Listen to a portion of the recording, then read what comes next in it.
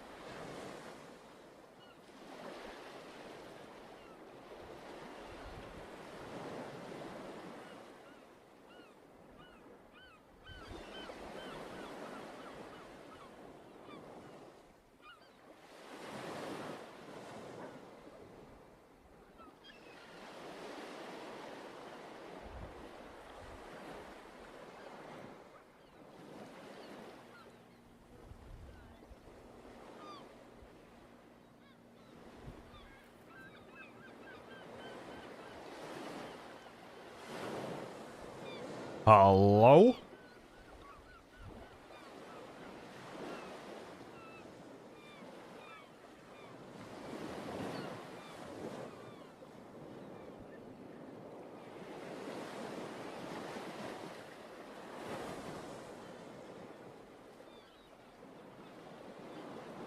Gamers?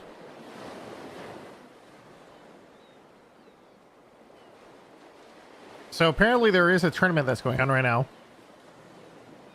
It is Boom TV's Proving Ground.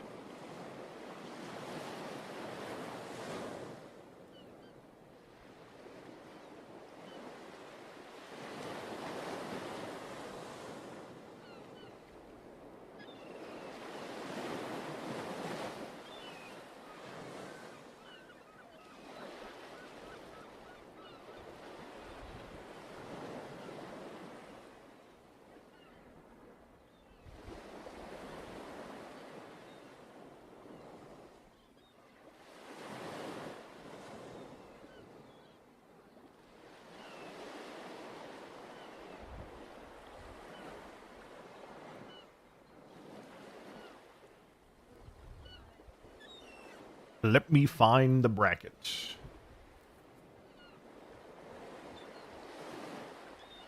Together some stops, catching out these players.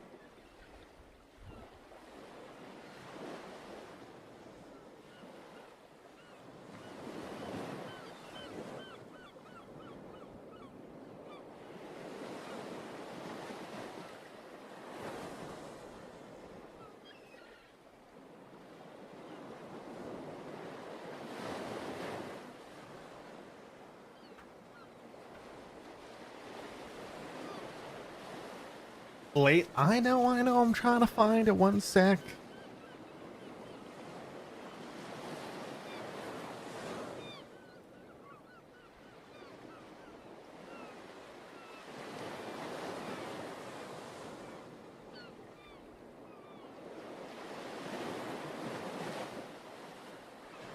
Half-Life 2 is free to claim. We're so back. Dude, did you guys see that No Clip just did a 20-year anniversary documentary for Half-Life 2? I am actually really excited to watch that at some point. It sounds insane. I clicked on one piece of it and I was just like, oh my god, this is insane nostalgia. I'm freaking out right now. Did someone link? It's literally on the Valve YouTube channel. It's an official documentary for Valve.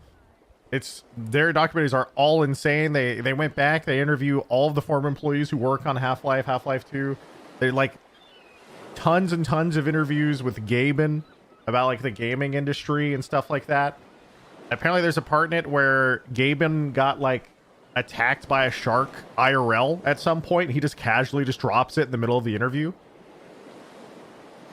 Like there's all sorts of crazy shit in that documentary.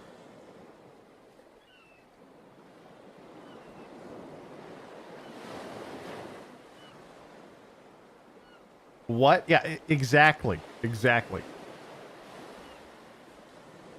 It's a 2-hour documentary. I'm not gonna watch on stream. I consider that almost offensive, considering how good that has to be. I need to watch that on my locked in, fucking just, yeah. You guys can go watch it yourselves. It feels like a movie.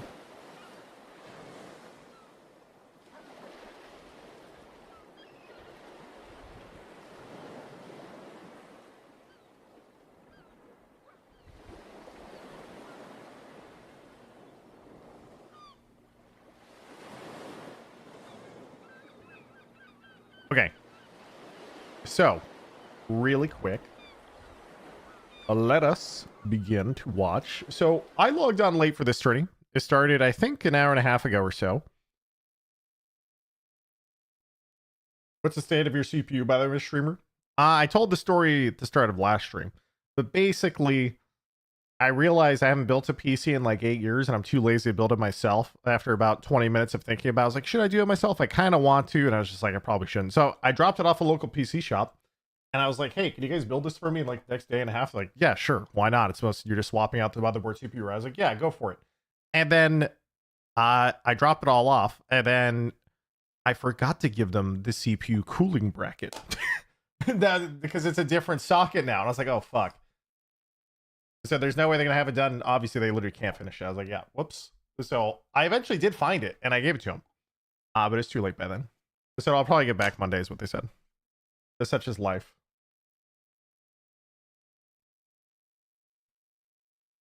Birdman left parts on his floor. Well, the thing is, I just moved, so I couldn't, dude. It's just super. It's just like because I moved like 6 months ago, and I had no idea where all that stuff went. Like the box for everything. I had a box for my power supply, but I don't know where the fan box went. I think it just got thrown out somewhere. So, yeah, that's where I'm at. Anyway, we find ourselves now out here. We have Proving Grounds Deadlock Open number 3. Now, keep in mind, they are actually pretty far into this tourney already. I actually did not watch the opening games too much, but it looks like, you know, for the most part, it's been all best of ones, and they're kind of stomps. And now we're going on over to, it looks like the semifinals. Also, what is happening on my PC? Why is it like flash like this? What's going on here? Is those artifacts actually appear on stream? It's so weird. They kind of do and they kind of don't. But there's not a lot going on. Hydronation is steamrolling. We have Llama Lords that I'm really interested in watching. The watch partying, yes. I want to find the Llama Lords game.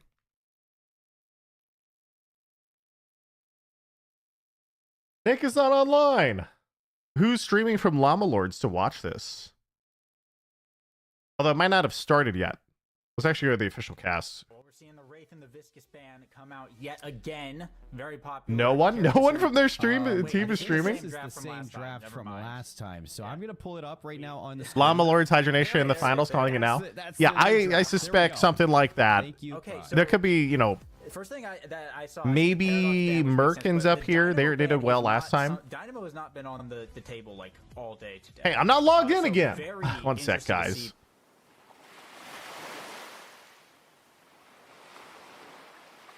The classic. I always click remember this PC for 30 days and never saves, and I wonder if it's just because like I turned off cookies or something for this site.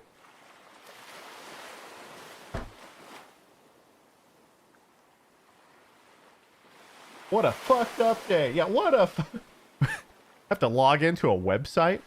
What a fucked up day. I'd say this time we're kind of mixing it up a little bit. I mean, you see the Yamato, or is All right, now where are we at now? Towards kind of mixed in with the Calvin. The Goober Ivy, versus and Hydronation the 1v6. Viscous should have a lot easier of a time, maybe. Guys, speaking of Goober, by the way, I had a clip yesterday that I believe was worthy of Goober's teachings. A lot easier. I forgot. If you guys missed yesterday, I did have a clip worthy of Goober's teachings, okay? Look at me go, boys. I'm solving X, I'm caged. I'm learning how to move now. That punching strangers So will less than feel half. so good. We should leave. There's 3 here. Oh wait, we got 4 here. That's 5. Is one? Easy. Easy pick. I'm solving X, I'm caged. This was a fun one. So I am slowly learning. I think you have to... the only one I need to learn more is this exact timing on this one. This one I did by like half luck. I know it's a timing, but I don't know how to... I need to practice so I can do it consistently. I think you have to double jump right as it explodes or something, or like right before to start the upward momentum. So good. We should leave. There's 3 here. Oh wait, we got 4 here. That's 5. Boom. Is one? Boom. But that's... I even clicked the make it a featured clip button, which I don't really know what that does on Twitch, but I clicked it. This one, but in terms of picks for compositions, I'd say that this is a very balanced team comp on both sides. I definitely Hey, balanced team comp. Wait a second. Holy shit, the quality's getting worse. Give me 1080p. I'm not going to take anything away from 789. All right, so who they said from 789. Okay, so who is 789? Oh, they're up here. It's Spectator Esports versus Hydronation. This is not okay.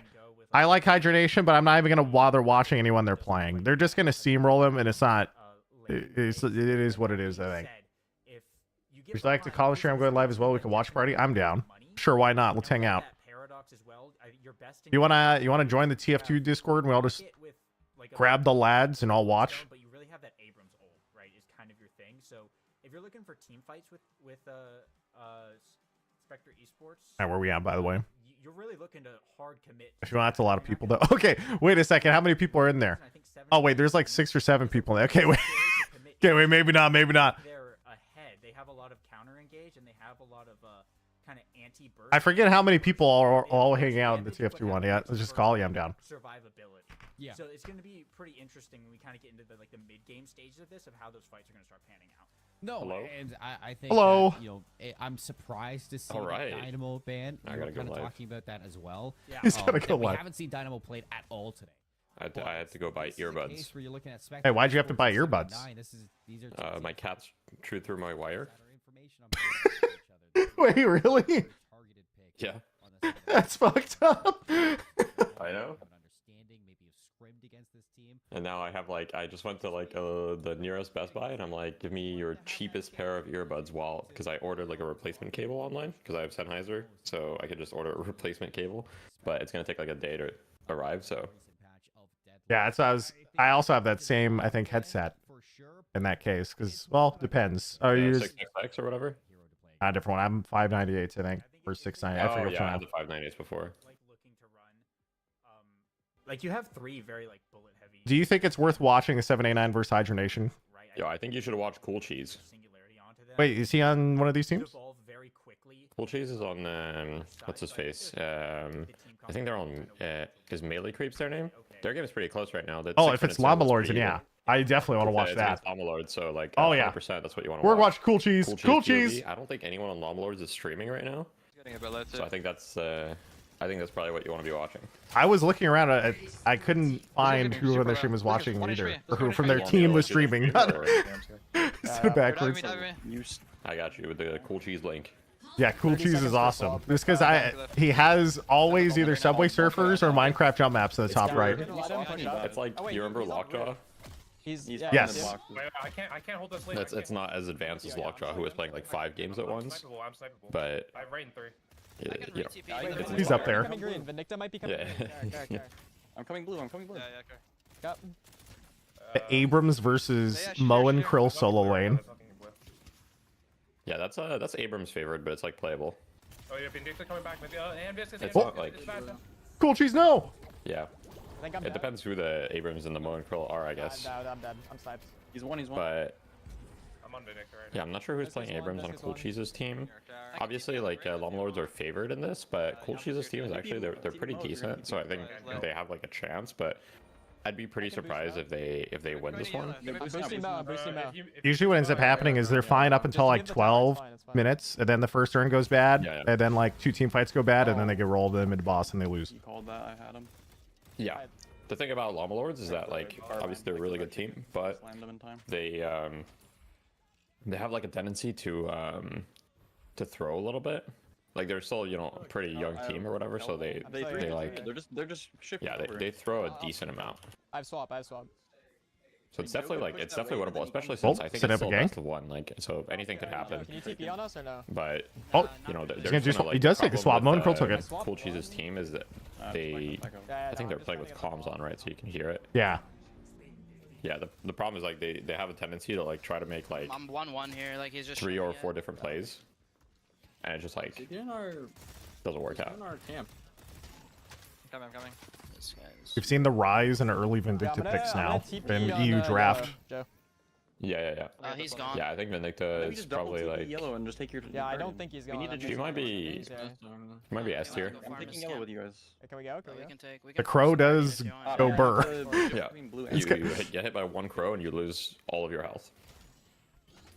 The funny thing is, this is after the nerf too, where they kind of nerfed its interaction with escalating a little bit last patch.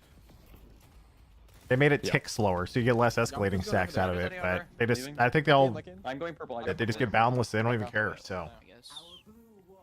I'm coming green. Yeah. I'm coming green. I'll TP on the moon. It's true. Back to you. And the thing is, like, you build for you don't even have to build for the crow because you just build like normal spirit items, and then your ult does 1,000,000 damage, but your crow also does 1,000,000 damage. He's running. yep. It's too late. You Oh. called the blue. I went to- Cool And then Cheese, no. that also scales your attack speed, so you do like a decent amount of damage. Ah, and dude, he's speeding. You have some can't. utility. You are pretty weak, but Cool Cheese I mean, it says 1v4 on the Lucky's tower. probably- They're gonna lose 2 towers for this. this is like he might be the. We do. Well, he's definitely one of the best Vindictas in NA. Dude, they just the game while we've been yapping has fallen no away from them damage, so no fast. ammo.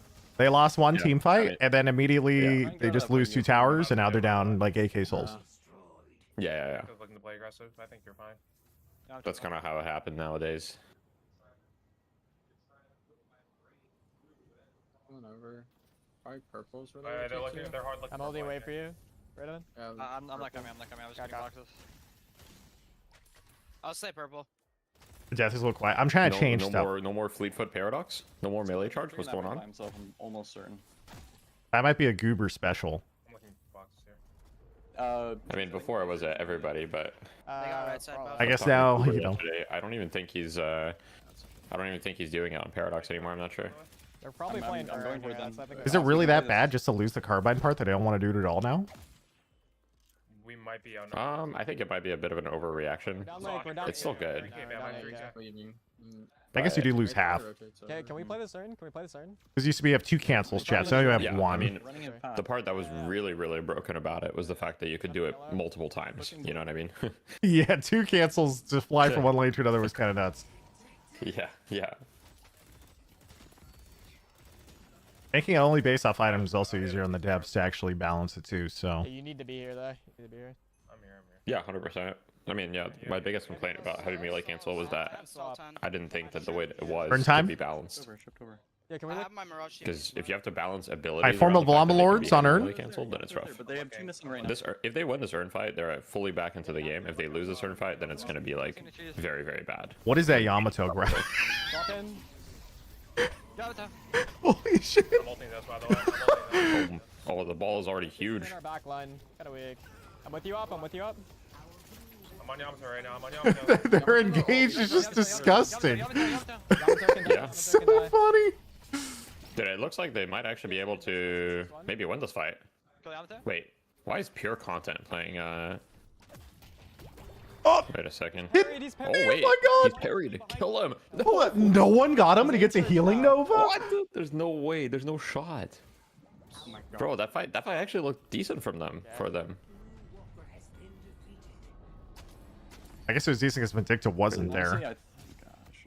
Yeah. Why is pure content playing for Llama Lords? That's crazy. Who are they missing? My bad, shoes. I should have come Or faster. they have Rakan, they have Lord Adam, they have. Is it Naked who's missing? Yamato and Viscous. Oh yeah, they're missing Naked. I thought everybody else was with you. That's why. I No, didn't- no one's with me. Remember? Yeah, that's why. I guess Naked might not be available or something. I got it. Probably. I use boost. I mean, there's not a lot of support players, so. I got this wave. Vindicta? Yeah, I can boost on Vindicta. Hold on. Wait, really? I always assume. I mean, Yeah, I'm coming. I'm gonna it's heal kind of up. weird to have that archetype of not a lot of support players anyway, because it's not exactly hard to swap into the mentality of playing a support What build. the fuck was that? Like, yeah, just build. You know, you build beam this game, and you. Yeah. You are the rescue beam. Wait, look this pig. Look the pig. Look the pig. Yeah, no, I mean, I agree, but, Free kill. I mean, Dude, thank you. in NA, I can only think of a few, like, actual support players, I feel. Huh. I mean, there's Boink, there's Naked, there's Quig, there's Pure Content, and then I feel like everybody else just kind of like, sometimes they'll play support, you know what I mean? Why are we Yeah. not killing Yamato? Who's on the call with you? This is Deathy Yeah, from but- TF2 Boomers. They were just keeping on our yellow walker. Dude, they're just. Yamato still won. They've been so busy with Yamato. You just look at the minimap. There's 3 take Yellow Walker for free, and it's just like the last turn they lost another Walker from Vindicta splitting, and all the lanes are pushed. It's just a disaster. Yeah. Yeah, I mean, this is pretty much GG. The only way that they can, I mean, they can still technically win because, you know, if you win one fight, you're kind of back into the game, but winning that one fight is going to be so hard. And, like, all of their lanes are getting pushed. The biggest problem with this team, for the Cool Cheese team, every time I've watched them, is just, like, they're really, like, proactive in trying to make plays, but they don't deal with their lanes enough. I feel like that's really common at this stage of the game. Yeah, because like if your waves are bad, then like any play that you make is gonna be like 10 times harder. I think we should. I think it's just the natural progression of a game like this, where it's a shooter, so people play it, but they don't understand anything about MOBAs, and they just have to slowly pick up that side of the game. But you naturally end up in higher ranked games. This is true for like the whole player base, because if you just out aim people and run at them, you will just kill them, even if you don't know what you're doing. I'm coming left then. All Yeah. of our jungle's over there. Actually, Ern might be on our side, so yeah, sure. It is on our side. It's definitely on our side. Or- Do we know if the whole tournament's being played today? I forget. Yes, this should be. Two. Oh, really? Okay. Yeah, Vindicto's one. Let me go I know look. she's just staying here looking at I'm me. just gonna keep shoving the. Yeah, I got a sad message from Hydra Nation earlier that was like, "You guys aren't in the tournament." High ground right now. Okay. Fucked up. Damn. Somebody needs to match some addicted green. Okay, so they said, so they gave an update yesterday at 9 p.m. They said they only had about roughly 20 teams signed up, so they changed it to best of ones the entire way. Single limb with a best of 3 finals the whole day, and then they project the final game will probably be around like 2 p.m. or something. Our right might be cooked. 2 p.m. What time zone? Pacific. Fly me? So that might be basically tournament Okay. should be over in like 2 hours, is what they were assuming. Could be even faster because a lot of these games probably are stomps early. Two green, two green, two green. They're Yeah, coming I mean, here they're getting the urn. Honestly, getting the urn here, if they actually, they probably won't get it because the entire team is going to be there and they're going to need to fight for it. They're gonna take the walker and then they're gonna go over and fight the urn. Oh, this is bad. This is bad. This is- Vindicta, Oh, no. Oh, huge swap. Wait, they can maybe just insta kill with. Oh, never mind. As well. Yamato. I'm Wraithled. Nah, it's over. Back up into our base. Back up into our base. I got Wraithled, I'm just dead. I mean, what do you do? The moment he went for the Wait, swap, he's in I our went, base. oh no, He's in our because I knew base. immediately His ult's gonna end. His their ult's Kelvin gonna has beam and he's just staring at it. end. Kill Yamato. Yeah. And it's just I mean, chaos. here's the problem, right? Their Mirage needed to be pushing purple. Like, I mean, purple. Look at purple wave. That's It's so true. juicy. You could have traded a walker at least. I'm here. You could have it could have at least been a walker, and then you force them to react a little bit. Like you have to force something, I'm backing out. I'm gonna get ulted for all my. you know.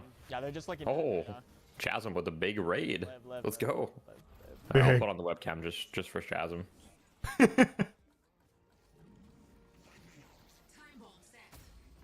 Man, this game is not looking good. What's the average length of a Deadlock comp game? Like 25 minutes, I'd say. Not leaving. Probably a little bit faster because it feels like games snowball by 15 minutes and then they kind of just get rolled. Just depends. Yeah. And the other bad part about the Mirage stuff is like you're never gonna get that urn and you're never gonna win that fight. So you may as well just take the trade for the walker and then only take the fight 6v5 because there's nothing else you can do. Tethered? For sure, To man. what? Missed. Yeah. Lucky. At this point, down 30k, like I don't really think it's possible for them to win a fight unless they get like an insane engage. But pretty much any paradox engage that they'll get is gonna get rescue beam unless pure content makes a mistake. But pure content's actually really good at getting the rescue beam saves, Running us down. and so I don't think he's gonna. I saw Yeah. an engage him. I saw an engage him. I need to Are heal you and I'll be back. I kidding need me to now? heal and I'll I'm be ulting this. I'm back. ulting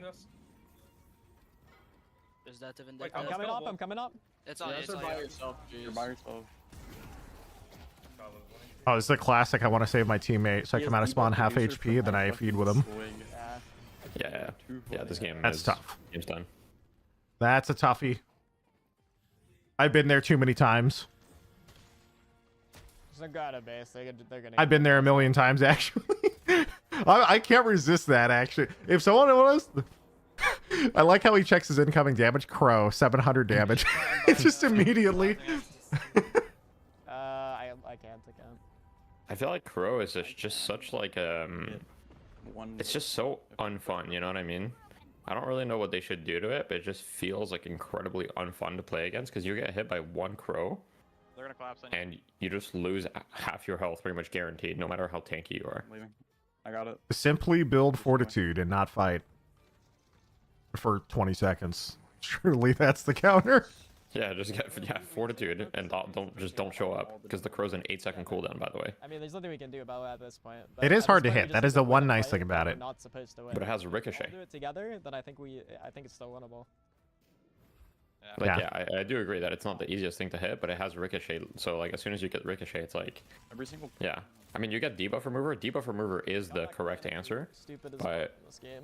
Still the thing is like it's an 8-second cooldown. so winnable. How much is it again? 40-second cooldown. Well, not the remove part, but the passives. Is it 35? Okay. It's 40% now. They buffed it. Okay, so 40. That does sound okay, I guess. Yeah. Get some spirit armor. Get 40. You know. Yeah. I mean, you might as Basically. well- if you're, yeah. I mean, even with that, it's still gonna do like a lot of damage, but it's not going to be like half your health. Yeah. I think versus that comp, it also makes sense because they have Viscous, Wraith, Yamato. So if you're going to build Spirit anyway, just getting like quick debuff reducer at least, plus Spirit armor. I mean, debuff reducers really value this game against their team because they have Moan Krill and Wraith as well. Yeah. Like you should at the very least get debuff reducer if you're worried about getting ulted. It's also a really good, what's it called? Do you want me to like Reactive barrier game. True. Okay. Dude, the reactive barrier stamina buff has been so I'm crazy. standing on top of you. If you swap her, I'm Yeah. swinging through It's actually so nice.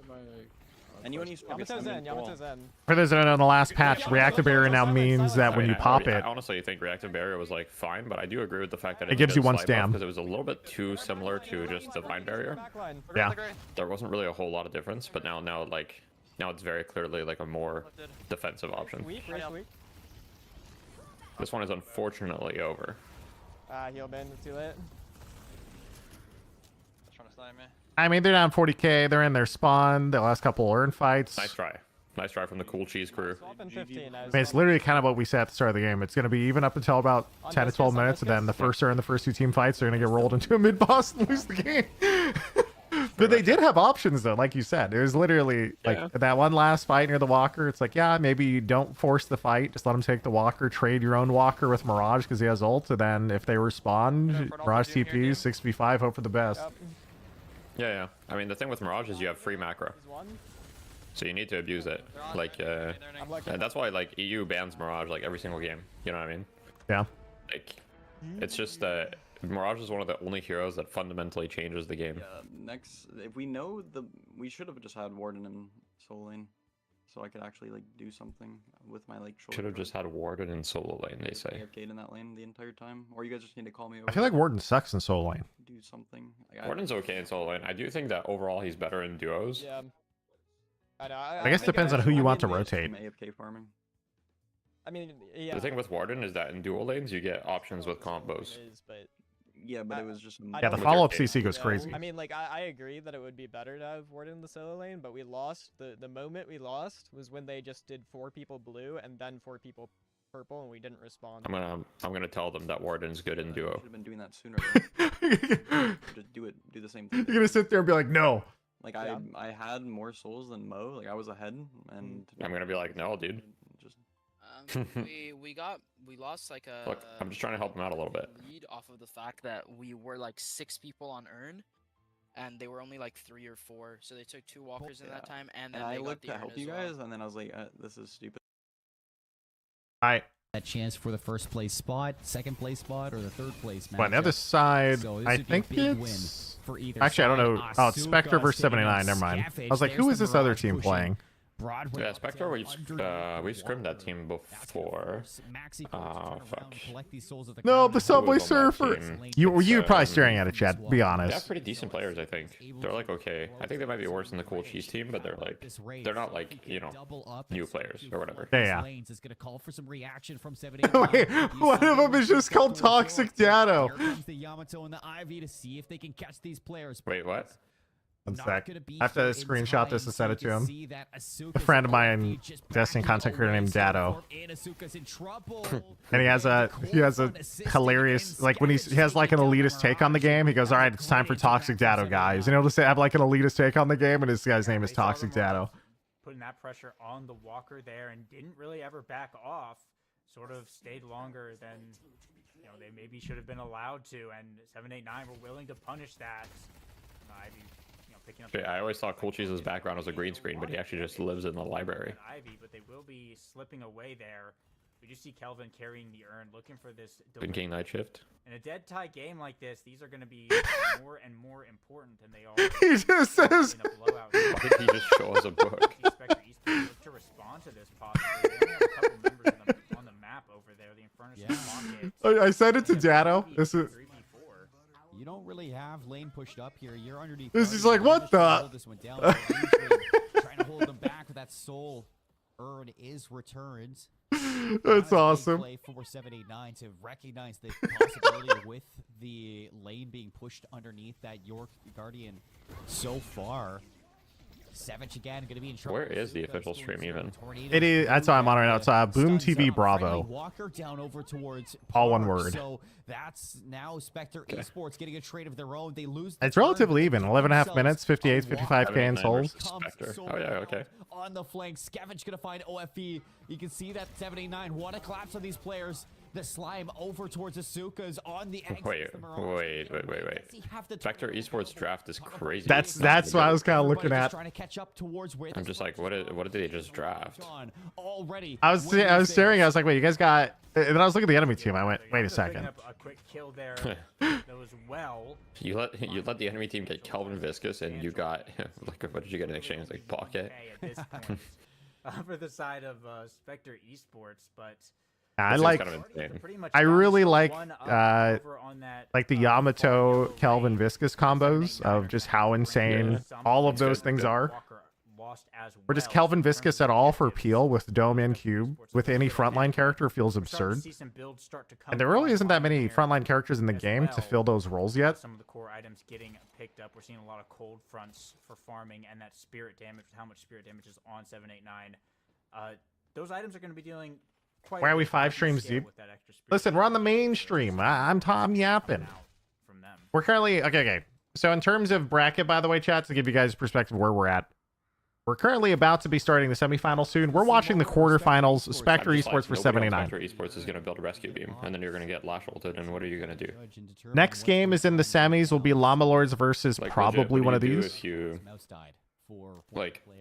As Spectre Esports, how do you answer a team fight that begins with like an IV ult into like a goo ball and then like a late Lash ult? We're sitting here with I feel like a substantial lead for Spectre. I feel like you don't have answers. In terms of souls taking down that Park Walker, they're going to be now looking to hold their objectives. As you can see, 789 putting on the pressure. I guess it's just engage first and hope for the best with Park downtown side. You see headline. I don't even know. You get cubed. You get counter engaged Lash ults. Support from the rest of your team. You lose the Broadway Walker. If you're Spectre Esports, and 789 just doing a fantastic job at trading through this map. You can see them all now rotating over towards Park to collect this Walker, and Spectre Esports. Streamer, activate your camera so it's something to look at. No, I will not.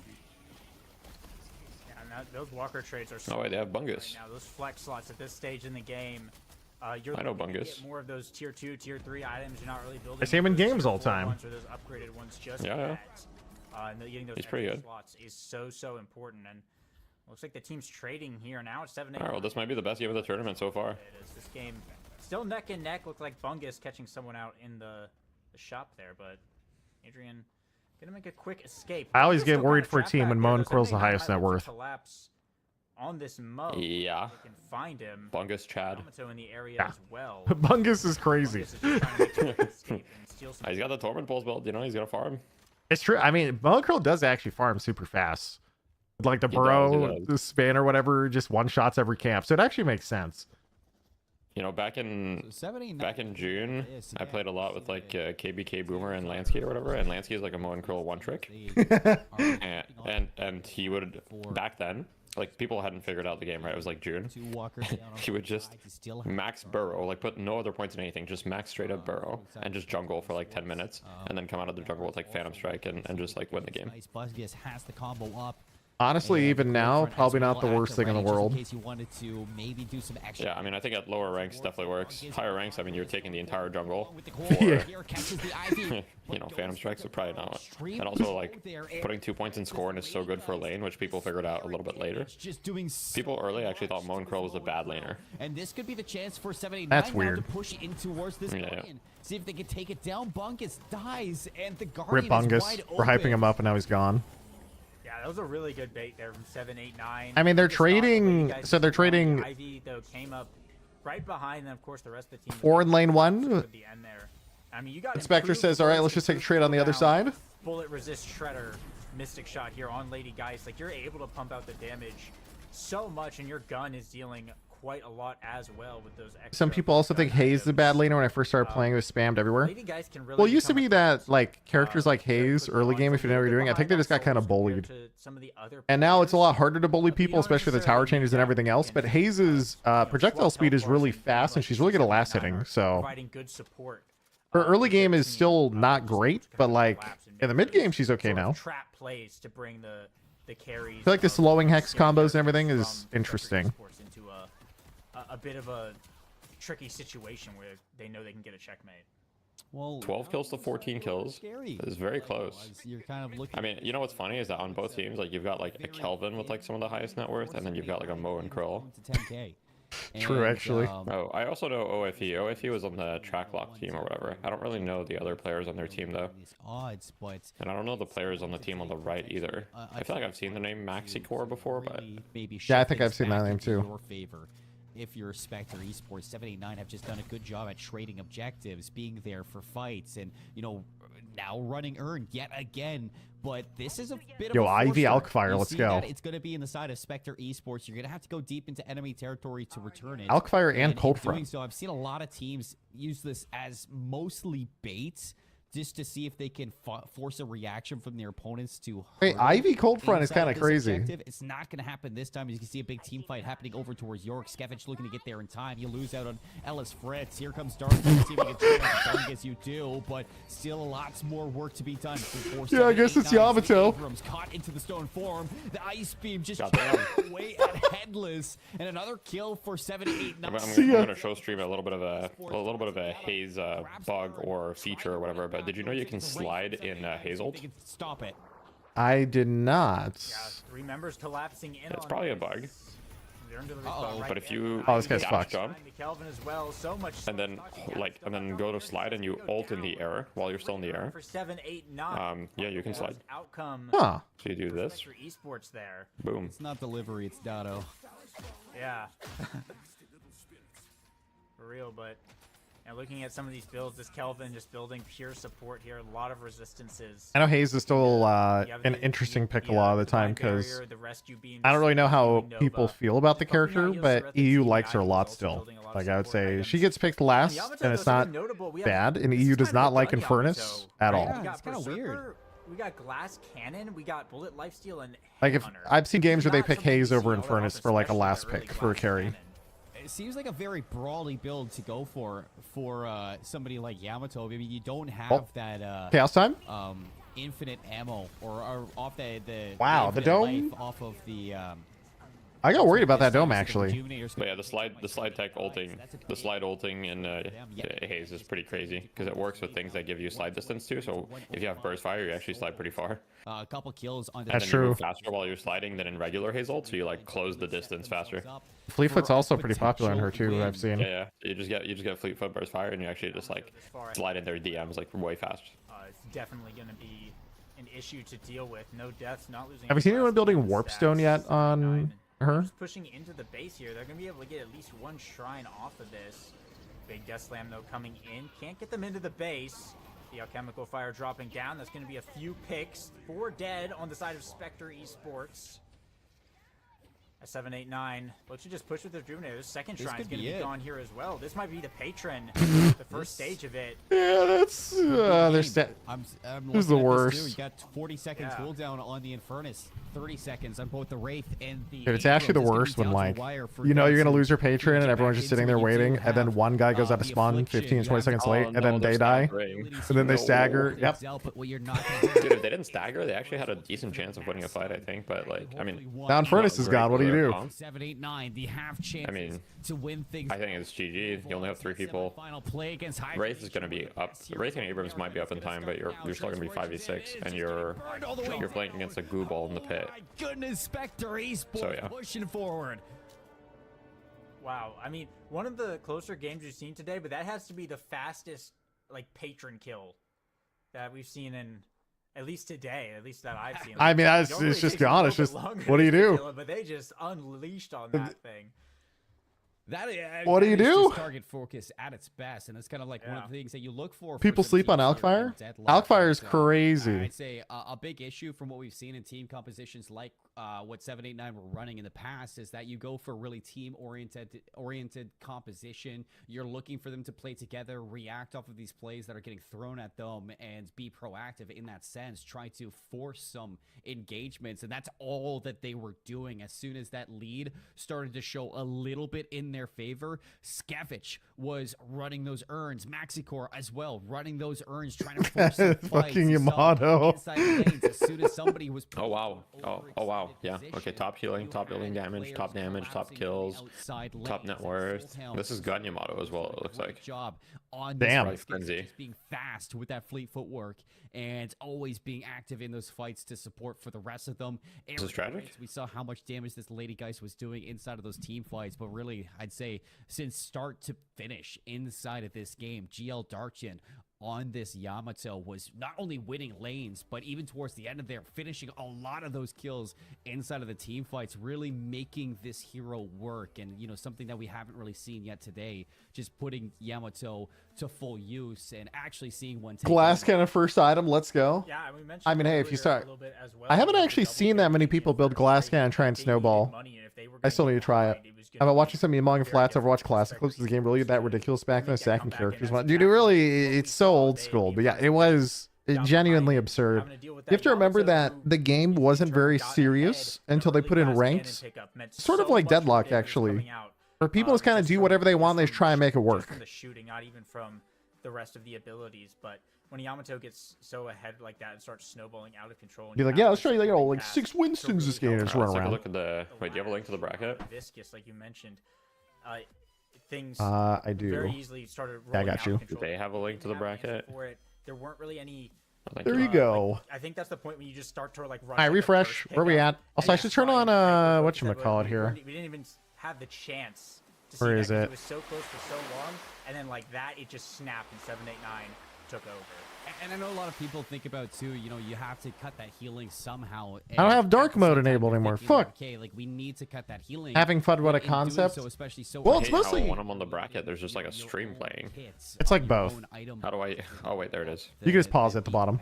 Yeah, I was like, I didn't see really it. tough when you find just All right, so next is gonna be Hydra Nation versus. it was What was that? so 7 close. Spectator Esports versus 789. Is that what we just watched? Out of control Yes. for 789, and Yeah, yeah, now yeah. they get a chance to move I'm more forward interested in the other Wait, side. finals at some and point. play up against Yeah, yeah. Nation. I'm very excited to see what I mean, 789 can do. The Llama Lord is probably gonna face We're gonna have to Merc wait takes till bub we shots. see Didn't that. Merc Yeah. take bub On, we're shots? gonna cut to a Did they here did it like on decent last the tournament or guest something? setup I for what remember is last next tournament they year. did. I think they Going to be upset somebody. They Progress did number pretty well. 3. We'll see you soon. More Deadlock. I forget the exact team it was though. But if I remember, I took they probably lost. I think it's like Hydra Nation like 30 minutes or something, 35. So it went pretty long. Yeah. It's unfortunate we couldn't play in this tournament. We probably could have. Wait, is the stream done now? It's unfortunate we didn't have 6. Probably would have had a pretty good chance at, you know, 3rd or 2nd. Such is life. Yeah. It's alright, we'll come back stronger when we find our 6th.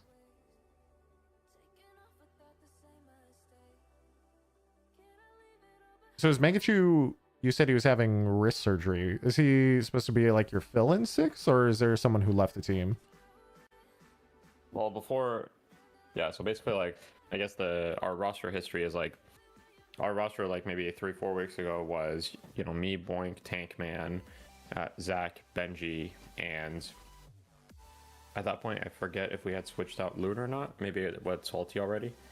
But regardless, with Zach and Benji, we were running trials, and it was basically a mix of a couple things. For example, Benji said, you know, I guess it was a mix of like, as a team, we weren't super happy with our performances, and also Benji individually said that he wasn't, you know, having fun, and like, you know, it's a game in a playtest or whatever, so like I Yeah. said, you don't want to burn people out. And with Zach, I felt a little bit awkward because we picked up Salty, and I felt like Zach and Salty had some overlap in hero pools as well, and so basically we were kind of like figuring out our roster, and we figured out our roster kind of like last week with we had, you know, Mirrorman and Riveraya. Yeah, I remember Mirrorman's And- plan. Yeah. Mirrorman's permanent on the roster now. Oh, and, nice. Yeah. So we're recruiting more TF2 players. I don't think there's any left to recruit. I think we've recruited all of them. All of them. I think we've recruited every single TF2 player that plays this game. I mean, I don't know if you know Patty. Patty played this game too. Yeah. Yeah. But regardless, yeah. So River this week was burnt out, and so she, informed us that she was going to quit or whatever. And yeah. At that point, we were just like, okay. So we're looking for a sixth, and yeah. We've got a couple trials lined up. I got to talk to some other people to trial as well, but right now I've talked to Scout and Goober. So we're gonna try out Scout and Goober. We might try out a couple other people too. Yeah. Goober owns. Yeah. Goober could be a good fit. Just gotta have him get some more heroes. Yeah. That is the main issue. It's a hero pool issue, but I'm not really too concerned about hero pools, because I'm like, if you're good, you can learn other heroes.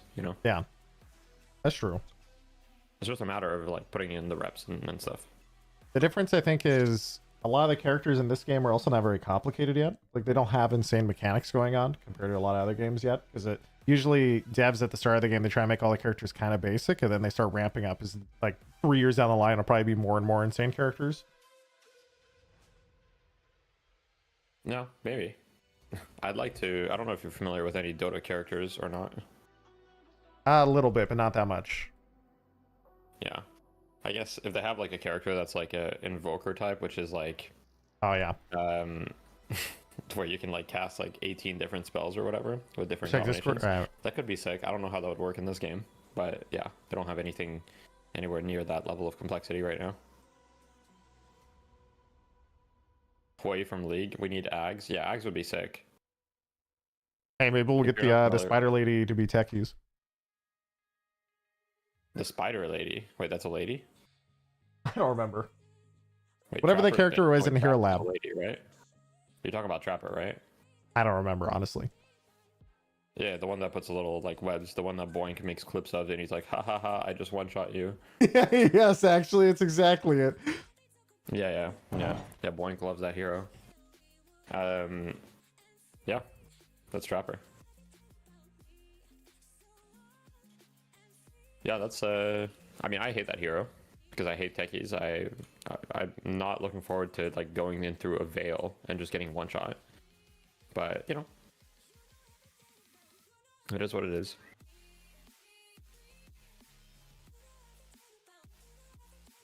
Is there like any game happening right now?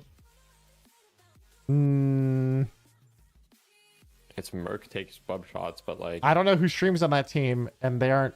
I don't know if anyone streams on that team. Maybe. Oh wait, shit, we could watch Giggly though. Giggly is streaming Deadlock right now. Oh no. He's the GOAT. Oh god. Damage numbers.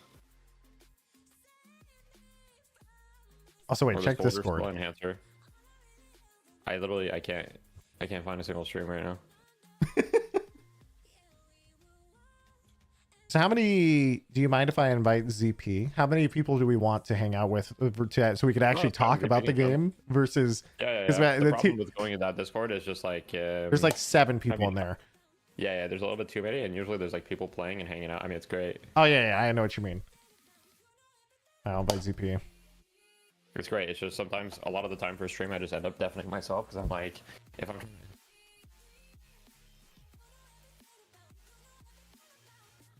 Hello. Hello. Yeah, no worries. I'm keeping on the game. I know how these watch parties can get. There is like a critical mass where eventually it's like, what's about the game? We're just talking about things you want to eat.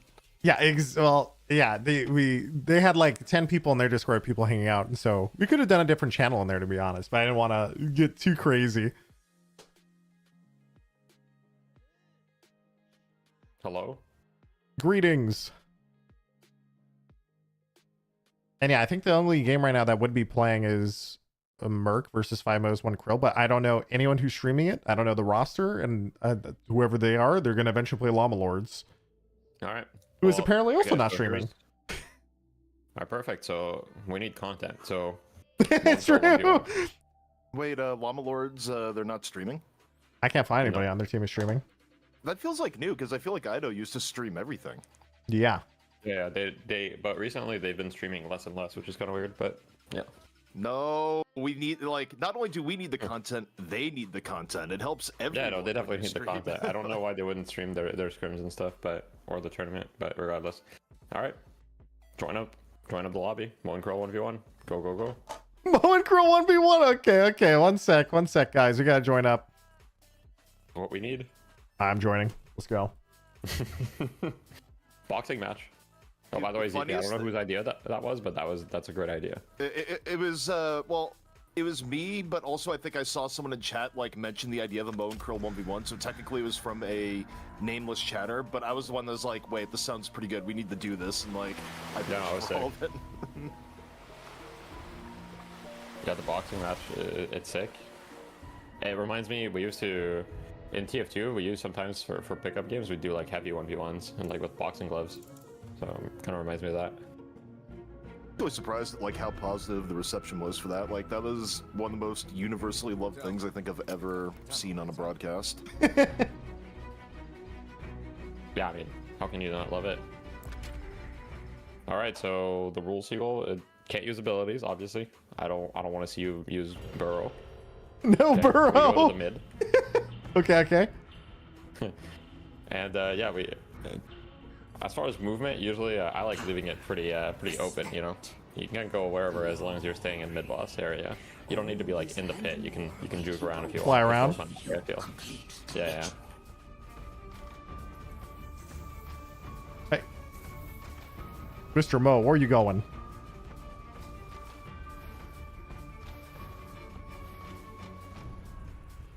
People saying on broadcast it should be 2 out of 3. Maybe, but I also think it works like really well as a quick like 30-second hit. Like it goes in, it happens, and then you quickly get in the draft. You know?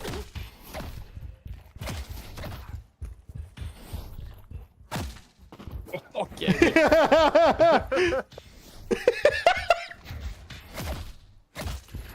No.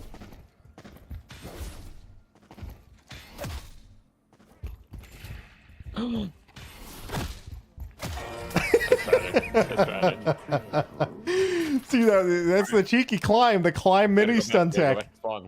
Yeah, I know. Wait, how do I respawn? I'll just go suicide in a tower. No, you just go back to spawn, just zipline. I don't really think there's a better way. I mean, I guess we could enable cheats and just like probably figure that out. Well, if Seagull wins another, then he's gonna like level up and it won't be even anymore.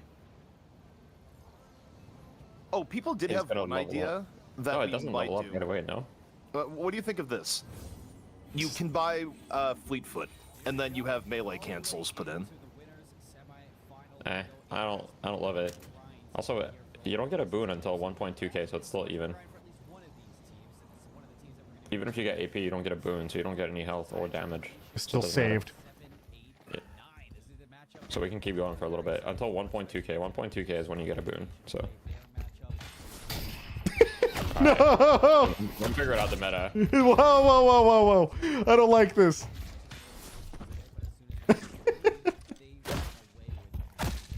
What? How does that hit me? I don't know. Oh fuck! Oh shit!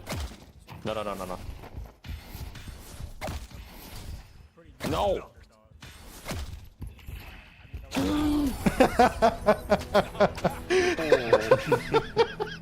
Shit. Well, it's all even. You don't have a boon. Oh god, dude. I'm just gonna check in the mainstream, see if there's anything happening. There's nothing I think going on yet. No, there's a draft. I don't know for which game though. Hey, draft?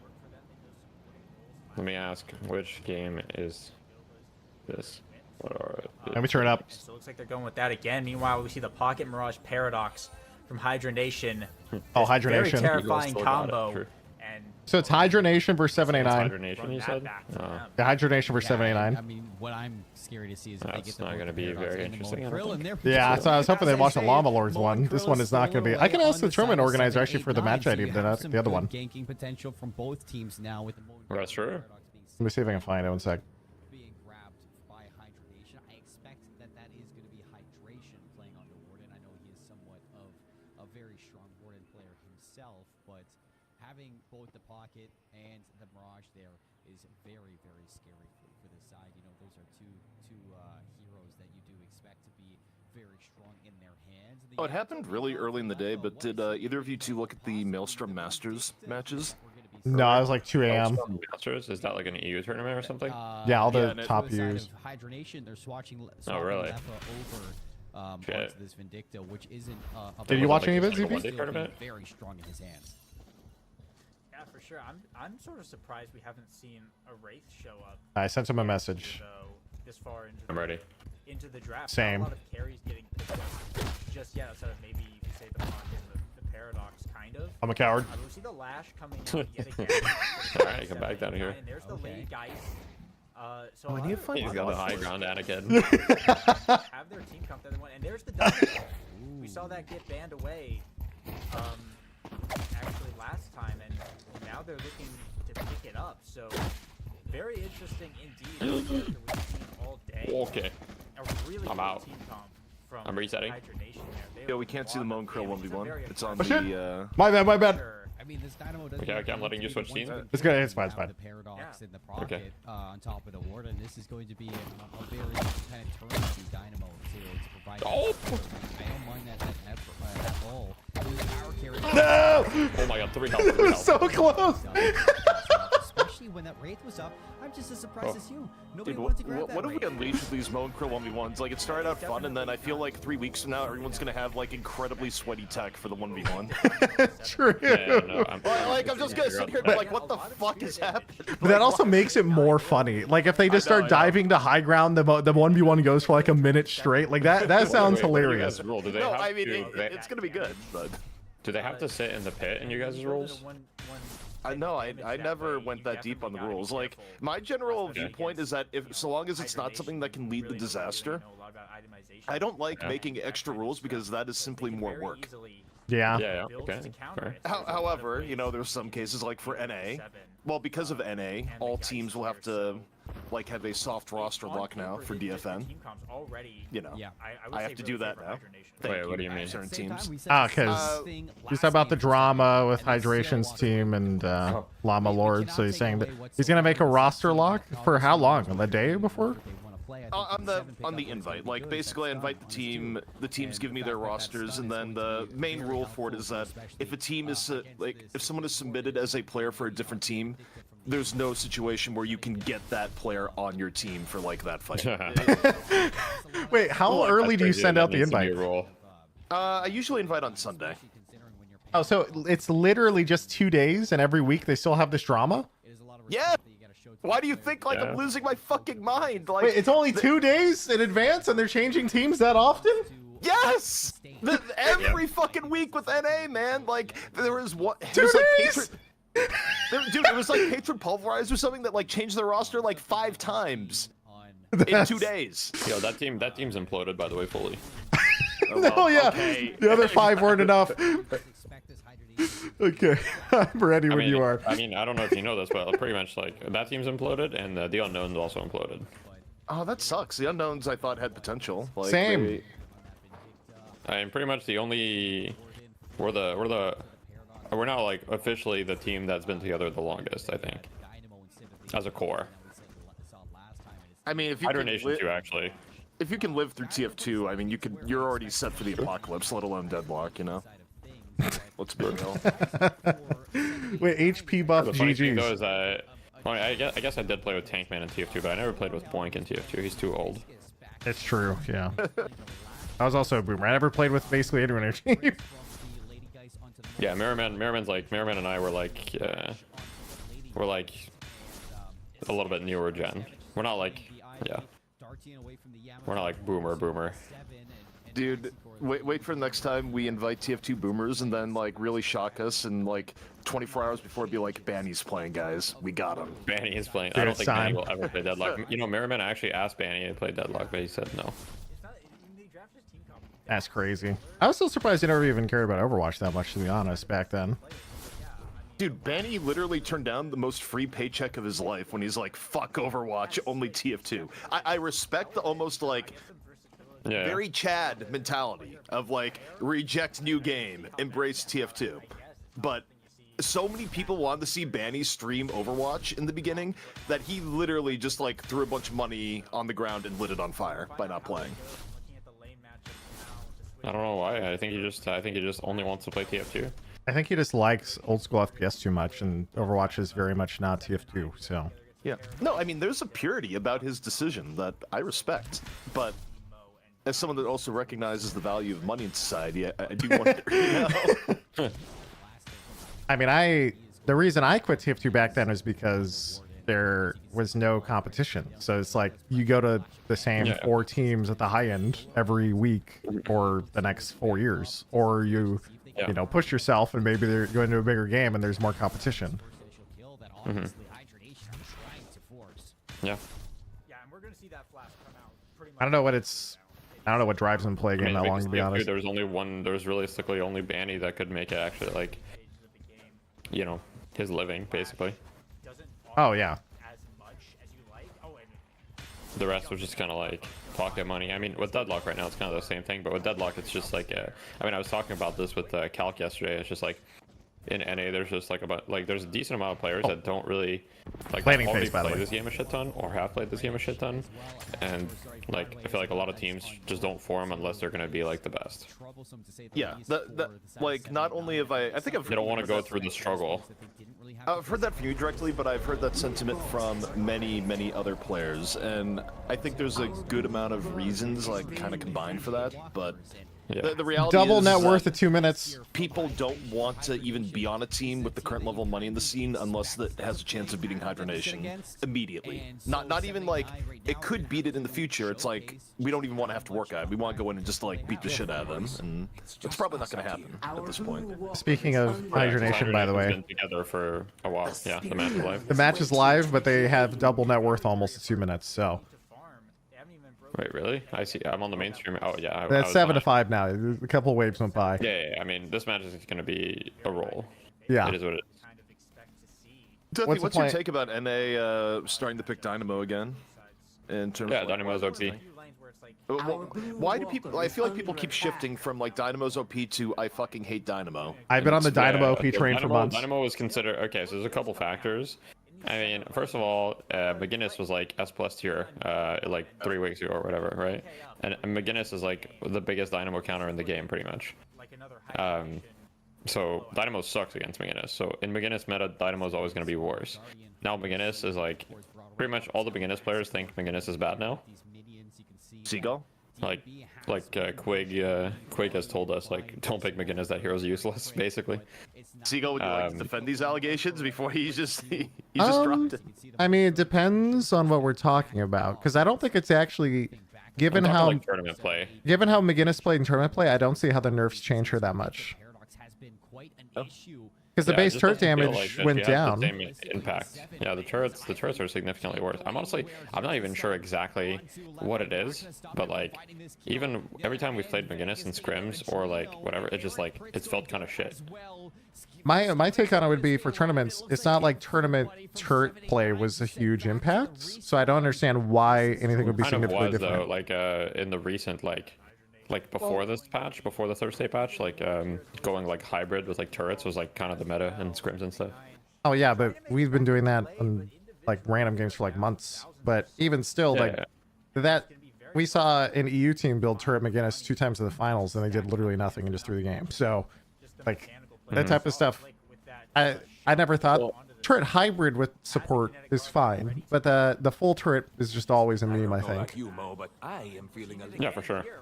But I don't think most of the time when people talk about McGinnis and stuff like that in tournament play, it's kind of weird because the stuff they talk about doesn't feel like it's that big of an impact necessarily. Because when people say they go, oh yeah, like hybrid support, the biggest turret DPS increase from maxing turrets, but nobody's going to do that in a tournament because you have to get the heal and the wall stun. Yeah. So it doesn't feel like it actually should be that big of a difference, because I think it's like half mental almost, because the turret DPS is significantly, like it's like what, 25% less, so it is a nerf, but I don't think it's big enough for like Trim and McGinnis to care when most of her value came from wall anyway. Well, also on wall, I feel like her value went up very significantly with the urn changes. The fact that like a lot of, whether you're like going into enemy territory, double net worth again, by the way. by chat. that 13K, look at the top. especially when you get the indoor earn turn-in, is like just one of the most powerful team fight abilities imaginable, right? Like, I feel like that alone gives McGinnis a lot of like situational power specifically around the urn. I don't know. Yeah. Yeah. I mean, it might be an overreaction, but what's weird is that if you just like don't listen to any player and you just look like, let's say, obviously this is not tournament play, but let's say you look at, if you guys didn't know, Tracklock has stats per rank now, so you can look at that. So if you just look all regions since the latest patch, Ascendant plus, because if you look at Eternus, it's kind of like too small of a sample size, so you have to look Ascendant plus. McGinnis went down by 8% in win rate. That's not surprising. People play turret builds. Well, Yeah, the most common builds we see in tournament is support McGinnis, though, not turret build. And even if you look at Eternus, it's even worse. If you look at Eternus only, which in Eternus, you know, I mean, I don't know. I think support McGinnis was fairly common in Eternus lobbies. Her win rate went down by almost 10%. But maybe it's... I mean, obviously that's a small sample size, so it's hard to say. I would say the only reason people play McGinnis is to play turrets and just run around. And so that build got fucking annihilated. Like, it's actually really bad now. So I don't know if I could filter by builds and I could somehow look at support win rate and loss and whatnot. That'd be cool, but I don't know. There's just not enough data. Yeah, there's not enough data for that. I think, I guess we have to see. But Quig thinks McGinnis is shit. Hydra Nation thinks McGinnis is shit. Boink thinks McGinnis is shit. Naked hasn't been playing McGinnis at all in scrims either. And so, like, all of the top NA teams just have not been playing McGinnis. Naked not playing McGinnis may be your strongest piece of evidence you've listed in that entire. So I don't. entire I mean, Quig list. not playing McGinnis too. Like Quig was like, Quig played a shit ton of McGinnis. Like, so I don't have a strong explanation for it, but I can tell you that yeah, people haven't really been valuing her. Which, to go back to your question about Dynamo, if McGinnis is not as meta, then Dynamo's stronger. Also, the recent Magic Carpet changes kind of are really good for Dynamo if you go that build. I don't know if you've seen the Magic Carpet Veilwalker build. It's actually pretty good. No, I have. I've seen a lot of Veilwalker. I've not seen enough Magic Carpet with it though. Yeah, but Magic Carpet Veilwalker Dynamo is not even troll. It's actually good. Because like what you do is you max your heal, right? You pop your heal, you Magic Carpet through a veil, and you're moving at like the speed of light, and you're invisible. And then Magic Carpet gives you ability duration and range, which are obviously both good for Dynamo. Well, now I'm gonna be disappointed on next fight night if there's no like stealth carpet Dynamo landing black. I'm pretty sure you're gonna see it in NA at least. I still think it's hard to justify it over having Unstoppable. I think Naked goes that build every game when he plays Dynamo. How do you justify it over having Unstoppable though? Yeah, that's a good question. So initially I was like, yeah, Unstoppable is really good, but the thing is, honestly, like a lot of the time with that build, you can get some pretty sneaky ults, and even if you get like half the value from your ult, it's usually still good enough. Yeah, and Carpet does give you survivability too. Yeah, Carpet makes you unkillable basically. Huh. Because you're going cooldown reduction as well, right? Yeah. Veilwalker needs to be removed or split into 2 items, abomination item. Yeah, I agree. Veilwalker is very strong. I think I'm surprised more people don't buy it, to be honest, but yeah. It's a lot better since the mid veils. Yeah, that's true. The extra veils have definitely 30 kills to 2. Yeah, this is what we were talking about. When fire rate was like, well, it still is like arguably like one of the most OP stats in the game. But yeah, when it gave fire rate, then it was like insanely broken, and now it's like, I definitely think people overreacted to the fire rate change though. I mean, people tend to overreact in general to changes where something happens and they're like, oh shit, this item's dead. But in reality, it's like you have invis on an 18-second cooldown. Someone in chat, did Hibernation cut a player? No, to at least anyone's understanding, Rocker just quit the game, and Vegas is now playing with them. I don't know if Vegas wants to play with them long term or as much as he's just filling. Well, if he was just filling, he wouldn't be filling in this tournament as well, probably. So I think he might want to, but I think Vegas was definitely one of those players that's like, I'm not going to play on a team unless it's #1. Yeah. And so since he, Hydra Nation had a slot, I think he joins, and I'm not sure, maybe not though. That whole but I know mentality is just Buds kind also, of. like, I feel like if they asked Buds, it would have been the same thing. I think Buds, for example, I've heard Buds say that he's not going to play on a team unless it's like #1 team or whatever. So I'm not sure. A lot of that stuff is just kind of funny because in competition, the only way to go is down. If you are #1, like you literally can't go any higher. So it's like eventually you will be knocked off your perch, and then like what happens to your team after that? They lose, you know. It's just a matter of time before they lose. I mean, right now we're definitely not like good enough to beat them. I mean, right now our biggest problem is just like in the laning stage we lose against them, but like the times where we've managed to make it past the laning stage against them in like scrims or other places, we actually do like pretty decent. But it's just like our laning stage just needs work. Once we figure that out, then maybe we'll be able to do something. I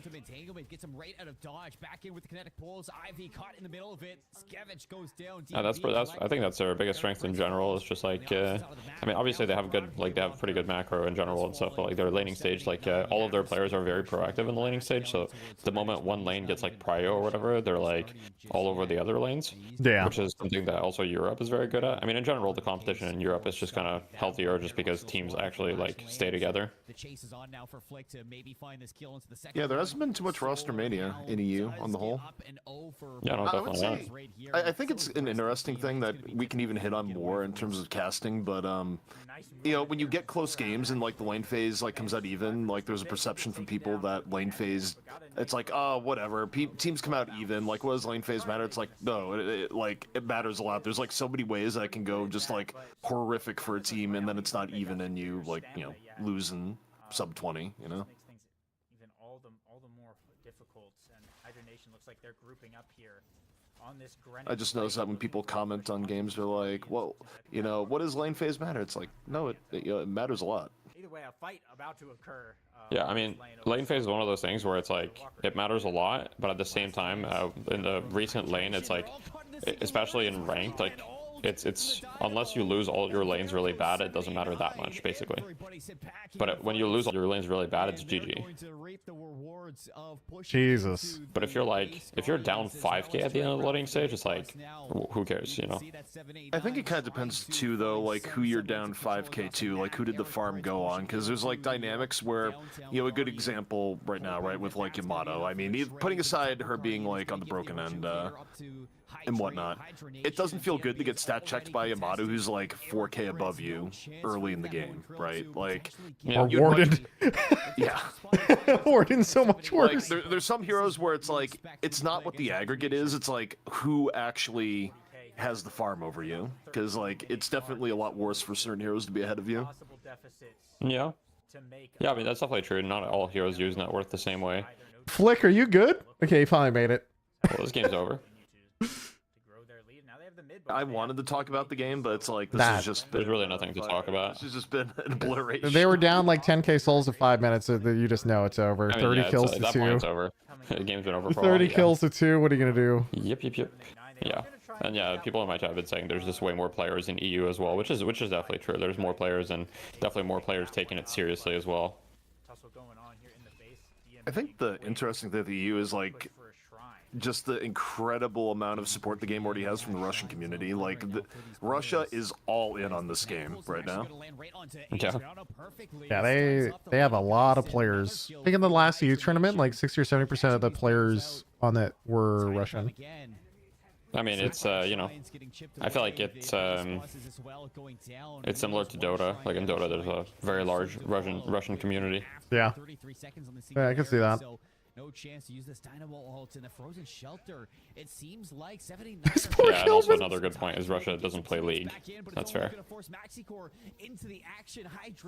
Is there some like yin yang going on between Russia and Korea in games? Because I feel like the games that Korea doesn't play are the games that Russia really loves, and then the games that Korea really loves are games that Russia doesn't play. It's like, this seems to be a trend. I don't know.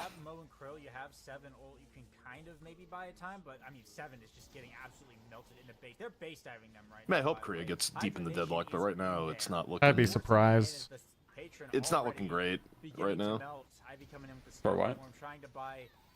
For Korea getting like really deep in the deadlock, it hasn't taken off there yet. I mean, part of it is probably because it's like in beta, but I think aesthetically the game might be a harder sell to the Korean market, from what I've heard. Yeah. It's possible, yeah. GG. That was a stomp. What a game. Where's the other Honestly, game? the other game also ended. I think Llama Lords won. Let me go look. What do you think? Is it already? Proving Grounds number 3 has been a lot of fun to watch. And it's always a watch. And it's Yeah, well, it's not on the bracket at least, but no matter what team that they play, they always prevail, and they make it look so easy when they play this game. They are truly at the top of their craft right now for Deadlock, and it's impressive. The TO said Llama Lords won, but I don't know if he was referring to the last one or not. Let me see. Always involved 26,000 damage, 15 eliminations. That was a stomp. WTF? Yeah, true, Vegas. True. Vegas, I'm trying to find Llama Lords games while you guys were playing. She was always really trying to be there to support the rest of the team, but wasn't really the play. You know, the funny thing would be though is like if Deadlock doesn't catch on in Korea and then Riot eventually makes a Deadlock style game and becomes huge in Korea, it would it would just add to the dynamic. Someone in chat that says, quote, Korea equals Overwatch and Valorant, Russia equals CS and Dota. It's like, well, you know. He said he'll give us a match ID for the Llama Lords versus... What happened in the EU tournament this morning, by the way? Was it anything interesting? Was it a 1-day tournament or a 2-day? It's a 2-day tournament, and the interesting part is that DMS won the rematch versus Pajala Escambria, from the looks of it. Ooh, DMS is coming out a little bit on top now then, consistently. We saw multiple times those tower Well, yeah, well, I mean... Last time it was really close. PS beat them in fight. Yeah, but it was really close, wasn't it? It's always close. It went to 3. But now DMS, like, ran it back. So the fact that, like, they're just trading up... Are Buff and Jory still playing? That's the communication as well coming in from Were Buff and Jory's playing, or no? Yes, Buff and Jory's are still in it. Interesting. That's what their new support player. Buff and Jory's Also, new I was roster. reading this wrong. So in the lower bracket, DMS beat Pajala Escambria, but Pajala Escambria is still qualified in from lower bracket for tomorrow, so they're not out yet. Interesting. Even try to approach this because it's almost like we're at a loss. I have the draft. Alright, what's the... Okay, so what do we think about the no comms thing? Like, why is this still normal in NA to do no comms? It's actually insane to me. I don't know. I talked to Buff and Joyers and they started streaming with their comm stuff. They started streaming the tournament POVs. I don't know. I've said it a million times to these guys. I don't know why they hide it. There's really no point. No one's ever going to care about this. Even zero in point because so the meta changes. Yeah, draft is fine. I totally understand draft because that actually they can stream snipe you in draft because you talk 5 minutes before. That's totally normal. 100%. I mean, like, for example, we don't stream snipe draft, but like we're very aware that any team that we don't mute draft, but we're very aware that any team that wants to analyze our drafts and see our preferences could do it very easily. Yeah. And like understand our discourse and whatever. Like in draft there's actual discussions, but in game, like, let's be real, like the macro gameplay in this game in competitive is not like so advanced that you can't figure it out by just the demo. Like I can analyze any demos from these guys and just figure out 100% what they're saying. Also, before we keep going on this, in Discord I pasted the draft of Llama Lords versus... Yeah, I'm watching the draft right now, yeah. Making sure you all saw. So Llama Lords is banned. Paradox. Who's the other team they're playing? What is their name? To me, it just makes no sense. 5 Mo's, 1 Krill. Comms, like all they're saying is just like, oh, they're pushing this. Do we want to go earn? Oh, you know, oh wait, I've got this item. I'm ready to fight. Yeah. Oh, let's go here. Like what? Well, I like it in this draft that we're looking at here. The people have paid enough attention to go, yeah, we should probably ban Pocket versus Llama Lords. That's a good idea. Like... Yeah. Also, Bub Shots did not win. This is 5 Mo's, 1 Krill. They won. Oh shit. Yeah, so that's an interesting. We've scrimmed them before. All right, so Llama Lords bans Paradox. This is probably gonna be. They ban out 5 Mo's bans out Paradox versus Llama Lords. Some other data as well, because like last tournament, if you remember, I don't remember which tournament it was, but you probably remember that Merc takes Bub Shots, like took Hydra Nation to like a decently timed game, like it was like a 15-minute roll, and that's why people thought they were decent. But then the insider info I got was that Hydra Nation was purposely stalling because they thought Leffa's computer was going to be ready. Leffa was building his computer, so they were just trying to stall for as long as possible. Okay. Also, that's hilarious. Why was Leffa's computer situation one where he was missing matches while building it? I feel like there's like really Leffa is just like doesn't care. Yes. He's just doing it. I mean, it's not that he doesn't care. It's just like, who was it? Crayon was just telling me he's just like incapable of just like building his computer. Like, Leffa catching strays on Reddit after rage. Yeah, I mean, Leffa rage quit like a fucking. He abandoned like a unranked game yesterday, just rage quitting it. Hey, Which they is just have like, it. It's, I mean, that stuff What are you is doing? just, it's whatever. They're dumb and they're gonna get clowned on. It feels like you're intentionally baiting at that point. Also, what do you think about the draft? Got Wraith, Kelvin, Warden, I mean, Yamato, I honestly Viscous, and think Furnace. I honestly think that the Ben SV or the right side draft is pretty good. But both teams have like good picks. But like getting Wraith, Kelvin, and Warden, those are all very strong characters. I yeah, like I the mean, my question with Viscous. Warden, I feel like there's a pretty big gap in like teams that play with Warden well and teams that don't, and it's like, I don't know, like. I feel like that might be an overvalue unless you have someone that's like really, really good on it. Because like when they picked Warden there, I think in the position of draft they're in, they gave up the ability to pick Mirage. Like prio wise, I feel like you would in most cases want to prio Mirage over Warden. We saw that in EU too, but they usually do Mirage. Yeah, I do agree with you, generally speaking. Yeah, especially Mirage is like free macro, so it's kind of it's kind of Dynamo. rough. Shiv. And here, Ooh. I mean, at the end of the day, I think the final pick Shiv from is cool. Lords, like if I look at these comps, initially I think that the comp from the Ben's view is fine, but Llama Lord's comp is like I would much prefer playing their comp. I like Llama Lord's team fight comp. I like it's it a lot much better easier too. to execute. I have a question for you, Deathian, here, because it's Dynamo it's boys. been enough now It's that's Dynamo. actually turned into a trend. Is that I feel like Lash is like very quietly just dropped out of regular pick status in general. Me. He seems okay, but not I'm as the good only as last player alive remaining, other but ones. yes. No, you play a good Lash. I mean, in fact, I think for Fight Night purposes, like one of the best like Lashes we've had on there. But what has changed? I mean, nobody else plays Lash, yeah. I mean, I guess here's the question: how much is it on Lash, and how much is it on people have just gotten better at playing against Lash, and therefore he's getting less value? Are we gonna get the match ID for this, by the way? Or is it streamed? Before I answer your question. Oh, okay, it's streamed. We should be able to get match ID regardless. We can do whatever one we want. Yeah. I would say it's definitely a lot on people improving and playing against Lash, but I actually think Lash is actually pretty good right now.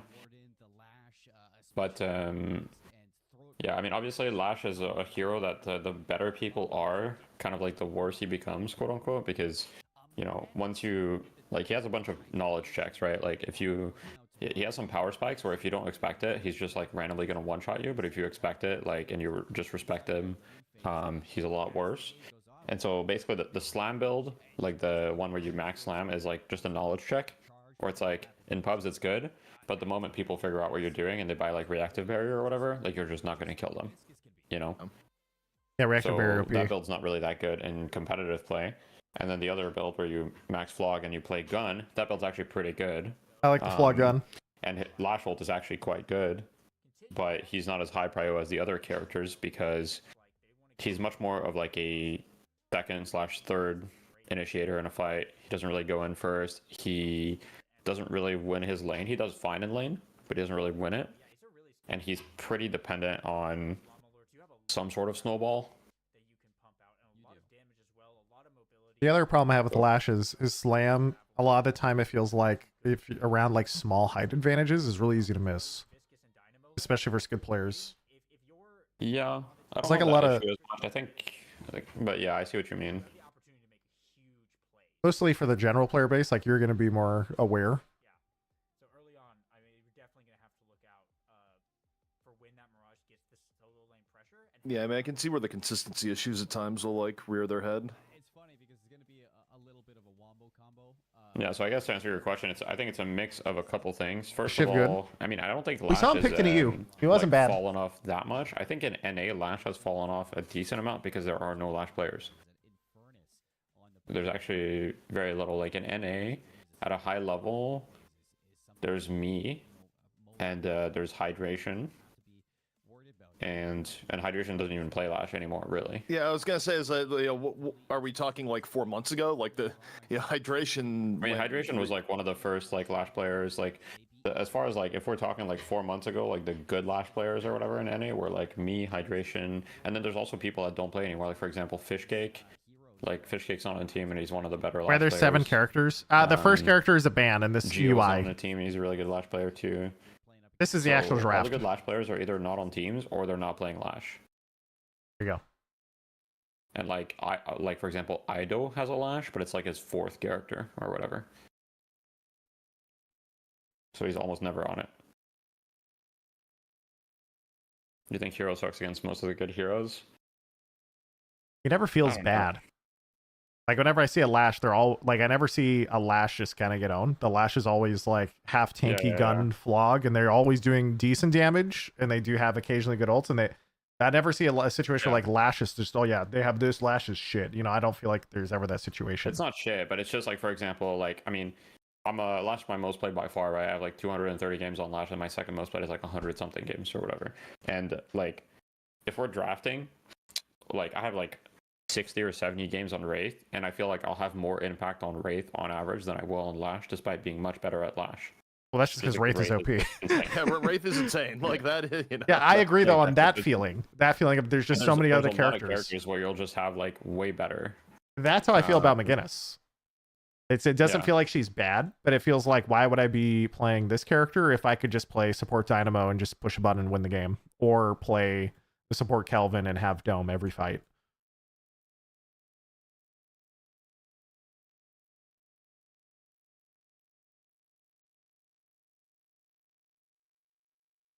You know, in terms of one tricks and the people putting in a lot of time, the hero I'm looking forward to when it gets added to like real rotation and gets out of Hero Labs, I want to see what people do with Holiday. Like with who? Holiday? Yeah. I feel like Holiday is actually it's going to be one of the most one-tricked heroes for sure. Like on ladder. That hero is definitely going to be. That hero definitely has a lot of potential. For those who don't remember Holiday chat, she's the one that can lasso you and just drag you around with her ult and stuff. Also, the since barrel. we're just on topic, isn't she going to have like some actually pretty funny interactions with Lash, in the sense of like in lane you're literally just giving him completely free height for slams without him using anything else, like cooldown wise? That's true. That's true. Yeah, that could be good. The thing, Lash right now kind of feels weird because as far as laning for Lash, like for example, I end up playing a lot of solo lane Lash just because of draft sometimes. Solo lane Lash is like one of the most useless solo laners in the game.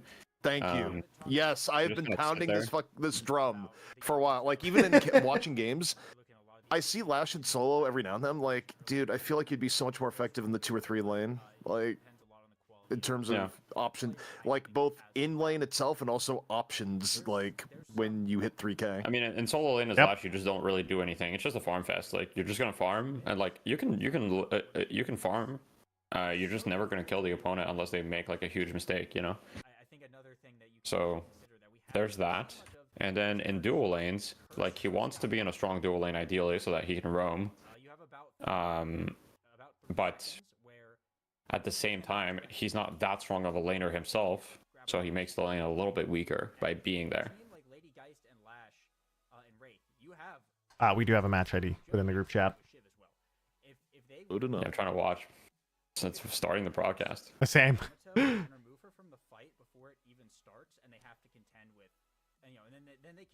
The one thing that's kind of nice about Lash is I do feel like his ganks in the laning phase are actually pretty nice. Not as nice as some, but like he does have burst damage. He does have a little CC, and it's 3K. It's kind of spooky. You know, the first 3K ult is like, uh-oh. There's not a lot of options for a lot of people, so. Yeah, but overall, I honestly think Lash is in a pretty decent spot right now. Like, I don't think he's definitely not OP. Ooh, I'm in. Yeah, I'm also in. He's definitely not OP, and he's like, but he's still good enough to pick. You know what I mean? Shivers and Furnace soul lane. Shivers and Furnace soul lane and Mirage versus Wraith. Yeah, Mirage versus Wraith is like normal. Insanely Mirage favored if you're good. I mean, any solo lane is like insanely Mirage favored. The problem is that a lot of the Mirage players, like, they don't understand the concept of like lane manipulation. and so they just don't take their advantages and they don't do anything with them. But as Mirage, if you freeze the lane on your own stairs, and you have 2 points in your passive, lane is like legit unplayable for anyone.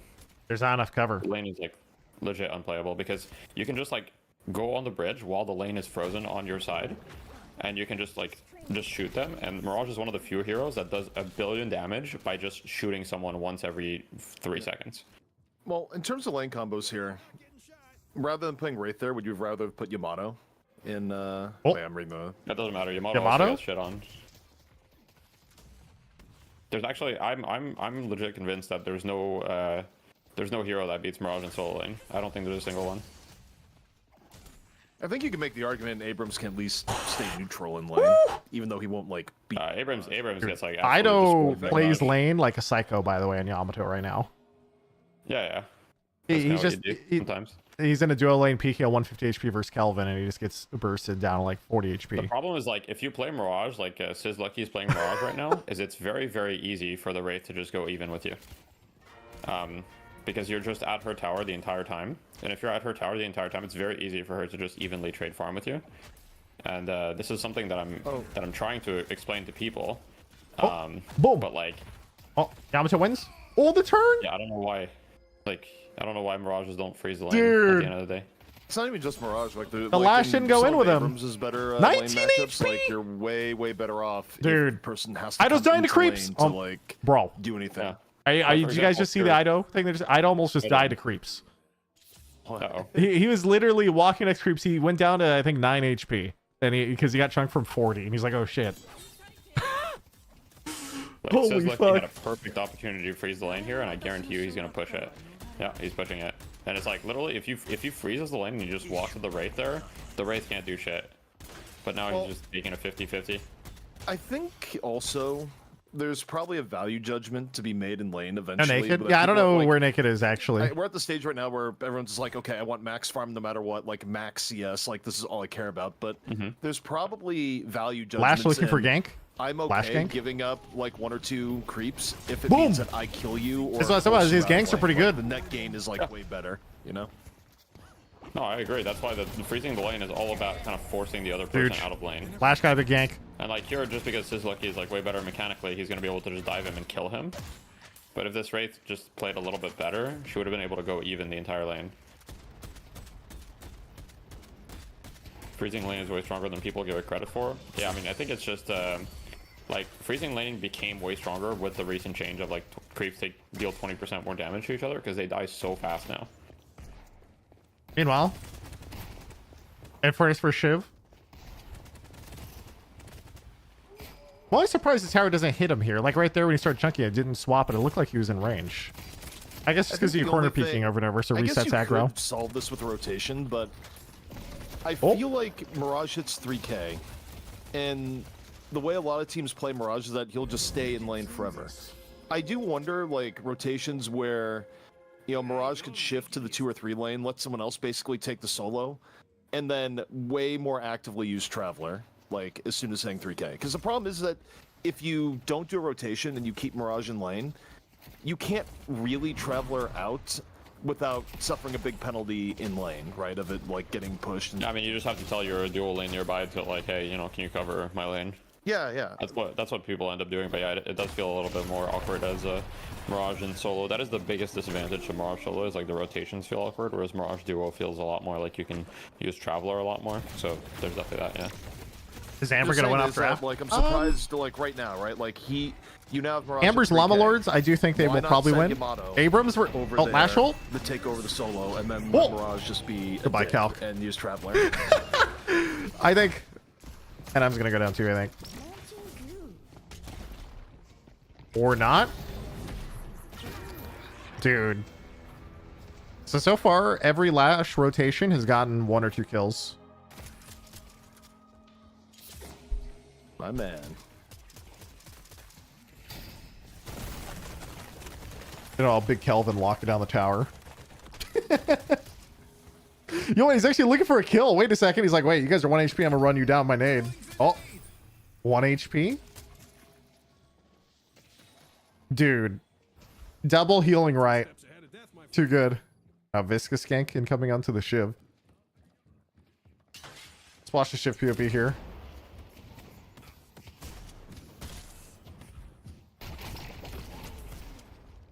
I can't believe somebody's gonna hit the punch on the stairs. He's supposed to boop him in. That was his moment. Like as he backs up the stairs, it's supposed to be an instant punch, so he gets flies in. If he flies in, the shift dies. He should have. He did still have dash, I guess. Here comes a counter gank again from Lash.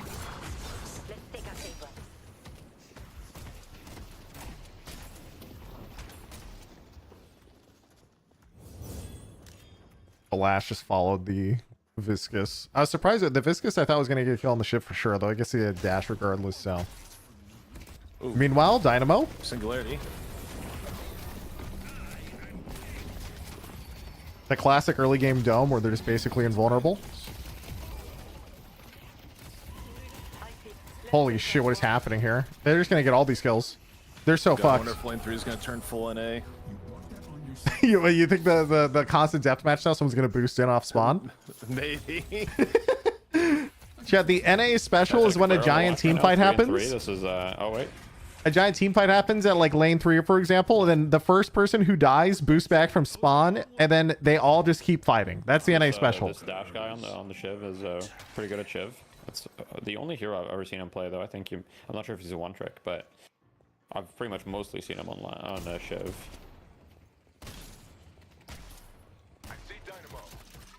It's Warden.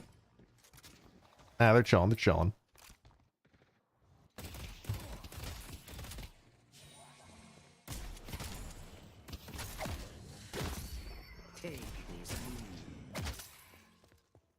Let's push 3 on 2 and 4 right now.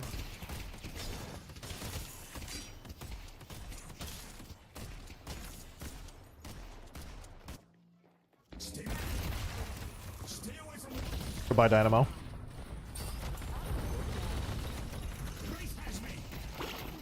Just kidding, it's Viscous. Nice work. Just hits him with the cube.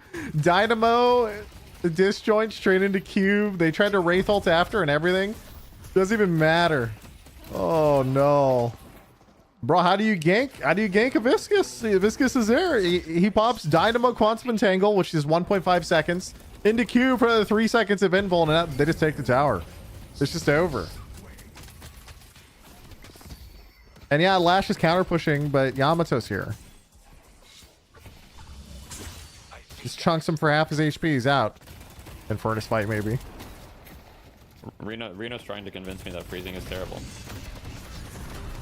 Oh, bye in Furnace. This is sacrilegious. Oh! Viscous actually burned Geist before she finished the animation to her ultimate? Wait, did Geist cancel her own ultimate? Because she casted that. Someone's tower just feels awful when the tower takes no damage in the early game. I mean, yeah, I mean that makes freezing good, no? Yeah, that would make He agrees with you. Yeah, I was like, I thought you were making an argument against. Damn, it. dude.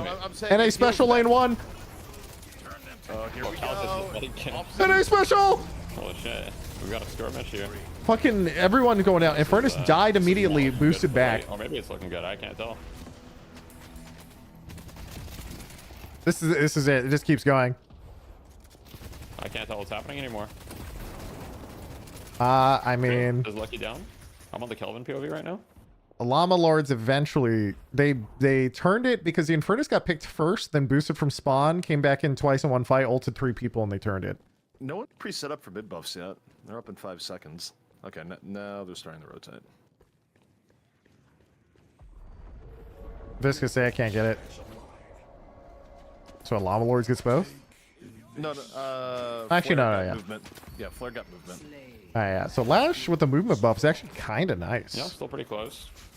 I like Lash with definitely movement. having a great start, 4-0. K-Dash 4-0 Yamato. Not what you like to see on the Yamato. I think the problem is when you Torment look at Pulse these is two kinetic teams, dash you just already. think of, like how late game is gonna look. I feel like the late game win condition for was 5 Mo's 1 Krill is the team name. Their late game feels rough. Unless like yeah, I mean it's so much easier for Llama Lords to win.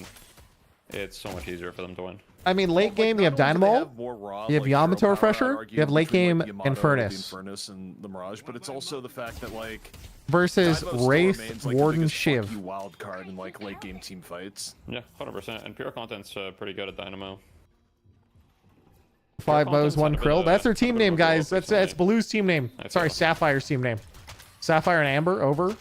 I mean, I like pure content, but I feel like before he like had a tendency to like struggle and be like really poor. I think he was like trying to play like a little bit too much of a hard support style. But I think now he's starting to find a better balance. I'm surprised they didn't bother contesting. Does it not bother contesting that urn at all? Llama Lord just gets it for free. Cool. Veil Gaming.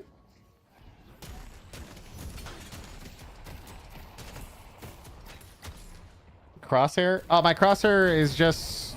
I don't have a thing for it. Like, it's just this. Seagull, you were talking a lot about stream in terms of there you go. You know, people taking the pure support too hard, not even doing things like getting basic gun items and whatnot.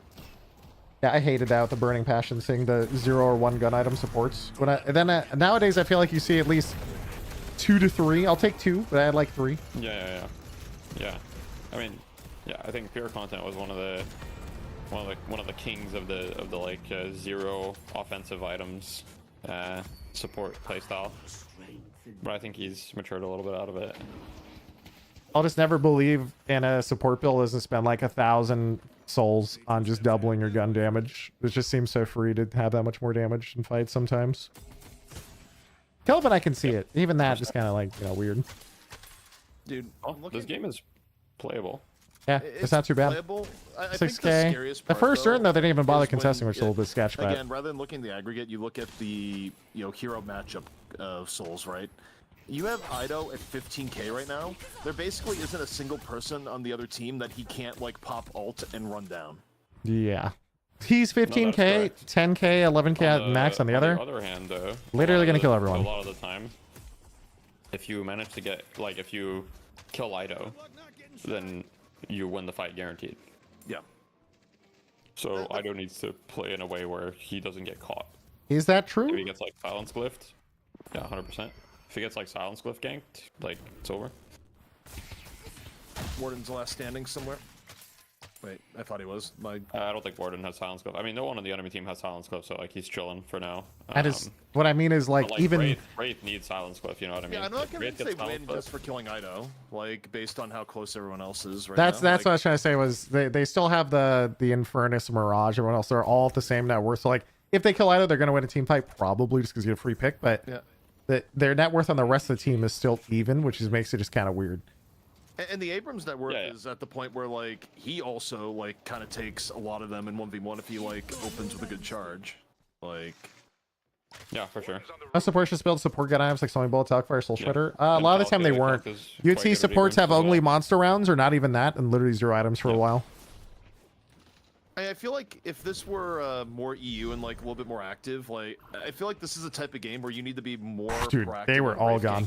And trying to set up. Wait. Okay, we got Viscous getting ganked. All right, Viscous getting ganked. He cubes the stall. Immediately pops the ball. He's just rolling through. I think he's gonna leave. Now here comes the Yamato. Dude, that Dynamo. It's what do you do? Yeah, this is over. Losing this fight's really bad because it's mid boss. If they go for it, I don't know if they will though. Did you see what happened at the start of that fight? They all chase the Viscous. He just sits in a full cube, comes out of cube, immediately pops ball. And they can't kill him. Yeah. And then the Dynamo comes in, ults 3 with Yamato, and all of them die. Makes sense, yeah.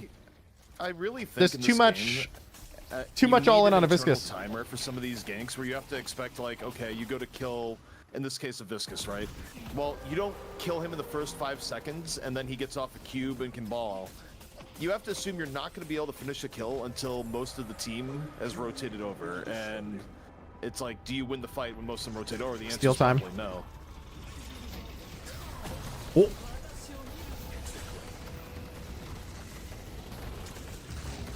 That was...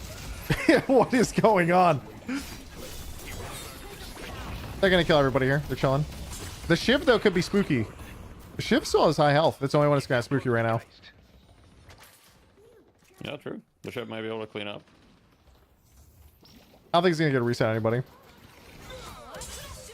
So Ida was the one who got that rejuve, but that was super sketch. Like the Lash came in and then he did punch into somebody, but that person did not instantly parry the moment they got to rejuve, but he did not have ult. So that was definitely like a hard 50-50. That was not clean at all. Actually, here's a question about hero interactions here. With Yamato turning to more of a I need the pop ult like really early in fight, I feel like that kind of weakens the previous dynamic of like Geist v Yamato, where it's like there's definitely a period of time where Geist was great if the O team picked Yamato because you have the silence if she tries to use ult as a I don't want to die ability, but now she can just like pop ult and run in, and it's like, well, fuck you Geist and fuck your ability to silence to an extent. Yeah, I know what you mean. The funny part is, by the way, speaking of Geist, the last 2 team fights, I think Geist did not get her ult off except that last rejuve. The first 2 fights, she died mid cast both times. Ouch.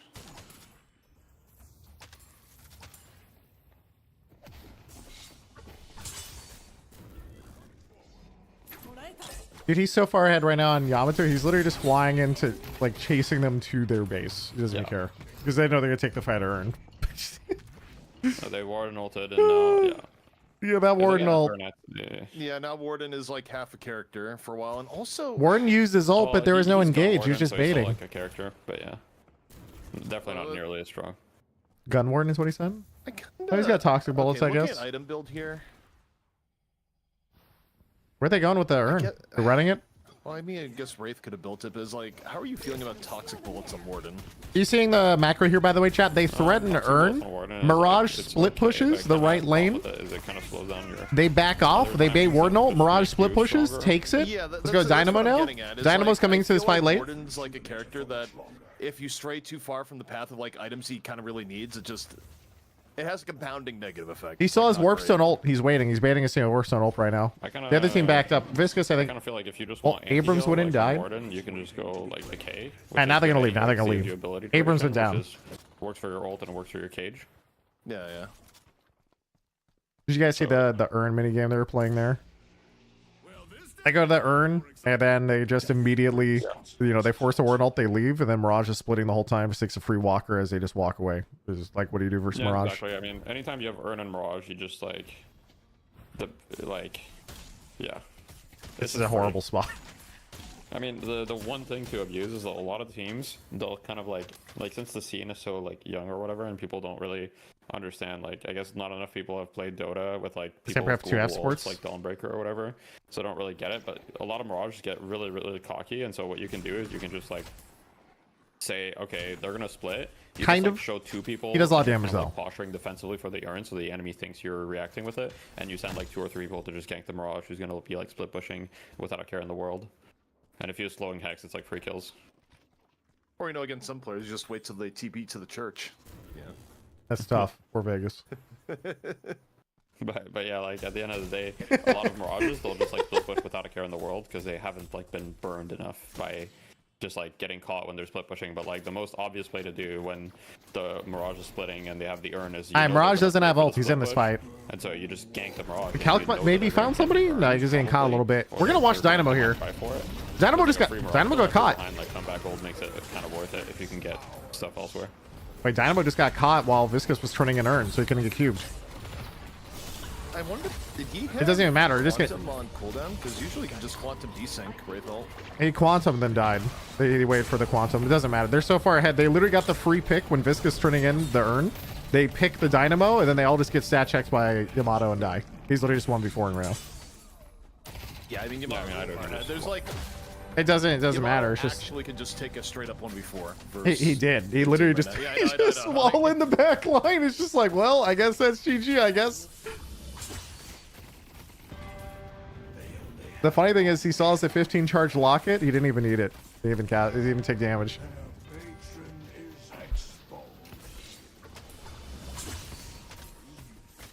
And that's like the best case scenario I think you can probably get for a team fight to open with it, where like you're sacking the urn and getting a pick, and you still lose.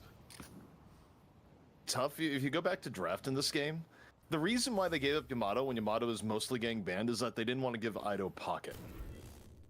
I think as good as Ido is on Pocket, with the shit that Yamato does right now, especially if she gets ahead, I don't know. I kind of feel like you take your chances with the Pocket versus giving a Yamato, even versus like a team that has like...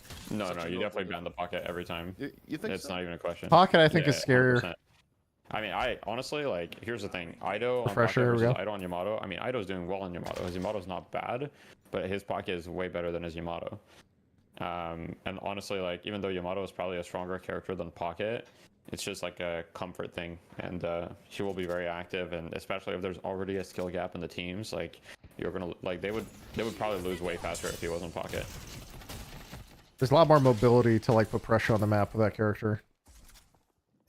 The other thing about it is the only times that Llama Lords has won against, for example, Hydra Nation, like Ido's on Pocket. Oh no, that much I know, but it's also it's like I feel like most of the time you see Yamato. Yeah, no, dude, I even said that on broadcast. Like I've heard the LeBron ball stuff and everything else, but True. I just feel like you're screwed either way right now because it's like your options are either A, you give a character that is still probably like really overtuned away, and you lose because Yamato is just like beating the shit out of you if she ever gets ahead and you don't keep her down, or you lose because you give like one character, in this case Pocket, mid boss has, like, fight. way Lash ult? value. And he's dead. Erica, watch the server admin POV, guys. I mean, 2 kills, 3 kills. I mean, that's kind of like why having.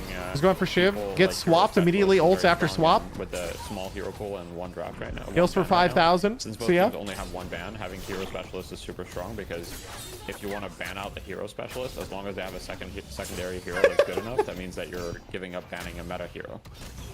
You're giving up overall raw meta power God, anytime dude. you like basically ban someone's one trick. And I feel like, and if they don't have a secondary hero, then it's worth it. But if they have a secondary hero, then it's probably still worth it. But it's just you're kind of screwed either way. I feel like it hurts you more in this meta where the penalty is the other team gets Yamato. Also, like I feel like getting a little bit off meta power wise was not as bad pre Yamato change. Dude. I mean, I've been half listening while I was just watching, this local server admin kill everyone. But the other part about it is, like, I think there's a few characters that are kind of like that, where you need to have someone who actually really knows them because of what Death was talking about with, like, there's not a big hero pool in the game. So there's only one ban. So if you're really, really good at 2 characters, it's really, really nice because they either have to pick one, ban one early on to make sure you're totally gone. But a lot of the time it's just straight up not possible.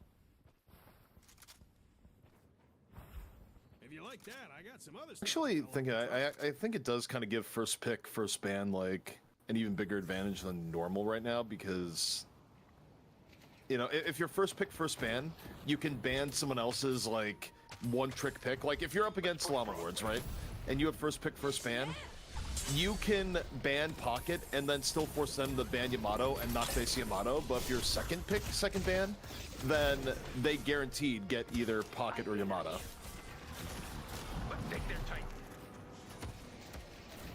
Also, regardless of character, I mean, he was, like, let's put it this way. If he was on Infernus and was, 5k ahead like he was as well, he would probably be doing the same thing. They can't even kill him with a nice silence and stuff. They get silence, immediately heals for 1,000 buy. Second ult, see ya. 15 kill streak is some shit, is what I'm gonna say. Yep. Diving the fountain, let's go. Full HP after leaving the fountain, also. Why not let through both then and take one? That's what people usually do, I think.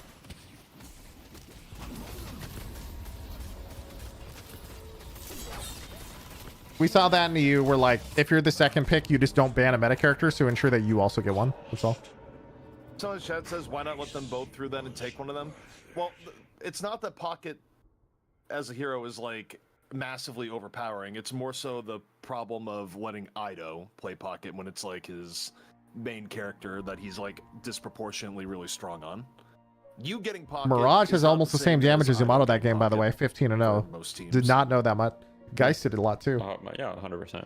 I mean, Pocket overall is like still a pretty good hero, but for most teams he's not like super high prio because he's a pretty good hero, but unless you really have a specialist. He's one of those heroes that's just like One of the few high skill as cap people characters. Keep getting, yeah. As people keep getting better, Pocket will probably just keep getting nerfed. To be honest. Yes, Well- I think so. I agree with that. I think there's another alternative. I mean, well, yes, Pocket 15K healing, yep. I also think More than there's your a world where support people are pod just, or like, either of you your know, supports. in terms of item builds, respect it more and like get curse earlier. Mirage build? too. I think 'Cause, it's just like, long Pocket is range, one of the few- headhunter, well, I shouldn't say few, but fortitude, relative to some other armor. characters, Pocket definitely feels like the pain of getting cursed a lot more, given his game plan of like how he dives in.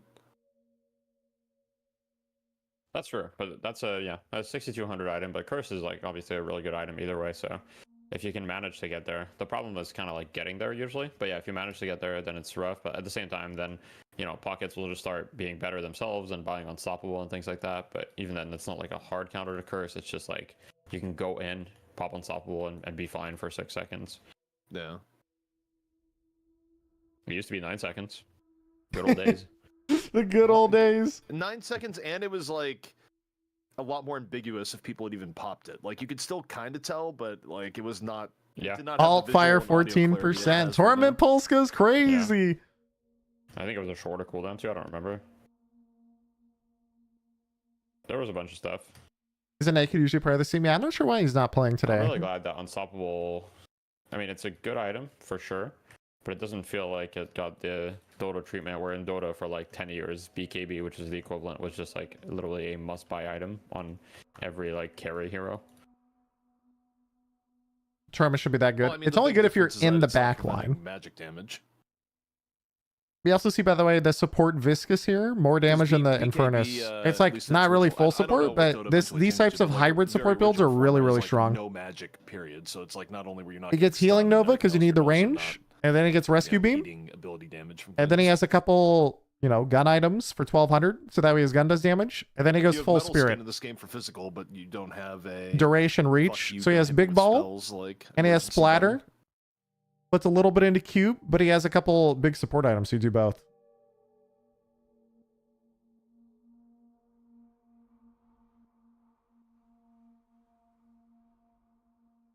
I really like the Viscous So is it hybrid finals builds.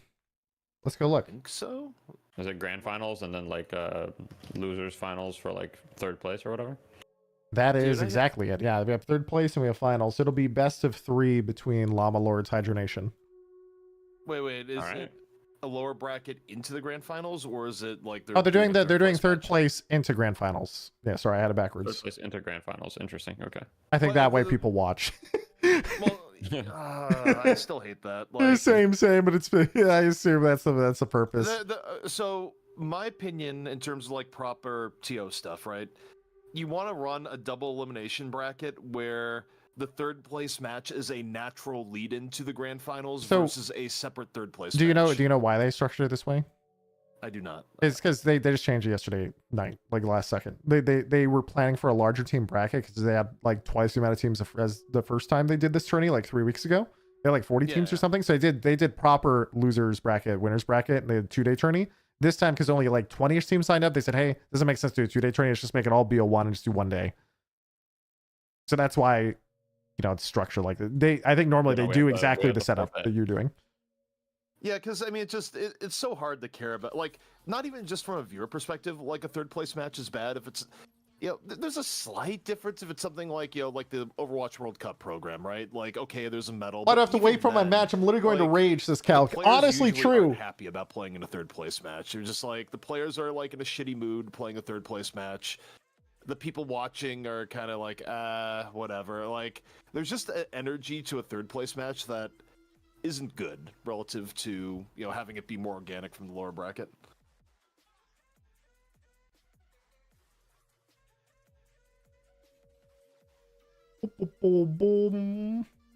Yeah, there's like the I'm using, momentum. like these $8 earbuds are like literally like I hadn't used like cheap earbuds in a while. It's like literally the worst experience of my life.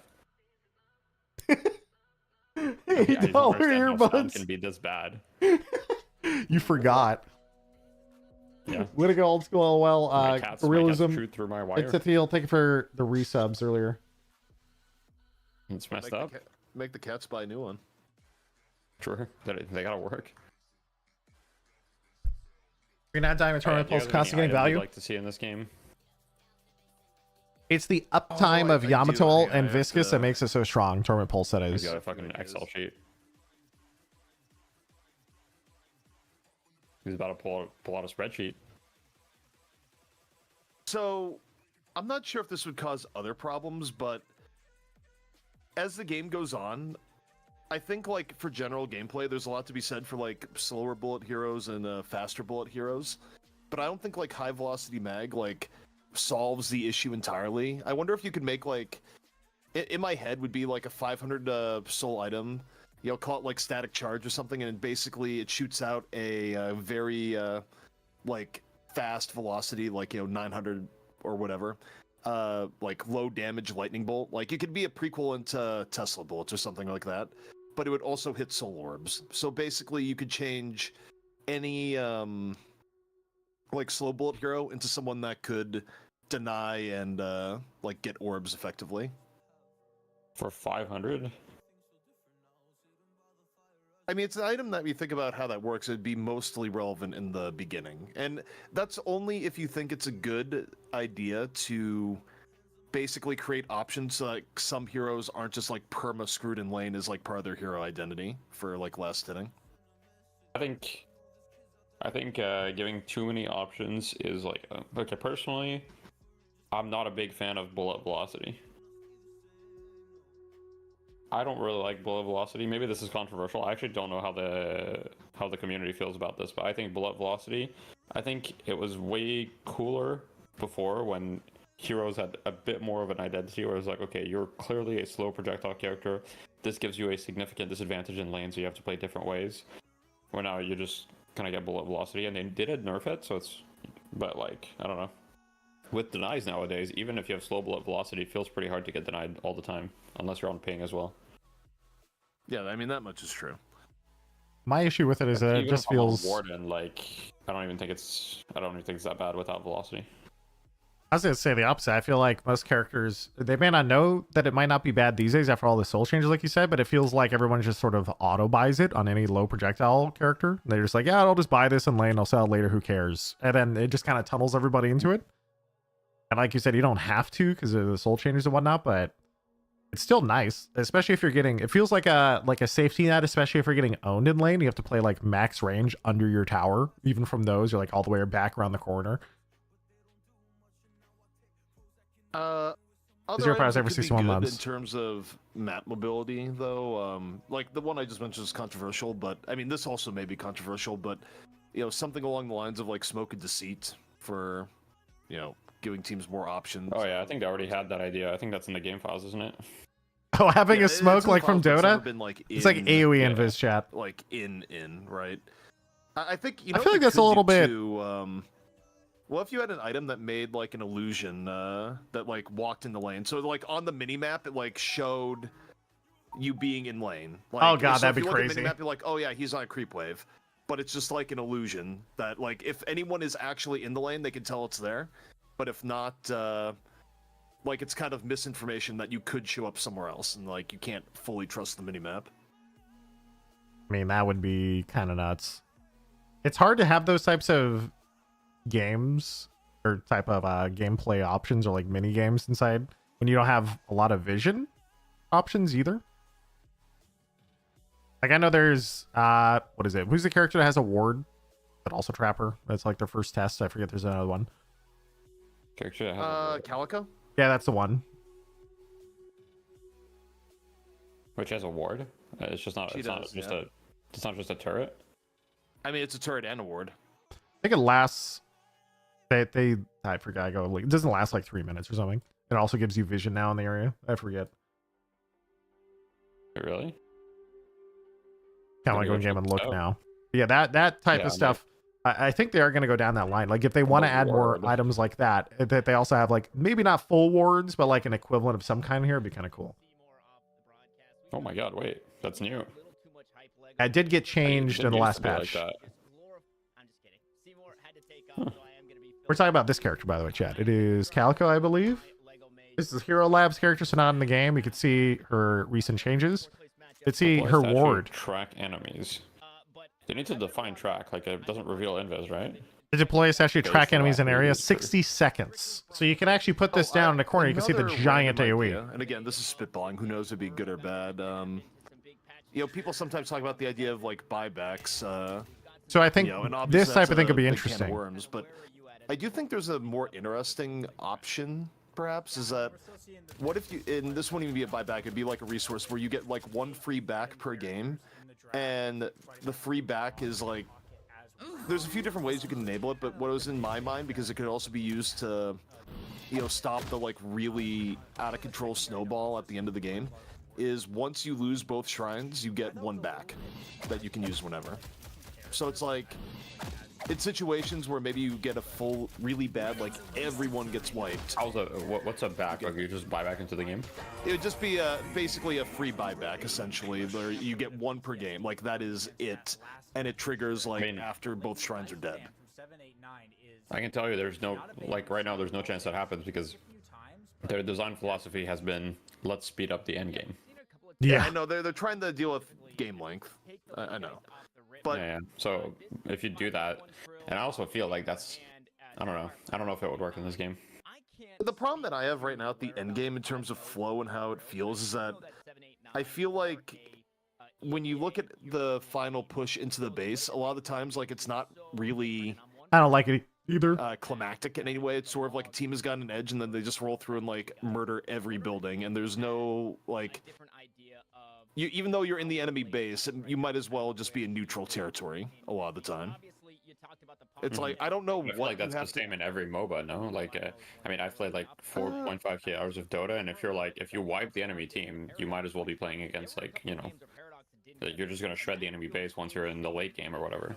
Well, I think the difference is in this. Doesn't Dota have Rune or something? What is not Rune? What's it called? Feels really, really bad. Like I feel like being down. That's true because there's not as many because the entrances Glyph? to the base are that's what it's called. And there's a lot of there's not a lot of abilities that control the area as well. Whereas in like Dota, the entrances are smaller and there's a lot of abilities that control the area better. I guess. Does make bases That's what invuln. it's not High ground is so much even also the full wipe, invuln. it's- Yeah. You can be down 2 people and it feels like you're full wiped in a lot of situations, even when like the soul difference isn't that high. Yeah, like you can't do any poke. Yeah. Like I don't know what you do to fix that in particular, I but think you just have to redesign the base.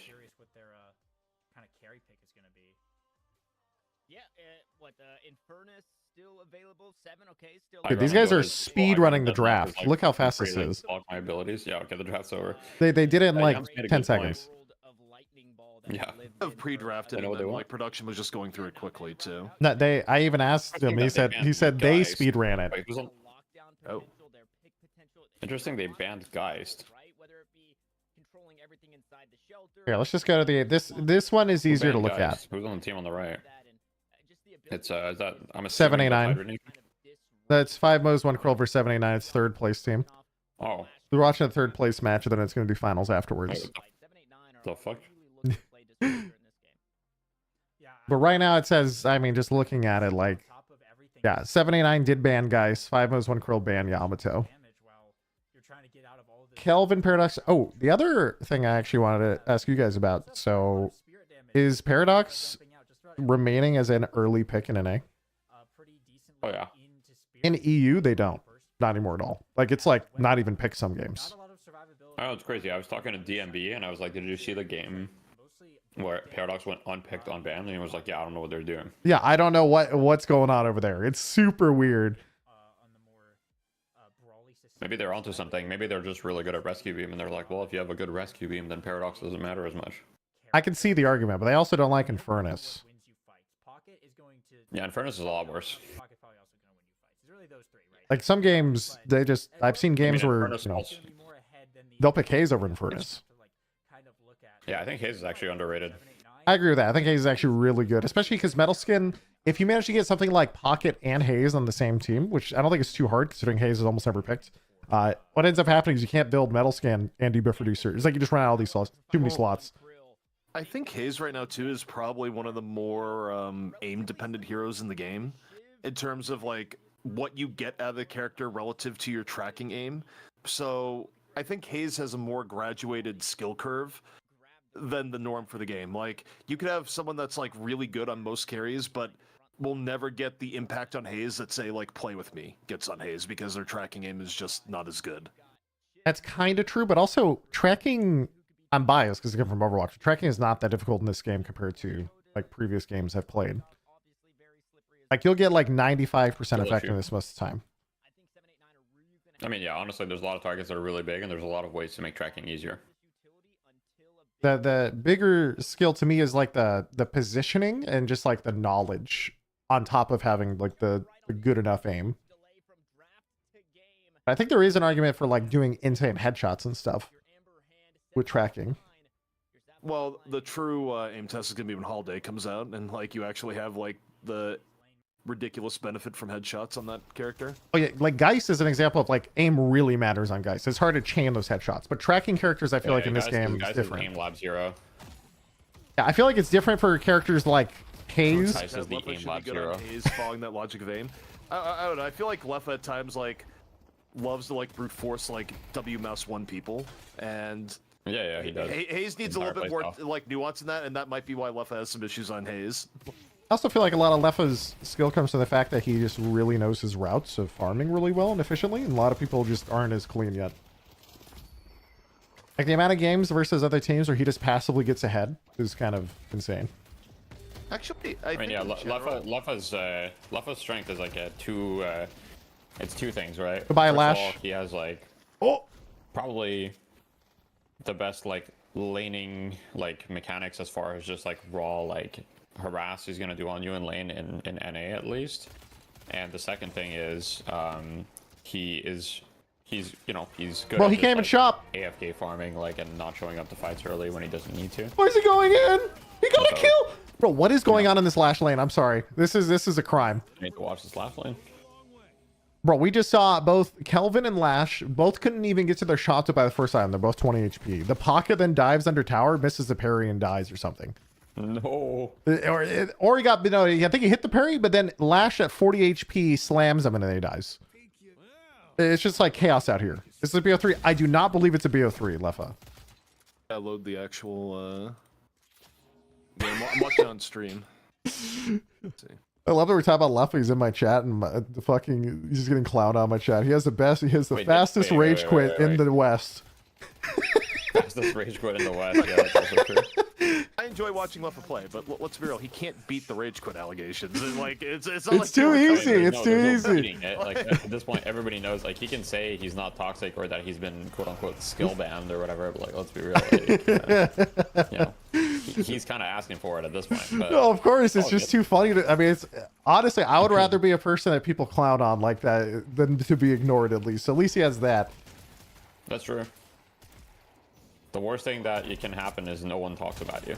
True. Positive or negatively, I guess. I mean, look, Idra got a lot more money from EG because of his reputation back in StarCraft. That's all you have to know. What's StarCraft? Yeah, that's... Okay, dude. Hello. StarCraft. Another game brutally murdered by Blizzard is what StarCraft is. Let's just say Blizzard has a history.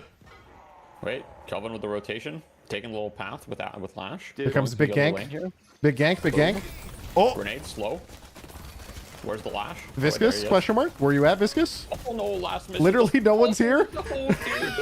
Lash misses the slam when he's in the veil. Hey, got it. These guys good. Guys, just no one tell Leffa about tire irons and how they can be used in threats. You know. Uh-oh. That's an even deeper cut to the Idra side of things. Dude, what? It is so old. I don't even, dude. They lost their tower for that. How old are you? We're boomers. We're all boomers here. Wait, how old are you, ZP? It's probably like 32. Yeah, old enough to, like, in Heroes of the Storm to have been on a team with Idra for a time, who, by the way, was not a ragey teammate, as people would ask. That is kind of funny. That's good. I mean, that's the thing, is that when you watch Leffa's POV, I mean, when he's playing on the team, he's not really that much of a raging teammate on Hydra Nation specifically. He's also not a positive teammate either. But yeah, he's not like, he's not bad like on the team itself. It's just like in Pug, even in Pugs, he's not bad. It's just in his general attitude. But yeah.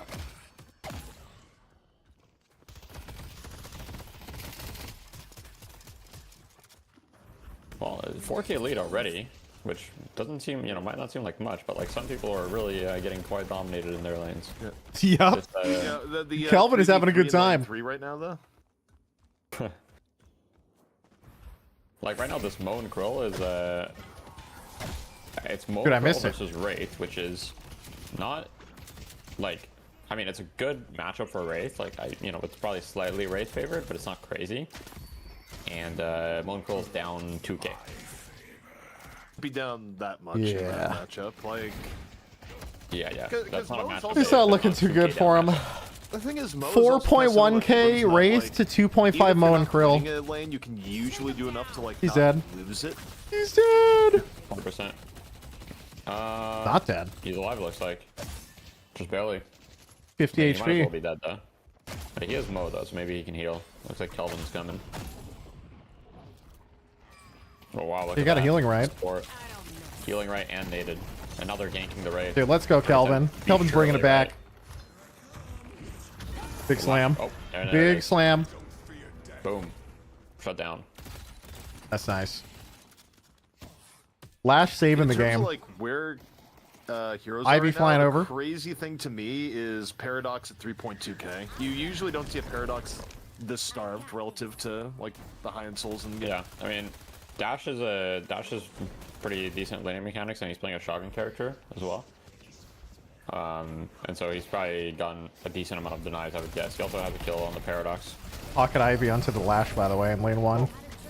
Well, the thing is, especially with in comp play where you can basically guarantee someone's gonna go rescue beam, right? Like all of We're Paradox's, tethered. like, value estimation is kind of based Aight, on having a it's time to pretty take another good game tower. and just like you get 2 more of 4 picks of now Paradox after than you this. do with the average hero in the game.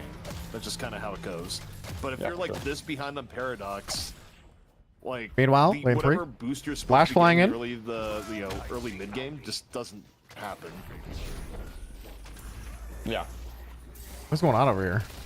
Yeah, being that Warden has behind ult Paradox still. definitely feels bad. Yo, Warden turn, Warden turn. Going into the Warden and the Warden base. turn? no. This is a classic, dude. Chasing a Warden with ult 3v1 into Subway. It's a classic, boys. This game looks pretty over already, not gonna lie. This Warden just ran him over.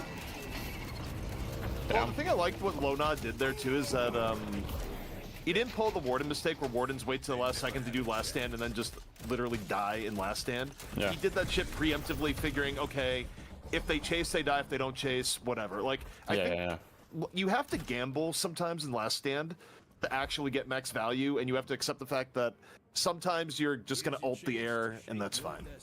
But I mean, if you in wait that till people case, yeah.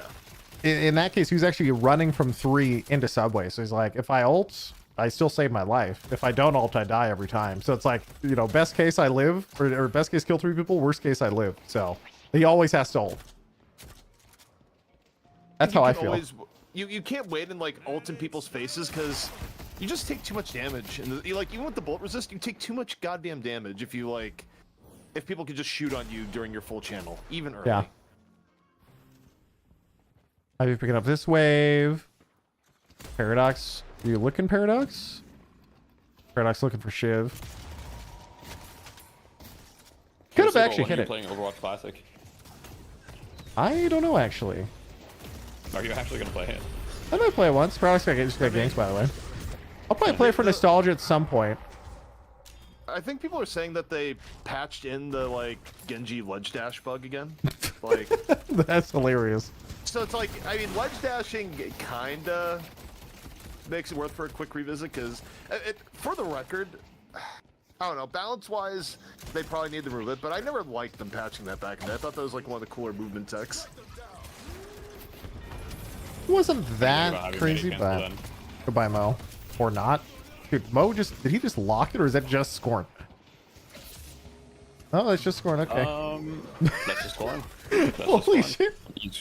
You score and you get back to full health, yeah. Yep. See ya. I mean, this Mo's having a terrible game though, and they're down 17k. Yeah, they're just getting rocked. This is kind of like, I mean, I guess this shows the state of kind of like the NA scene right now, which is since Patron Pulverizers died and the Unknown died, and we forfeit this tournament because we don't have a sixth. We're figuring out our roster. That makes it so that realistically, there's, I mean, no disrespect to any team. We scrimmed this team with the Benesv and Dash and all these players, and like, honestly, it's, you know, it's not really that close most of the time. I think we've had maybe one closer game. But yeah, there's basically not a lot of teams in NA that are good competition right now. And even then, like, the gap between us, and these teams is big, and then the gap between us and Hydra Nation is report big on the them, other side, Dandelion. you know what I mean? Please report them. Dandelion said someone's pretending to be you on Discord. What do? Please report them because I can't. It's real unfortunate that only you who have interacted with their code and, account like, can how the game report them. works is basically makes Their old cross-region account got play banned. Not really. Apparently, after the last person reported them. So hopefully that one also Yeah, I gets mean, banned. Yeah, it's unplayable. Yeah. I mean, on 80-90 ping, it's playable, but at the moment you have West Coast players. If you had a team of entirely East Coast players that all got like 80-90 ping to like London servers. Says old tab trying to find the report stuff. I don't know. I forget the report thing, but if you can report them, please do so. I would really appreciate it. They have been around for 2 or 3 years now, still impersonating me, which means if they've been doing it for that long, I hope that means that they aren't successful, but obviously they are keep using my name for a reason, I guess, so I don't know. There's always more of them too, so.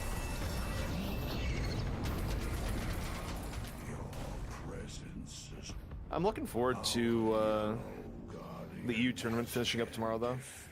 Like, it's actually all 3 of the big EU teams are playing.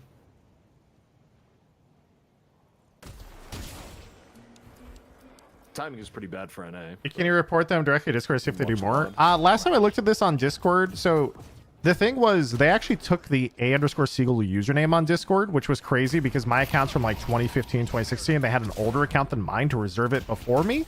And they used that to try and scam people. And then I asked many times. I could not report it to Discord. Only the people they're talking to could report it. I remember I looked that up on Discord support system a couple times. And then eventually someone did report them via the Discord support system, and they were banned on that username. But so now they don't have the actual A_Siegel username, thank God. So General game design, should there be like things in the game that give more of a chance of like bringing this back, or should the game just no? The game should be over because the only situation in which you get this far ahead is if like the skill disparity is like very significant.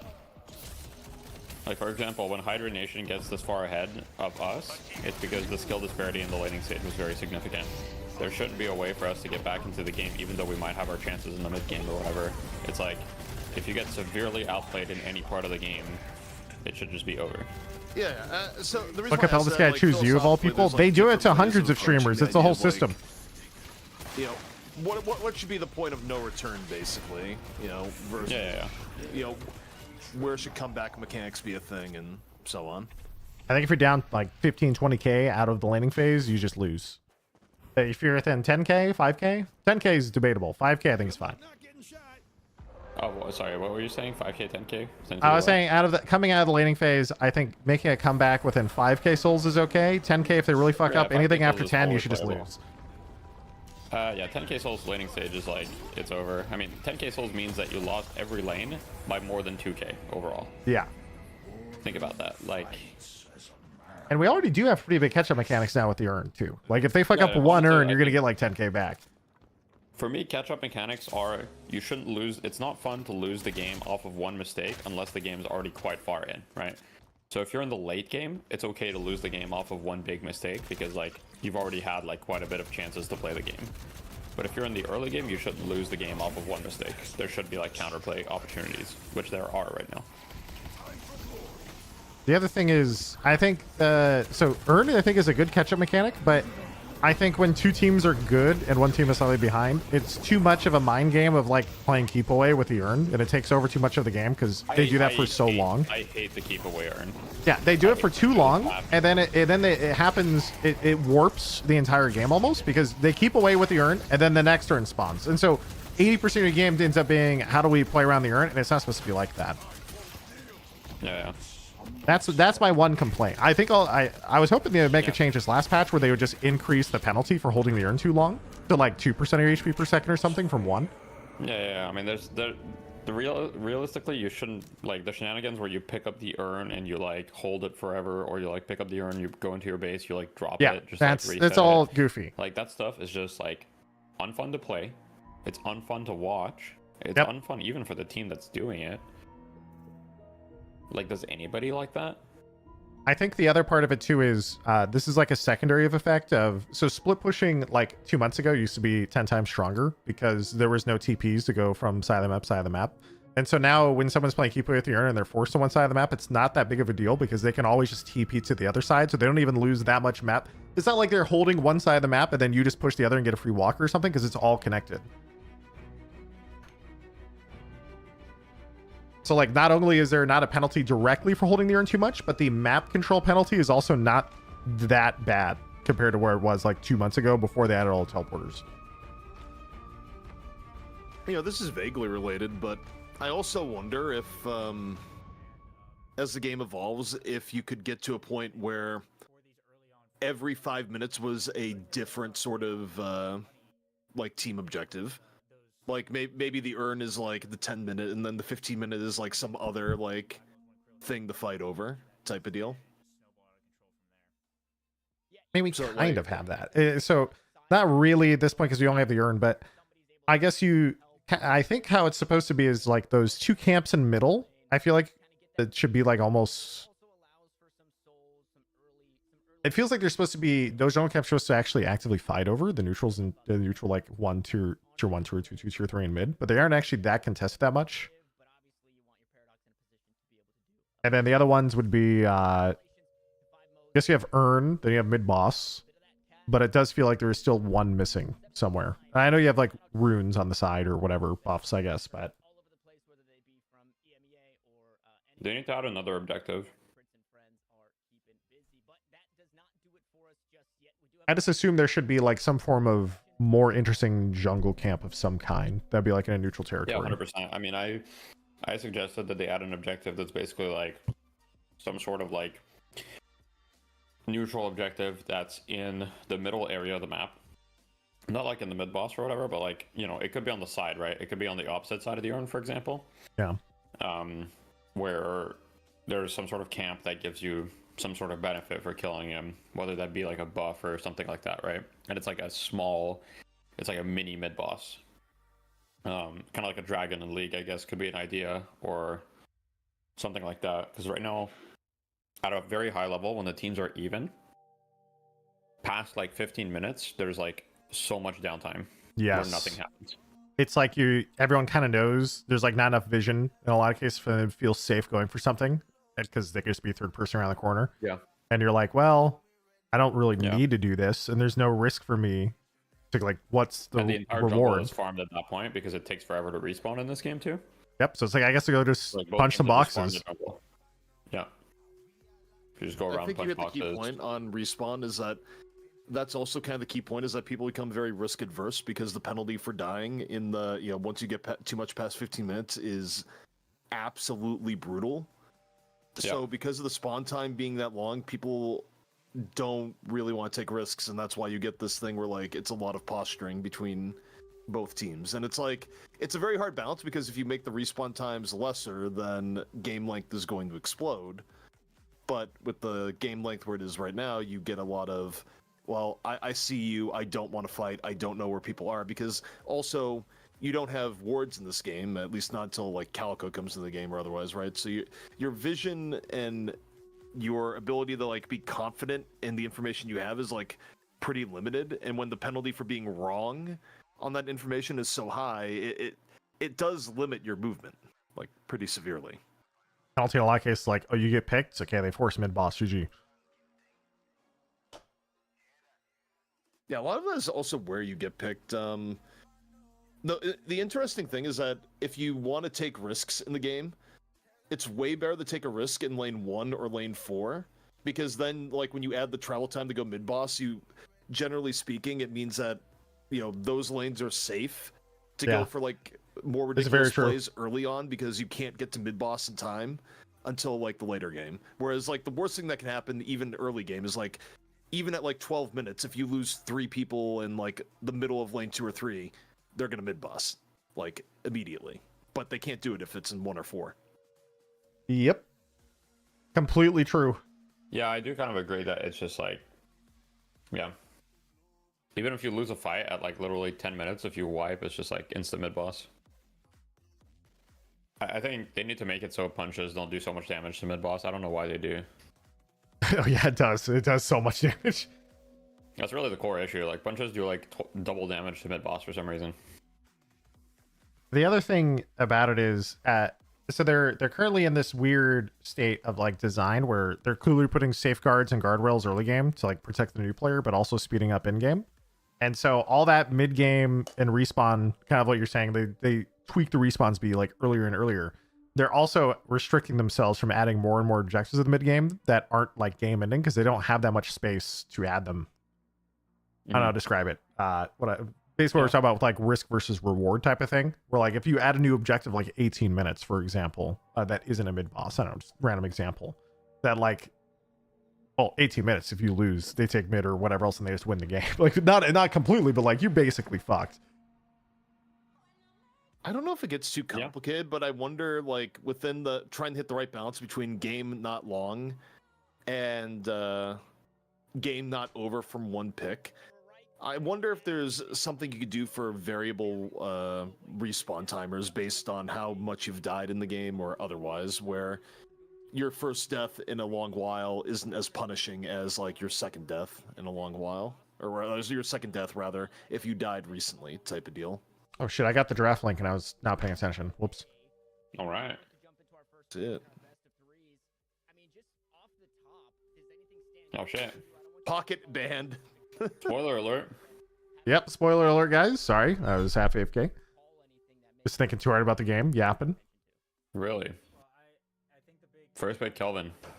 Interesting. And then Mirage Viscus. They let him have Paradox. Hydronation really does not like Quig getting his Kelvin stolen. No, I mean, in general, Llama Lords. Llama Lords like put super high prio on Kelvin in their playstyle. Like, Kelvin is every crazy. single scrim that I've played against Llama Lords, they put extremely high prio on Kelvin. I actually really like the way that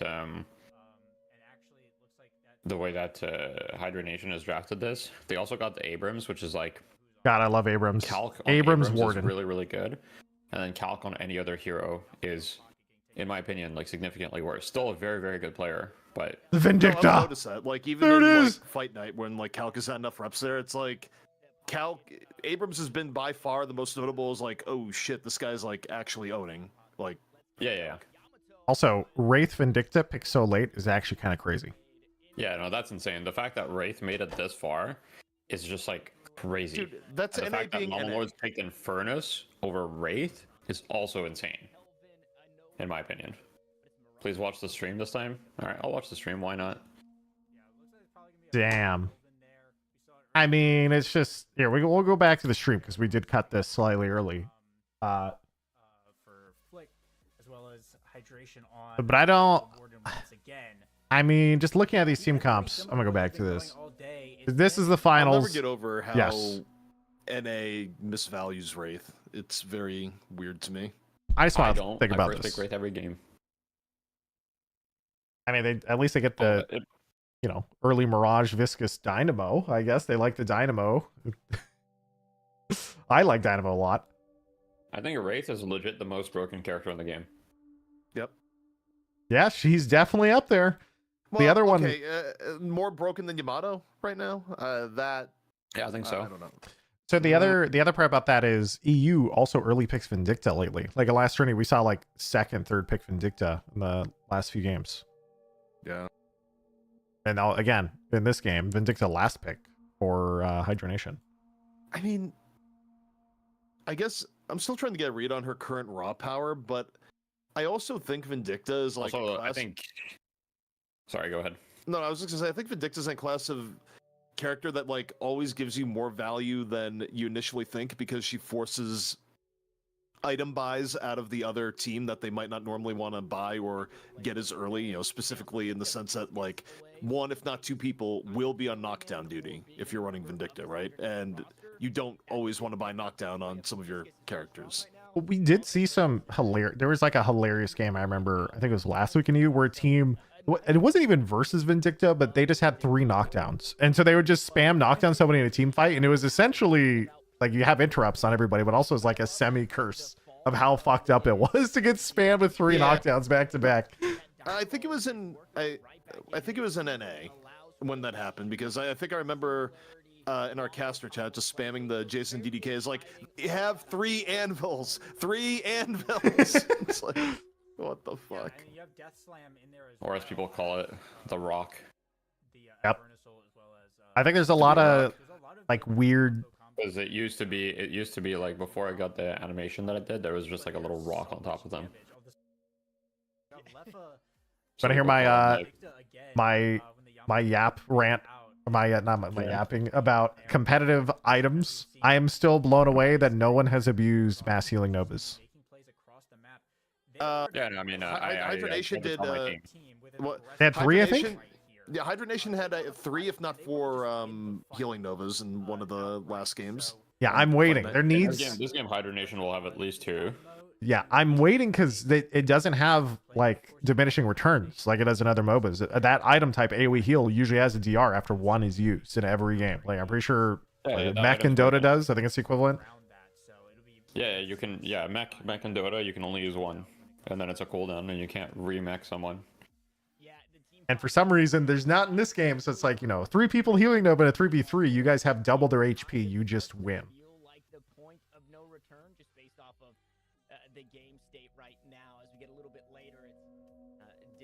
So that's the counter argument to that is that in this game there's a lot more anti-heal than there is in Dota. But I agree with you, the item is insane. Yeah, we also have, it's mostly early game snowball. Even just heal bane is not enough. There is decay though, and decay did get buffed, so that is actually the big counter now is decay on a single target. Yeah, decay single target. You got heal bane, which is like the best like multi-target one. But yeah, almost everyone will buy like heal bane or decay or some form, so you do get your healing reduced significantly, but it's still insane and it's not applied to you at all times. So yeah, I guess I can see the argument that heal bane is effectively DR, because if a team is known for doing that, someone will just buy early heal bane on like an AoE character of some kind. Heal bane Lash, flog him. Yep. Boom. I mean, I you can see also that. just buy heal bane wraith and Tesla bullets and yep. You know. Like in a weird spot, I think the snipers kind of are, because you know they're sort of overshadowed in terms of damage by characters like Wraith and Furnace. I think it's kind of naturally getting there where you don't go all in on it, but having 2 or 3 in a team, just because it's naturally, the stats on it are also really good, that people just end up buying it. I mean, that's why you're seeing like Wardens buy it for like before on Warden, the build would be like you go Divine Barrier. Yep. And like Divine Barrier give you ability range, and it's just also an insane item. But now you can get Health Nova, and like the build up is from Healing Right, which is an item that's just really Also good. OP. Yeah, insane in lane. Healing Right is just a really good safety net in general too. I mean, Healing Right needs to be nerfed It's amazing. even more than it has. Yeah, the raw regen value of healing right versus other regen items, I think is too much. It's not only the regen value, but it's also you think about. You have to get half a healing right off for it to be equivalent to lane. regen, if I'm right. Like once you're down to 200, 300 HP in lane, all of a sudden, like something looking at you the wrong way can theoretically burst you, right? Like how you have to space and how you have to play at those HPs if you get like just regen and you're waiting for regen is so much different than if you take them up the healing right and now no matter what they do they probably won't be able to burst you in one combo, right? Like Alright, this is gonna be a good game, chat. I'm trying to get in game. If you want a prediction for this game, we'll see, but I would predict that this game is going to be very, very heavily in favor of Hydronation based on draft. Not necessarily because, well, while I do prefer Hydronation's draft overall, Hydronation got a lot of heroes that feel very, very comfortable on, right? You've got, you know, the Wraith for DMB plays a ton of that. You've got the, you know, you've got the Flick Paradox. You've got the Quig, what's his name? Kelvin. You've got the Hydration Warden, etc. Whereas on the side of Llama Lords, you've got Ido and Lash, who you know, he plays Lash, but He definitely doesn't want rarely to. see Idle pop off on Lash, right? He wants It's him auto probably his pocket. third or fourth character. You've got Lord NM on Viscous, who he plays Viscous, but I don't think it's a pop-off character of his. This is Lucky, I almost never see play Mirage. Like Calc doesn't have his Abrams. Rokane is on his character, and Pure Content's on his character, but I think they have a lot of people that just aren't on like characters that they're like insane at. Yeah. Compared to other characters. I would even make it more simple. Like all the points you just brought were valid. Alright, we're in game. Also, just go to more general gameplay stuff. The early to mid game spike from Hydronation is so absurd. You give up Flick on Paradox, which I think you mentioned, literally like one of the biggest comfort picks in the game, and like really curious to watch Vindicta, Vindicta. like best Paradox in the game. You have Warden, who has like by far like one of the best mid game power spikes. You have Wraith, who is good the entire game, but especially good after you hit 3K. These are all characters that even on weaker teams Calvin in terms ganking. of early to mid game, they're really strong, like at setting the pace in the early mid game. Meanwhile, on the other side, what do you have? Lash, you have Viscous. That's kind of it. I mean, Mo like For the bands, usually needs Yamato to be pocket paired bands. with someone else who's also really strong early. Like I don't know. Like the options to win in the early to mid game for Llama Lords here is just bad. Like it's straight up bad. Yeah. Yeah. 72 months doesn't know you exist. Damn. What the heck? Yeah, It's from a Dinosaur pure Wizard. Don't perspective, I say agree that. with Thank you. you for the 6-year resub. But, Appreciate you. At the end of the game, right now, the Calvin, scene, Calvin. especially in NA, is very Look away very for a far second, from, somebody being dies. Optimized, and so a lot of the games will come down to like comfort to an extent as well. But yeah, like you're absolutely right about the draft as well. Like the draft is much. I like to looking think for steak? about drafts as a ease of execution This- a lot of the time, because one team If I might go have back a instant? good draft. Like both teams might have good draft, but This one Crow, draft see might ya. be a lot easier to Back play, to and I lane, think bye. Hydro Nation's draft is very easy to play, like in terms of like your win conditions. And Is like, this how you best of play 3? fights, Yes. etc. Llama Lords I think versus Llama Lords Hydronation best of 3. a little bit harder, but Abrams then, coming they have over? The Black Hole, they have the grab, like they have tools as well. Like they could definitely win the fights. Kelvin and Abrams both looking for a gank right now. Kelvin looking for a gank among Krill. Bone I Krill think burrows, the most gets out. likely storyline to this, See ya. just based Abrams on goes back. player history and player capability, is that it's about 300 souls away from Flick running around and just getting kill on cooldown every swap. That's kind of what I feel Damn. like is about to happen. And the fact, like, calculating the quick there does not help. Wraith got out with 70 HP versus Viscous Yeah. for the counter gank. Maybe. We'll see in a sec if he hits something. The entire thing though is just like Damn. one of the biggest strengths of Hydronation is like how active they are in the laning stage between lanes. And like if you're not nearly as proactive, like for example, Lorne and Ido are trying to react here, but it's like it's too late, you know what I mean? Like at this point, Calc already died, like I think he died twice at this point, or is it once? Well, no, he's only died once. Calc has only died once. Flick has swapped, and look at what Flick's doing here. Flick's is going like, oh, you want your Infernus to be useful. Well, guess what? I'm about to go over and beat the shit out of your Infernus. Whoop-de-doo-de-doo. Warden Here I early go. game right now. Yep, dead. Like, Mirage TP on Warden. Crazy shit going down lane 2. Yeah. I mean, Oh, he got the setting kill. in. He actually did get the trade there. And here comes Dynamo. Flick got swapped. Dude. And I think less than 30 seconds after getting swap online, immediately went to a lane to eat a character that needs farm. Lash And boosting lane 1. Oh. Yeah, I mean honestly, Close? Lords are doing So a decent close. job of also being active and responding to the Vindicta pressure on came, the flew map. in though. Boom. Gets a snipe. They're so fast. Who is Calc playing as? Mo and Krill. So Flick's just been kind of chilling around lane 3, waiting for a swap to come back online. But as soon as swap is online, there's going to be a rotation or a kill in this lane. Swap's back online. Watch Flick. Well, Warden is already ganking for him. Yep. They have 4 actually collapsing right now. Abrams is here. He looked for it, but there was nothing there. I actually, if they were to push together, 6 kills to 2 right now. Anyone that goes to defend is like, the odds of just getting insta-fucked by swap are Lash so high. rotating back to lane 1 for Calc. But On the Mo and Krill. They come off the zip rotate lane. around. Okay, so Flick is like gonna rotate and look for Viscous and Lash. Ooh. Lash forces Dome.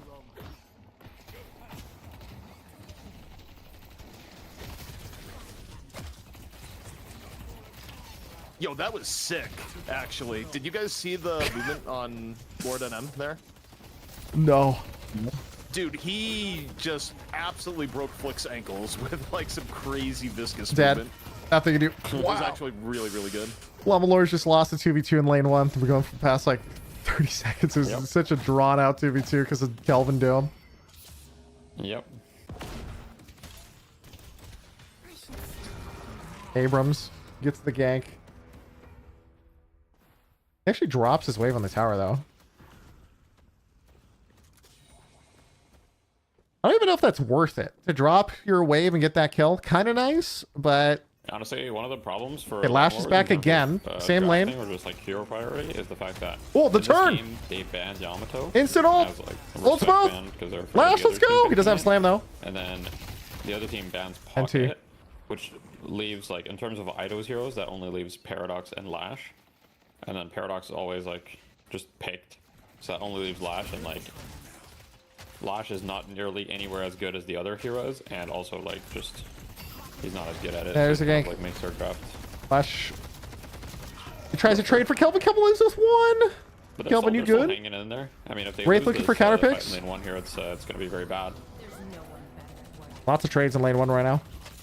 Yeah. The econ, given the fact that it's 11-3, the econ is. This is the NA special. Close. Like, That's because early kills don't really give that much, yeah. This is the NA special but even too. Still, Healing Nova, healing right. Pops dome, isolates him. All is good. Has to leave. Meanwhile, Yeah, there you go. Kelvin Dome, healing Nova, boom, back to full.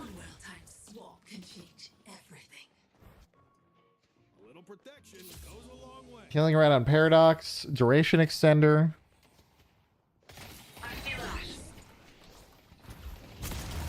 Doesn't have ult to swap. Meanwhile, back over here.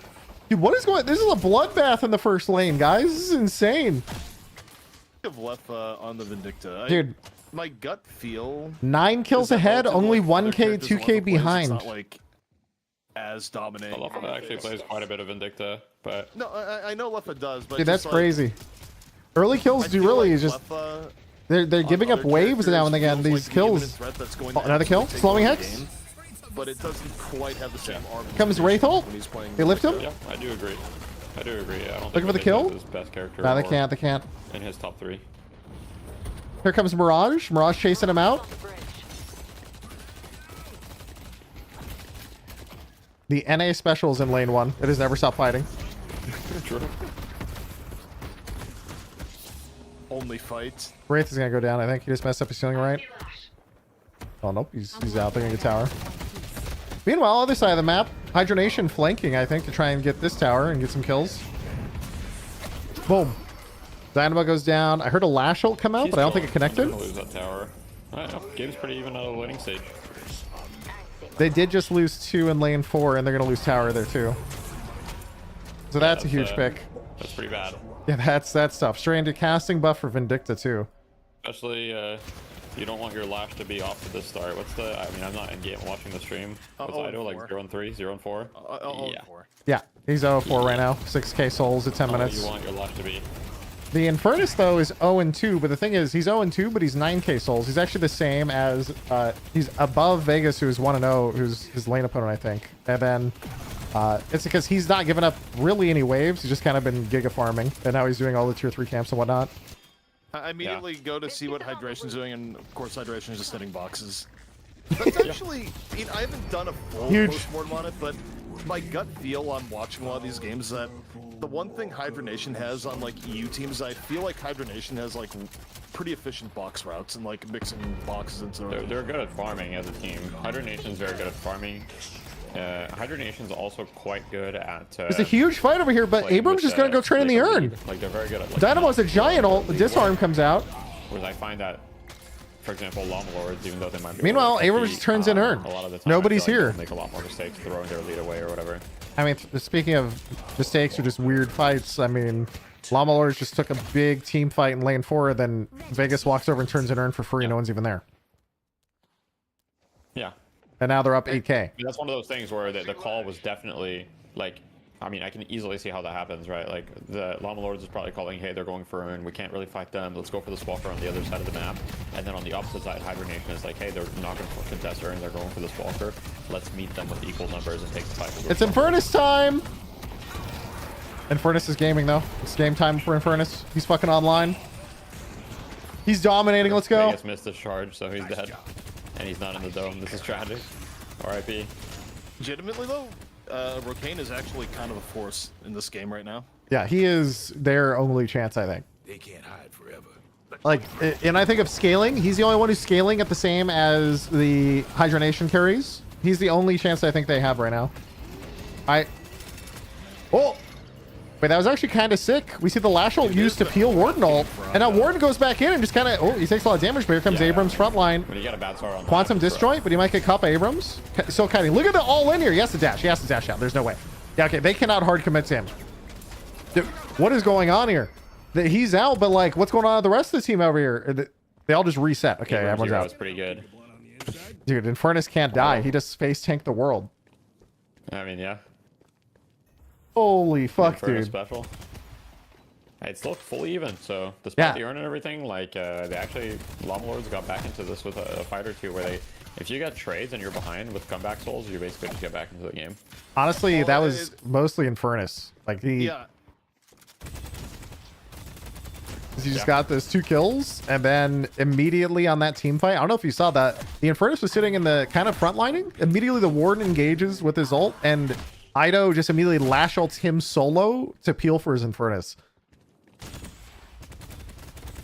And then they stop the full engage, and Infernus starts kiting, and it's just, you can't catch the Infernus through his fire dash, and it's just like, you know, they get 2 kills, 3 kills, what do you do?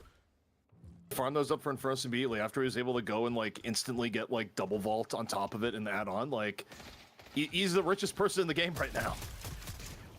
The crazy thing is, if they didn't get that free Urn earlier, like, I think they would actually be kind of behind, even though they're 8 kills up from the early game. Oh, goodbye. Also, I'm watching in game, so sorry if I'm like half spoiling. Lash is goner. He's goner. Ido? The bounce right now. He's out. Infernus doing Infernus things and trying to get further ahead, but also they need Infernus. All right, they're taking this tower though. The vast majority of their power. Yeah. Infernus and Mirage. But Infernus just got another pick. And Infernus and Dynamo just killed somebody. Dynamo must have ulted the Wraith to kill her. I feel like he just used his ult. Something too where like understanding macro might be a little bit fucky is Oh no, big stake. When you have this level of Abrams ult? your characters, He's like, far enough. He's even fine. if He's the fine. normal gameplay loop on Infernus do more farm. I feel like Is he rushing Ricochet right now? Do more fight He already has 6,500, dude. Because at 18k now, Dude, Rocane and he's actually a solo carry. He's actually solo carry. respected by most of Hydronation.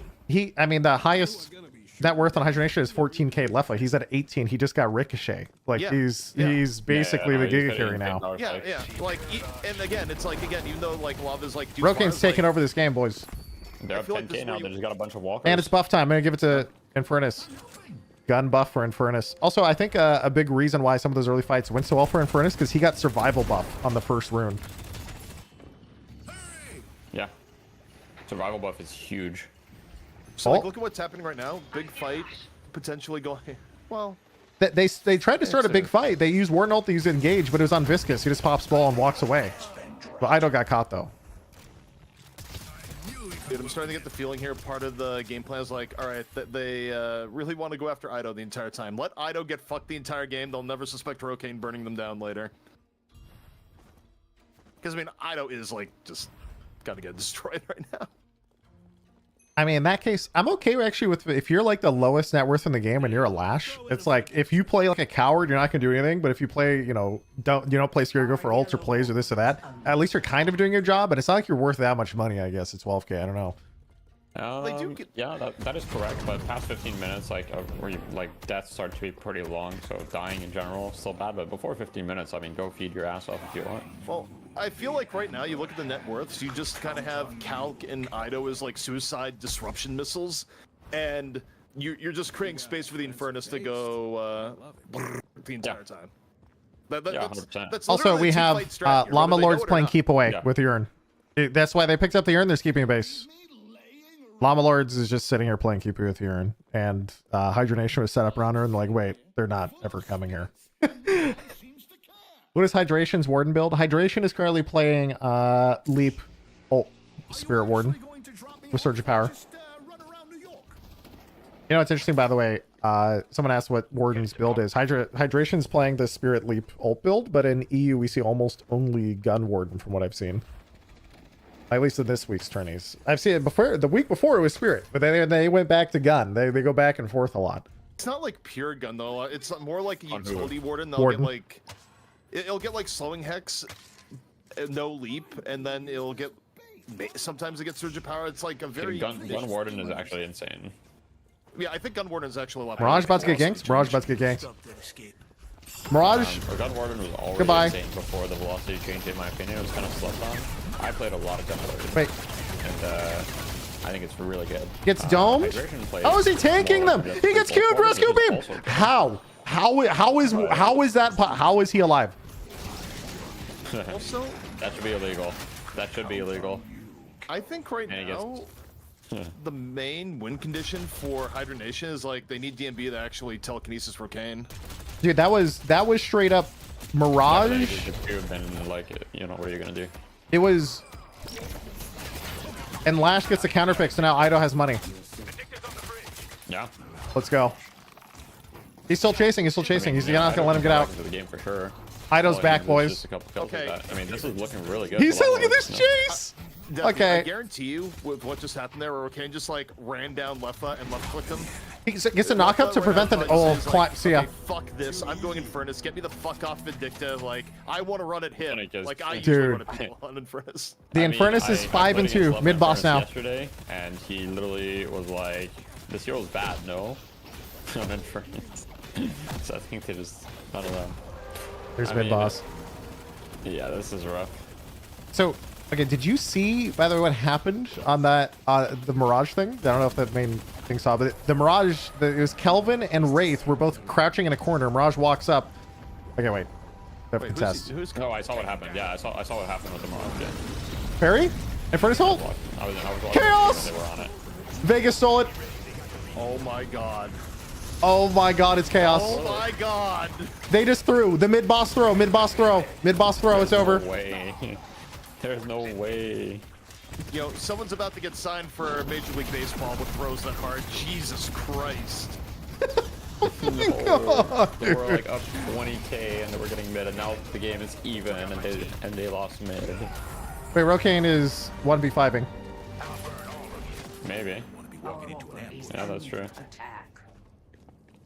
He's turning around. 1v6. Look at even more farm in the Rocane from Is he just trying to sneak back for the money? What's going on here? Yeah, he's out. Okay. Right, he's gonna get inhibitor He got out. He actually got out. Okay. Dude, I didn't realize at first he's running towards the enemy base. That's how he managed to juke them all. Rocane went for the reactive barrier this game just so you don't get one shot by Abrams, because if you don't buy reactive barrier, literally Abrams will one shot you. Dude, I don't know why they killed mid boss so slowly. They had I think it was 10 or 15 seconds on spawn when they started mid boss, and by the time they finished and Rujuv came down, they were all there. They just took forever. Let me ask you this though, given that Wraith's on the other side and given the fact that like clearly they're gonna start Inhibitor Infernus, it's over, GG. Go after Infernus, like I mean that, even now in Souls, never mind, see ya. Case where you get Veil. Like I feel like if this is EU, like half the team already has Veil out of like respect for Wraith. Half the team already has what, sorry? Oh, sorry. Why do I keep saying Veil? Sorry, Shift. Ethereal Shift. Oh, okay, Shift, yeah. Yeah, I don't know why I was saying. Oh, Paradox finding a pick. Veil, out of yeah, no. Paradox found Ido. Yeah. Goodbye, Ido. Shift, because like in EU, commonly like. Man, that is the biggest throw. If they take that mid boss, they automatically win the game. That is actually the biggest throw. Shift, like pretty early on. And now it's tied. They're even now. Because like as farmed as Rocane is right now, if he's out of position and gets like either swapped or hit with telekinesis, like he's still fucked. I think he's gonna get E-shift next because he rushed inhibitor first. Or wait, did he sell inhibitor? Oh no, my UI bugged. I just had to refresh it. Weird. No, he is inhib still. Yeah, mine had disappeared and came back. I do agree that E-shift is like, you know, insane against Wraith. That people like definitely. No, like I feel like at this point, arguably Dude, should they have got it before it two hit, people but got picked. They're the losing next- walkers. Now they're behind. once What's he now gets gonna lose this 270 or walker? 250, he sells like one of his Mirage is in danger. Mirage in big danger.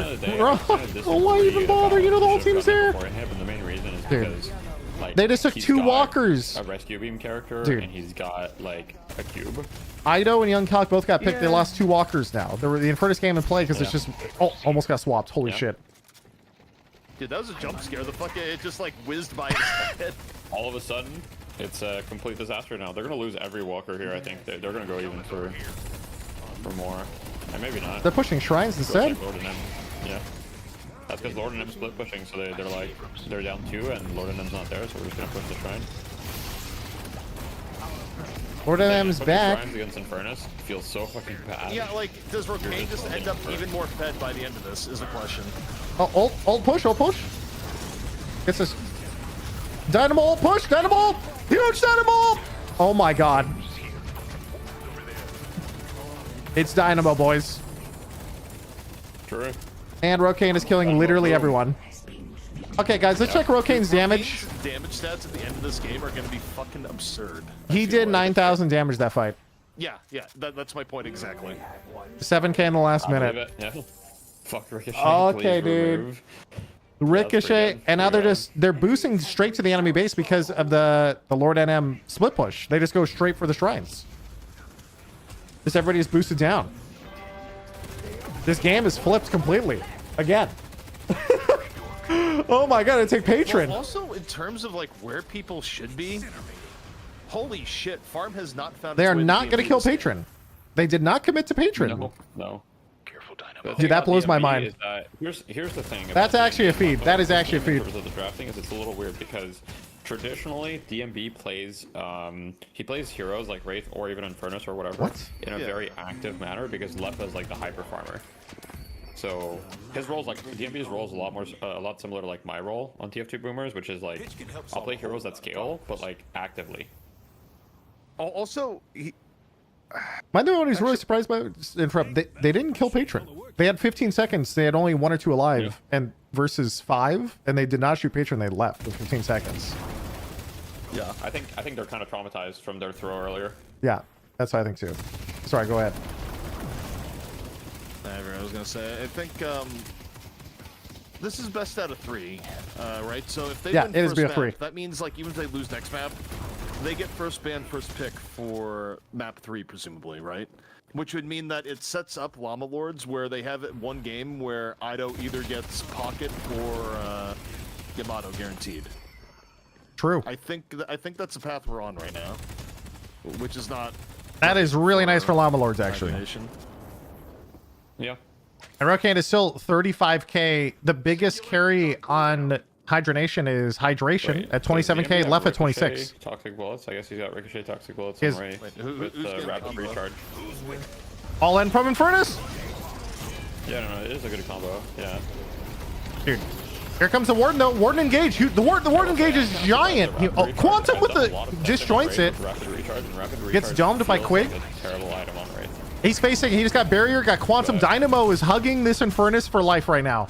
He's going to high ground to get. Ooh, I like this. Place half indoors was actually not great for Llama Lords. First, it still might work out fine. He's going but, straight for like, the back line. Ooh, this is kind of a lot of interesting. Ricochet wasn't working because Vindicta cannot take Infernus. There's nothing they can do. Infernus is about to just run him down. He's dead. Bye. I mean, it's just Infernus. What do you do? He's tracking him through the veil. Let's fucking go, boys. He's dashing to chase him. He's not letting him go. Dude, the Infernus is out of control right now.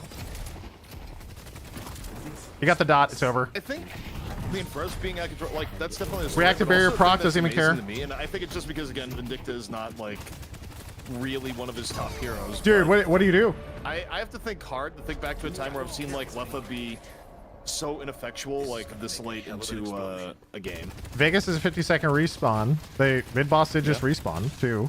So I mean, they could. Is this another? Here's my prediction, right? Here's my prediction. They don't throw here. They don't throw. They win this map Hibernation for sure. Copium, copium.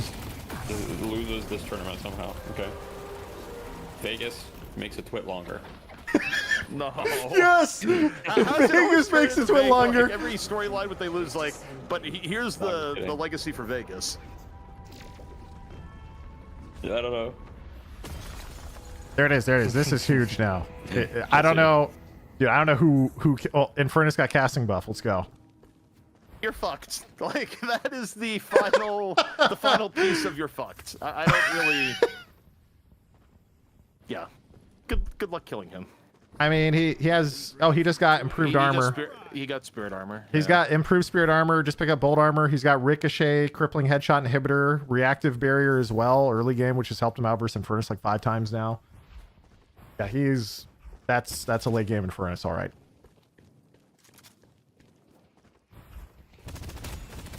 Should have gone Frenzy or Spiritual Overflow. Yeah, I don't. Really Frenzy would have gone crazy. I feel like he needs to get swapped into swapped through a wall into telekinesis, not rescue beamed, brought down to 50%, and then like double sniped.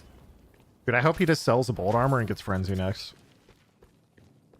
I think the game's gonna be over by that point. He probably, but you never know, dude. Frenzy is such a fun item. I agree. Frenzy's just fun, chat. Like, you're at half HP, you can't die. It's like, oh, okay. And it's Infernus, so I you know. think the interesting thing for me is, like, you think about the path that Infernus got here is that he stayed out of fights, got early farm, and then it was like that one fight in middle where he got like 3 kills. And then he was at like 15k and the rest of the game was at 11k. And he's just built on that lead ever since. Yep. Infernus didn't actually even stay out of fights that much early. It's just that every fight that he was in was good. That's like, he did farm a decent amount, but he just like, I mean, I can't open this forward because I'm watching the stream. How many deaths does he have? Like, I feel like 2 deaths, very little deaths. both in the laning phase. Yeah, and I feel like all the fights post the laning phase, he was involved in a few fights. Oh, he got crowed. He got crowed. Half his HP's gone. He lived, even if they didn't win. Paradox swaps. Paradox swaps to initiate. That's the biggest factor of how he got. Oh no, he missed the cube. Oh fuck. I don't think that was supposed to go on him. He's kiting back. He's resetting the fight with dash. I mean, they can't chase. Heals for Lash. They gotta pick. Dude, he has such good positioning now. Now he can reset front to back this entire team fight with Ricochet if he has to. Yeah, Dynamo's dead. So they might just back out entirely. All right, they're good, they're good. I get you don't want to give up advantage, but also for everyone having rejuve and just Dynamo being down, the absolute full retreat feels a little coward. You have you have like this insanely ahead of Infernus. You're down only 1. You have rejuve if anyone still dies. What did you just buy? And you're just like, we're down 1. Fuck it, leave. Fuck the rejuve, because the rejuve is going to be gone by the time they didn't buy improved bolt armor. What did he buy? So Spirit? They're just doing earn. Oh, he's buying improved Spirit. He's gonna go for Boundless next, I guess. On who? Infernus, yeah. Yeah. Let's go. I don't know. Does he have Free earn? Unstoppable? No. He does, right? He does not. I was surprised actually when I went for Spirit. I thought he was gonna go for another big green. You can see the buy log now. Oh yeah, you're right. Team, to be fair. Like, he has a lot of peel, you know. Like, they can peel with Dynamo, they can peel with Cube. They've got grab, improved Spirit tier 3. Like, that's cool. You can see everybody in the game here. I didn't know that. Which I was saying, like, yeah, there is a risk. Like, you lose a lot of your lead if you feed, but on the same note, it's like, I don't know. You have Rejuve and you have a final boss Infernus. Like, I feel like you roll those dice a little bit in that fight. Infernus, what are you doing? What are you thinking right now? Bought that off of Knickerbocker that was about to get his legs broken. Infernus just bought Suppressor?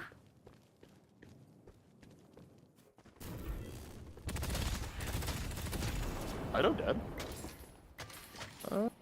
Sold Infuser for Suppressor. Yeah. Iado's dead. And they feel very scared. This team feels very scared even though they're kind of really far ahead. And they keep getting picks 1 by 1, which gives Hydra Nation the chance to extend this out to 1 team fight wins the game.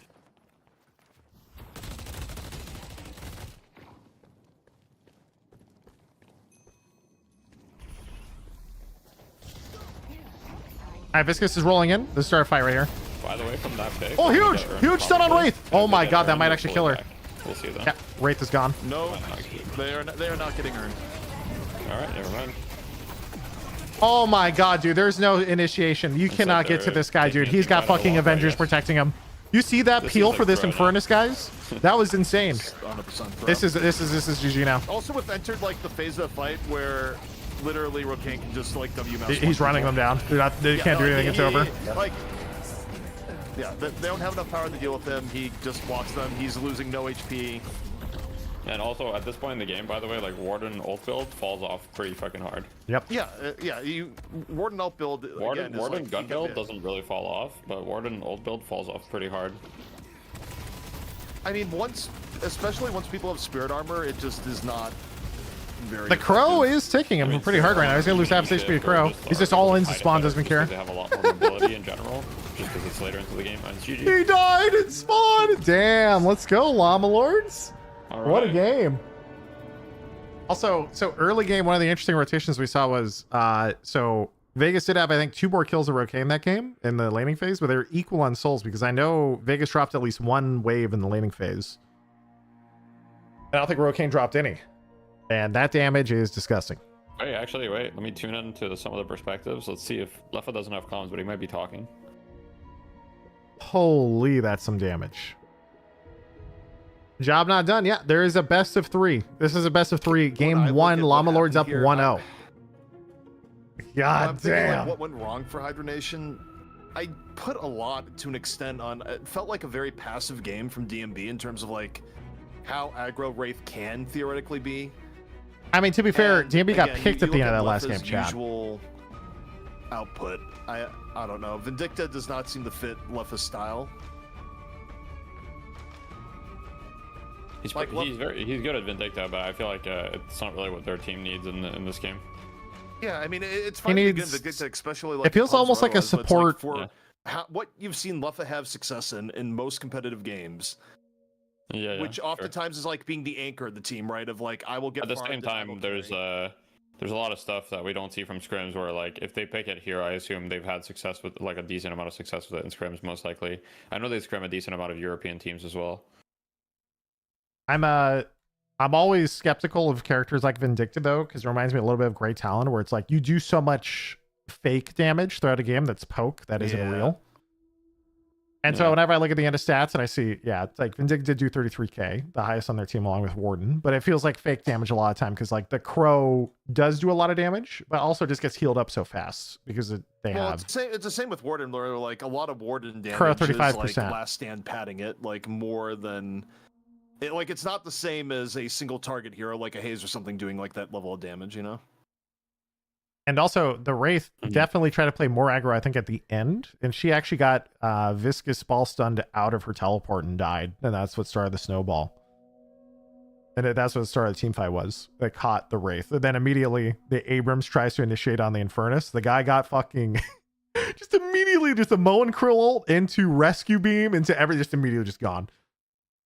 Also, the wild thing is that Llama Lord survived and did well in the early of the mid game, even when Ido had an objectively like dog shit early the mid beginning on Lash. Yep. Like it was the worst possible early the mid game you could have on Lash.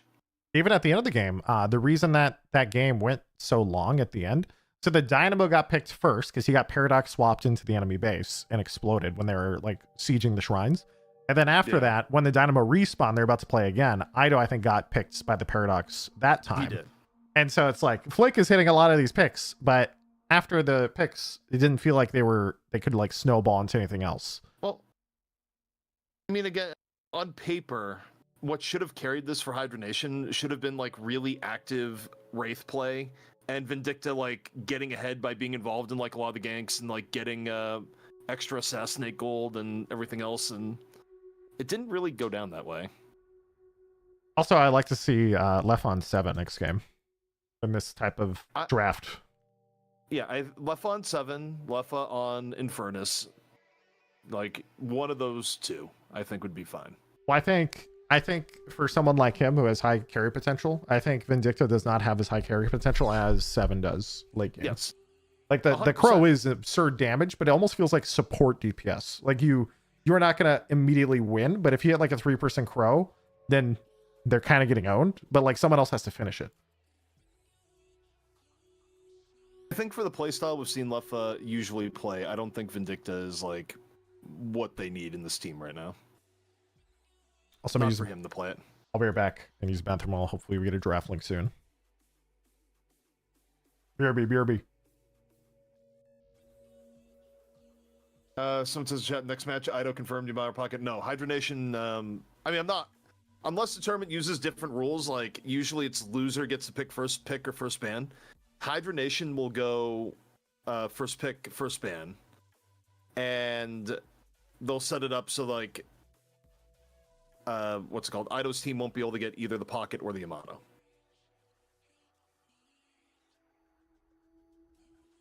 Because you ban Pocket and then you pick Yamato. But the part where it gets fucky for Hydra Nation is that if they win the next map, then first ban, first pick goes over the Llama Lords, and they can guarantee that they get Pocket or Yamato. Which should be a way better game for Ido. Yeah, 100%. Yeah. Although the fact that it was not a great game for Ido didn't really seem to matter, but that's only because Rokane got such a good game. Yep. So I'm saying, is Pocket that good still? It's that good on Ido. Ido Pocket is still like a very good hero overall as well. It's not like Pocket's a bad hero. Like Pocket's still very, very good. But Pocket's really, really good, but it's like there's clearly like a advanced like value calculation when it's, you know, Ido. Yeah, obviously Ido on Pocket, you know, I mean, he's definitely the best Pocket player in NA, for sure. I don't know about EU, but he's played a lot of Pocket. It might be close if you go like Wolfie versus Ido. Wolfie has a very, very good Pocket.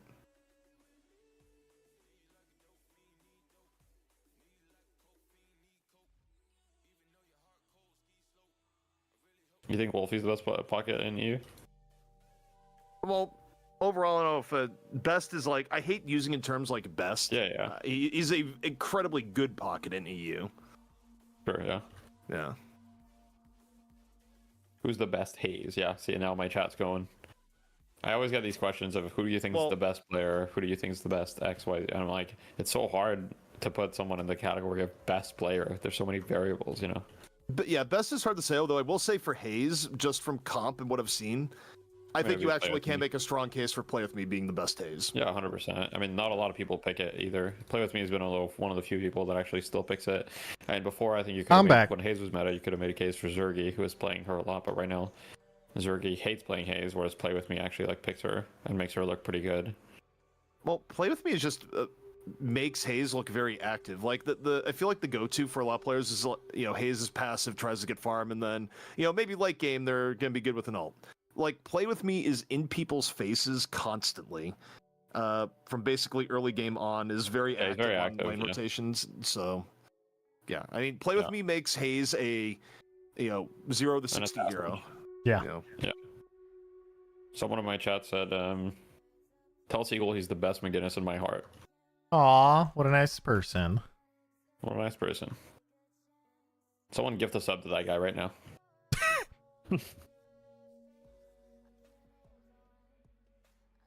Someone says Play With Me is just really good split pushing. I think it even goes further than that. I think it's more so like Play With Me just has very good awareness of where they should be, period. And that goes from like early game rotations into split pushing, which is like kind of part of the game awareness of where you should be.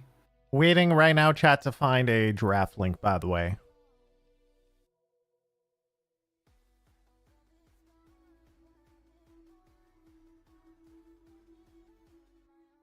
ETN the next game. Usually the second map in a BO3 would be pretty fast. By now I'd assume they would start the draft, but I haven't gotten a link yet. I asked the TO for a draft link, but I haven't gotten a response yet, so hopefully they're not invisible drafting right now. Although we would know this if any of them streamed. It's actually crazy to me that right now they just took a map off of Hydra Nation and none of them are streaming. Come on, guys, it's a free opportunity. Yeah. It is what it is. First of all, free like ad revenue and whatnot, free exposure. Like, what's going on, guys? What are we doing? Well, I'm wishing I had more food. Where Costco has a new item that's actually pretty good. They got you know, what's essentially like Korean fried chicken. It's like called Bibigo Sobaba crunchy glazed chicken. It's actually really good. All right, I'm about to hit up Costco. Give me a link. All right. I got you. On the way to Costco, Korean? Boys. Be right back. Yes. Korean? Yeah, it's basically like sweet savory like Korean fried chicken that put in your oven. That sounds good. Is this a hashtag ad? Bro, someone actually gave a sub to that guy. Fuck. Someone said, were you in Deathly Shy yesterday? I guess a sub? I probably was, but I just had it muted. I just have streams open all the time. So bad with OBS open, really? I guess I only play this game with OBS open, so I don't know, but it actually feels fine to me. It actually feels fine to me. Like I don't really feel like it feels good. I have pretty good performance in this game, to be honest. I guess I also have like I have a 7700X Ryzen CPU that I just upgraded to, so it feels pretty nice. Yeah, the X3D CPUs go crazy in the Source engine. I don't have the X3D one, but you know, when I make it big, I'll get that. Soon, List, soon. You know? Yeah. I mean, just like 3 months ago, I was just working a regular 9-to-5 job, just doing my stuff. Didn't think I'd be making content, so you know, here I am. Are you doing this full time now, or you do both? Yeah. I quit in like September. I quit my job in September. Oh dang! I just said, screw it.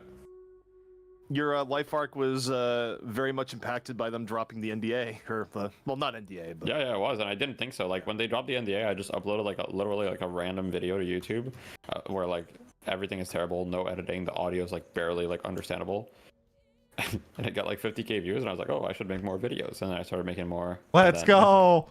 One thing led to another. Hell yeah, that's a dream though. Oh, Yeah, I need to get more in the content, but I think the reason why it's so effective. We got draft is that late. Games like this, especially anything on the MOBA spectrum, there's such a desire for knowledge from people to be like, what do I play? Like this game is overwhelmingly, I need direction, right? So people Trapped up. They're chasing content even more in this game because they want to learn. Yeah. Okay. For sure. Wait a second. Who had first pick here? Wait, who had first pick in this? It should have been Hydronation. Okay. Yeah, so Hydronation got first pick, so I think loser always gets first pick in the second game. And then you get first game choice. is determined by Yeah. Gotcha. So Most people are Lefa is going to be on Infernus or DMB this game. Oh, they're going Vindicta again. They're doing the same thing, except they have Infernus now. Yeah. I mean, it's probably DMB on Infernus. Yeah. DMB, DMB's really Infernus, good at Infernus. Vindicta, Mirage, Viscus, Abrams. Are they going to pick up Wraith now? Or 7?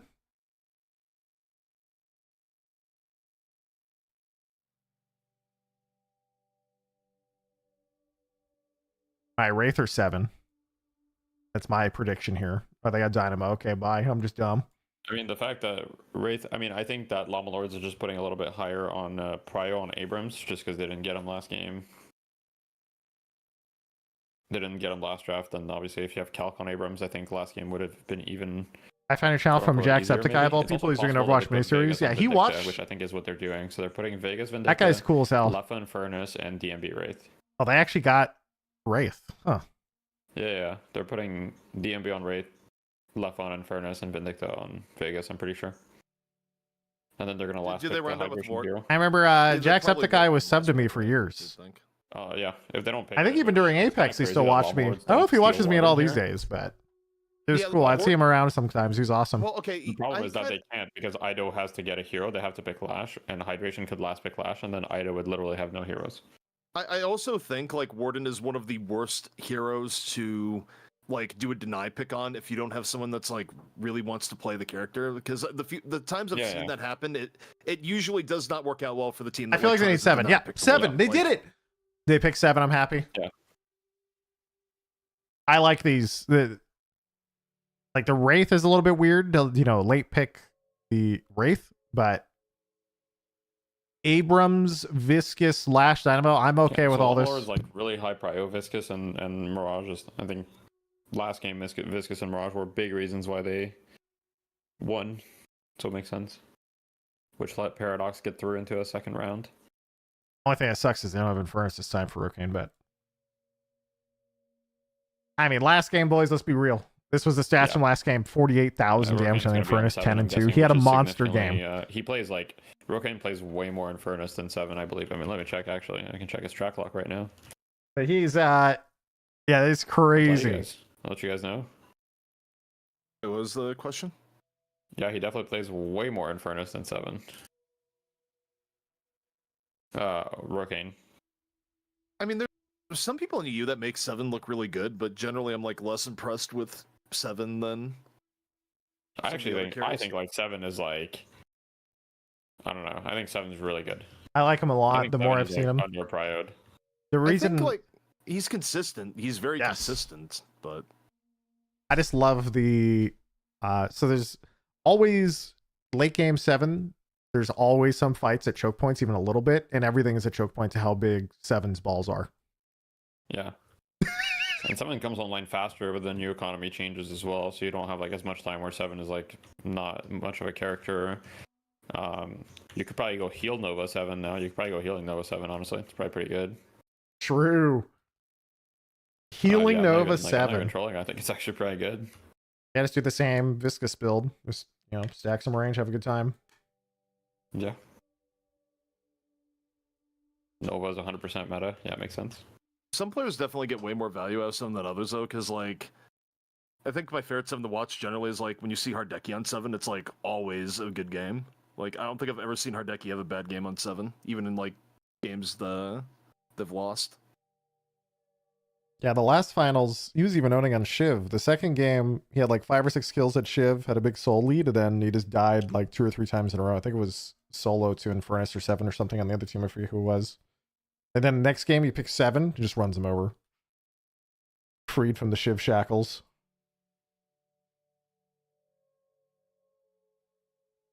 Is Inhibitor 7 solid? I don't really see it that often. I'm more worried about the Infernus, to be honest. Yeah, it definitely is. And actually, looks like we got it here. Is Hydration on the Warden, DMB on the Wraith. Lefa's actually on the Infernus here. It's Lefa Vegas Infernus. on the Vindicta. So a bit of a change up going in to this game. So it's like I said, Lefa Getting run down personally. Yep, he did not want to play it again. And you're not sharing it with us? Is that what's happening? No, I'm listening to the cast. I mean, yeah, this is. Oh, okay. They're in the lobby, I think, talking about it or something. No one's in game yet, I think. Stuff like this that I thought you were holding information. Pure DPS. I'm just lying. Against a little bit more Lying on the internet in 2024, that's crazy. It's fucked up. Llama Lords, just like last They're wondering, is game. like, you know, is the Warden for hydration or not? And it's like, I'm trying to think to myself. I don't think I've ever seen anyone hydration other than hydration play Warden. How this pans out for them, I mean, like we said though. Yeah, nobody else in Hydration plays Warden. Yeah, I was like thinking, it's like, if I'd forgotten, it's like, no, I don't think, yeah. None of their players play Warden, other than Hydration. Yeah, or really make good when somebody. Hydration was really on the Warden train at one point. To the point is like his stream title for like 3 days was like time to change the world or some shit. Yeah. Time to change the world. I was just watching a Lefa stream the other My day. only hope for Warden as a hero going forward, and I mean, I think they actually are dropping cop theme supposedly, but if he continues to wear a cop uniform, I feel like you need a Siren effect on Last Stand. So I should have read into that. That's all I want. Dude, I hope they don't. It's just so funny. Pick for Vegas to be playing. Time to change the world. I just love how stupid that voice line is. I'm just expecting the meme like Warden montage video where it's like time to change the world, and that goes into like the cops theme from like the old reality TV show. Because you do have to hit that scorn on Mo and Crew. You It's a can't montage of like Warden running at people with Last Stand. When you scorned with 3 people on top of you, that means 3 people are chasing you, and you're probably gonna die. And Young Calc ran into a couple of those scenarios. Dude, is Cops the Show even that boomer? Like, I feel it went off the air like in 2021 or something. Rocking that Abrams. I think. I don't know what it is, so it's probably pretty boomer. Well, you'd have to watch TV, I guess, which maybe is the boomer. Yeah, I don't watch TV. I haven't watched TV in a long time. I watch Twitch.television. Same. He's a scary guy. He's a beefy boy. He's very survivable. Yeah, absolutely is, and survivability is the name of the game, and definitely what you're gonna have to be playing into against a team that's just trying to whittle you down with. There's some people in chat that did not get the vote. Bro, what? Cops is off the air? Yes, it finally went off the air. So a lot of people go for it. Oh, the match is around cast. I'm gonna yoink the ID. Let's go. Again, as we get into it, game 2 of the grand finals. A little bit of lane swapping going on as we look. Boom. I appreciate you grabbing the ID. Usually it's the other way around. Solo lanes against Mirage. Loading in. 1 sec, chat. Lord with Boom. Dorian again on the viscous lash lane. Once again against the Warden. I hope I didn't make a typo mistake. My fear is always like that I typed the ID, but then I just miss one number, and then we just go watch a random match. And we're like, oh, this looks different. A little bit similar to how it was last time in terms of matchups. And you can already see early in this one, Young Calc feeling comfortable just pushing forward on the Abrams, right? And trying to keep the pressure on DMB. Has already pushed that wave all the way downtown York. Is going to back away. Meanwhile, the pressure from Hydra Nation is the player uptown view. Greenwich. Do not enjoy the over-the-shoulder. Yeah, I never watch it, to be honest. The over-shoulder POV. Then I kick him in the face. Okay, let's see what we got here. I can use these souls at the shop. Look who's ready for it. All right, first item, extra regen. Everybody got 500 gold. Not a lot going on yet. Level 2, you start to see something. So they did what I said. Vegas on Vindicta. Vegas Vindicta. Yep. Leffa and Furnace. Because we got Sizz Lucky versus Leffa here. DMB Ray Soul Lane versus Abrams. I think that's a pretty Leffa Soul Lane versus Mirage. Pretty Mirage favored matchup in my opinion. I think both solo lanes are pretty interesting in terms of like. Yeah, and then you've got Wraith versus Abrams. Yeah, that's true. I think Wraith versus Abrams is pretty Abrams favored. I think. Yeah. It's been Abrams favored ever since the last batch of card nerfs. Yeah. There was a point where Extra charge Mystic Burst, the classic grenade spammer. Let's go. Such a strong laner, and he has a shotgun with the highest velocity in the game, and so denies are really easy. Look, I kind of enjoy Abrams having 18 ping to Chicago. That's all I know. That's crazy. No, it's some scumbag shit. I'm not I can't even. Just oh. Buying, chilling.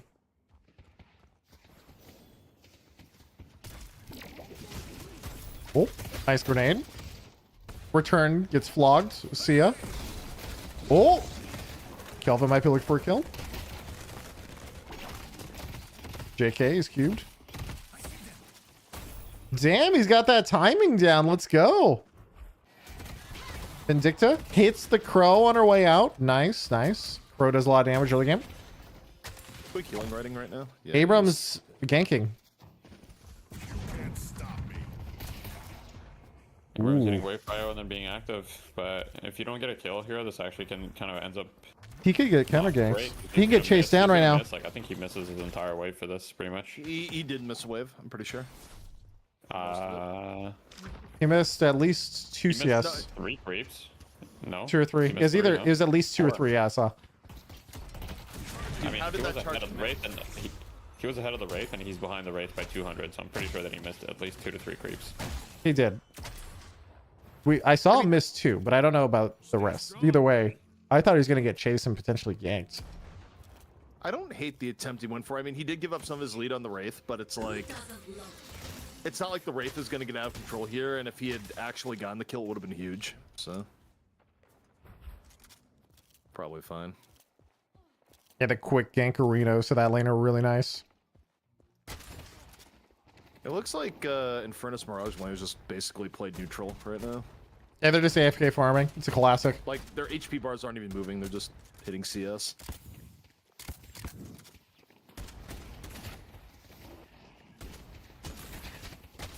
I think if you look at Calc's gonna go for rotation again. He Kelvin? Have his way to push lane.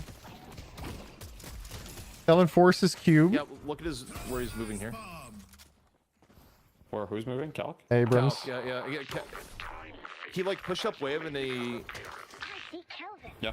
He left open the option to rotate at the very least, and for now just got boxes. But he's also staying out of sight to maybe trigger the missing call. Yeah, he doesn't know. He's just AFK. He's doing both.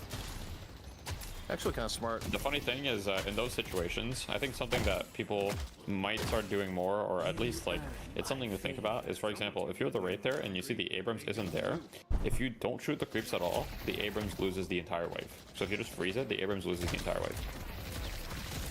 Yeah, I like that. So that's a counterplay. The biggest disadvantage Abrams going in is that you lose all prio on the map. But yeah.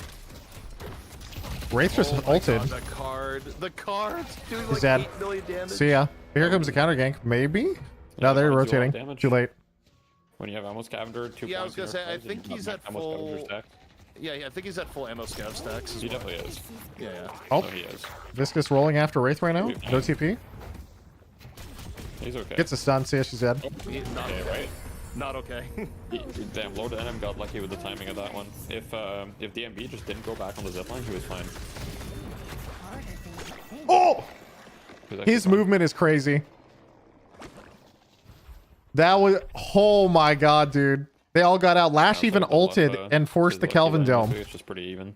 Dude, that Viscous escape was clean. Clean with that. He's clean with that. Ido even Lash ulted to peel for him and force Quig's Dome. I think the amount of just like high tech movement you can do on Viscous is wild. Classic 7 stun. Into ball, into 10,000 damage. Yeah, Viscous is an insane hero. Definitely, probably needs some toning down a little bit. I mean, toning down, I'm just more coming from the perspective like the skill cap in terms of like what is possible on Viscous versus like what people are doing even at times. Oh yeah. Yeah. I mean, there's a ton more to be discovered on Viscous, and he's already like, even with the skill that people have gotten on him, like even if you have someone that's semi-competent on Viscous, he's a S tier hero.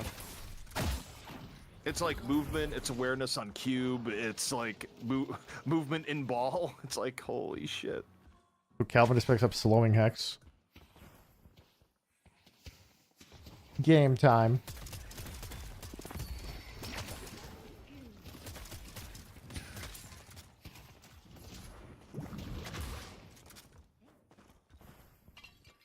You know, the interesting thing though, and how they have the lane set up is that they don't have the easiest setup to gank Leffa. Yeah, there's basically been no rotations on that side. Pretty hard too. Yeah, it's like, who do you call lower? You call Dynamo or Seven? It's like, I mean, they're doing weak lane on that side. They're just putting Dynamo 7, and that's just like a sustained lane where you're just gonna like not interact and just farm. Abram's going back again. How many creeps does he miss? Like, they probably called to put Lash in strong One, lane maybe? so Lash can rotate more, and then they're like, okay, the other side is weak Okay, lane. look away for a and second. I'm guessing that was their call. Okay. Now Lash rotates, Everyone's gets dying. 2 kills. Leffa's in this lane too, everyone's here. dude, that was the funniest perspective from Leffa's point of view. Leffa like goes in and just like flame dashes directly in the singularity. It's just like, okay then. Dude, I looked away for a second, dude.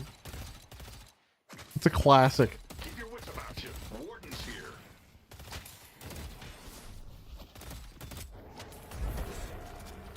I'm sorry for the NA cameraman right there, chat. Lord Anna might go down. Yep. Vegas on the Vindicta. Oh, might get another one here. He does have ult. He's gonna hold. Pops Dome. And 7 ult. Okay, wait, the 7, look at the 7, What? he's stalling for, oh my god, the parry. What? into the dome. What is going The on 7 here? stalled for like literally a year with Divine Barrier. And Quig goes down. Yeah, good item.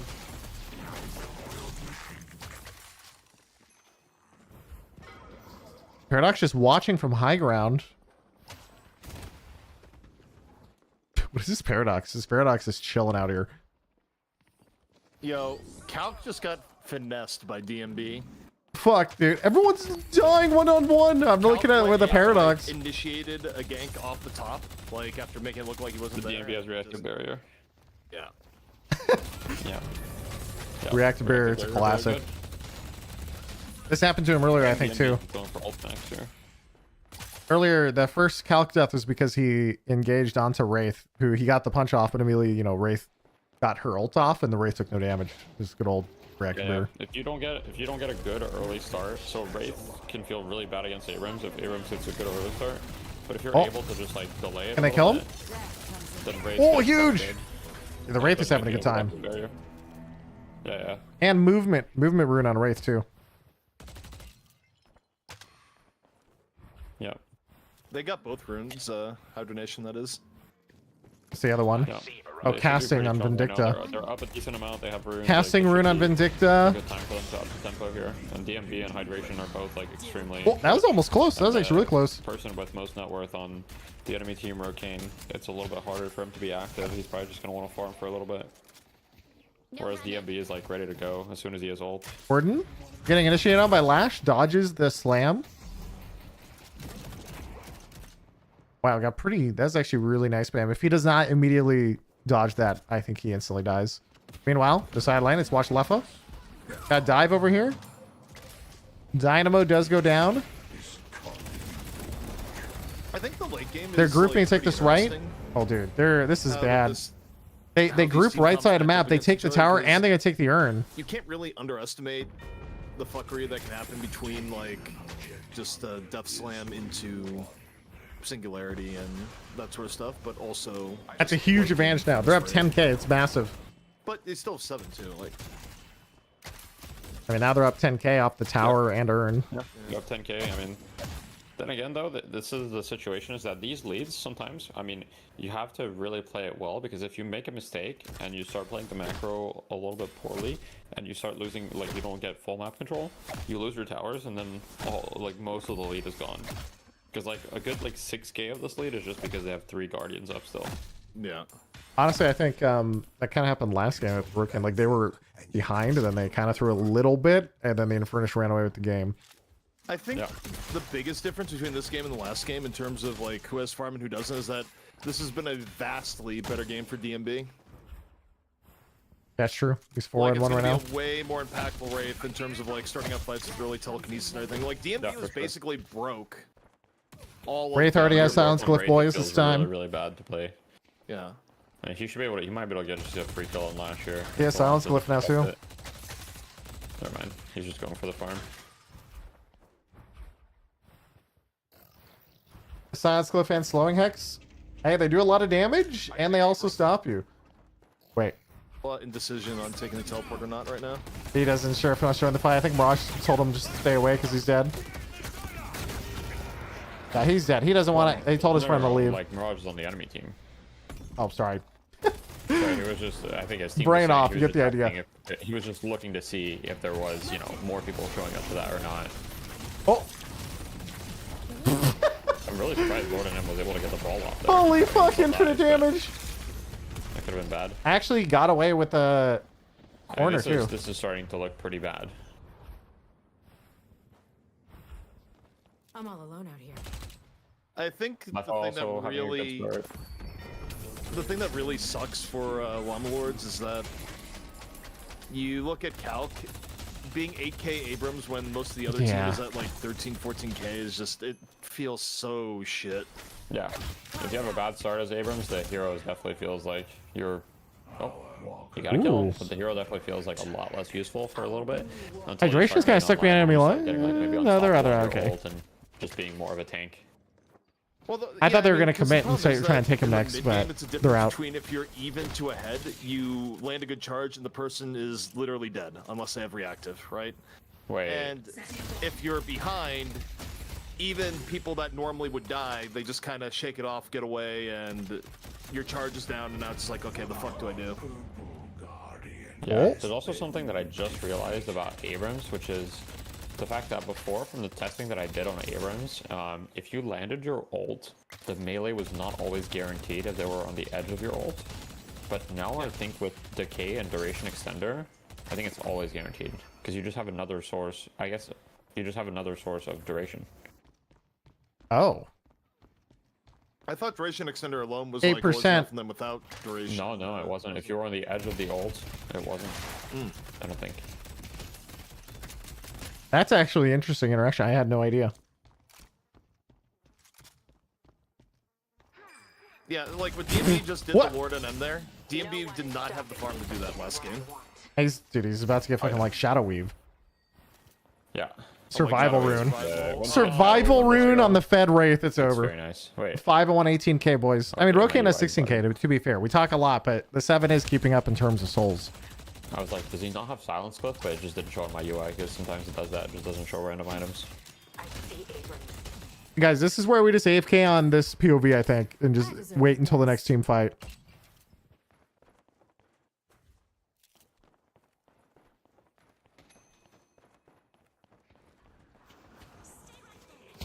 He's hunting. He found one. So insane. Yeah, just into the ice, yeah. Yep, Wraith. And like with a Vindicta, like the fact that you have Vindicta and Wraith, it's like if those two characters find someone, they can't do that guaranteed. He was gonna go buy, but they just realized there's huge team fight. He's gonna take Walker instead. Alright, so let's take this Walker for free. Let's go watch Leffa in this team fight. I mean, this is quickly getting to the point of the only chance for victory is, you know, Miracle Dynamo ult. Yeah. I mean, their win condition is delaying the Misses game Lash ult. and See ya. trying You need to pop that even more. but they're 7? 20K behind now, so it's 7 with the bad. stun on 2. Ido is dead. He's playing. Now Wraith is cleaning up another tower with Vindicta. They're just roaming and cleaning up all the towers in the meantime. Oh, huge Dynamo. The Dynamo? Dynamo? Let's go, boys. Yo. You could be behind 20K, but here comes Dynamo. Well, also, look at who got the kills set up by Dynamo. This is also Brocane got the kills, 22K. Now he has the same net worth as Wraith. They're both fed. Set Infernus on the path to getting mega fed were Dynamo ults, where Infernus got the killing blow. And Brocane just got like a bunch of killing blows now on the 7 from the Dynamo. DMB is fighting with 10K unspent. Yeah, DMB needs to spend the cash. Okay, yeah, that's a very, very big mistake. Yeah, If DMB dies here, that's actually trolling. 7, meanwhile, is ulting? You cannot fight with 10K unspent. You cannot be doing that. No. That's a huge, like, blunder. I mean, he's still fighting. Like, at this point, I'm looking for any excuse to go to a shop, you know what I mean? Like, literally any millisecond. But I guess when you're committed, you just gotta stick it. 10? Dude. Mid boss, he still has 10K. I mean, honestly, sometimes, I don't know. This mid-boss call could be really good or it could be really bad. They have domes. That's the great thing. They have dome and the enemy team doesn't have Oh my any god. domes. Dynamo is like super close to getting refresher. He's going for boxes, but he's not gonna get it in time. Boxes. Dude, he should sell an item and get refresher and run in. Yeah, dude, yes. That would, if he had sold an item and got refresher, he could have gotten there in time to ult. I'm not even kidding. That was the play. Alright, so they dome. What's going on here? Idorian's dead. Oh no. They're feeding.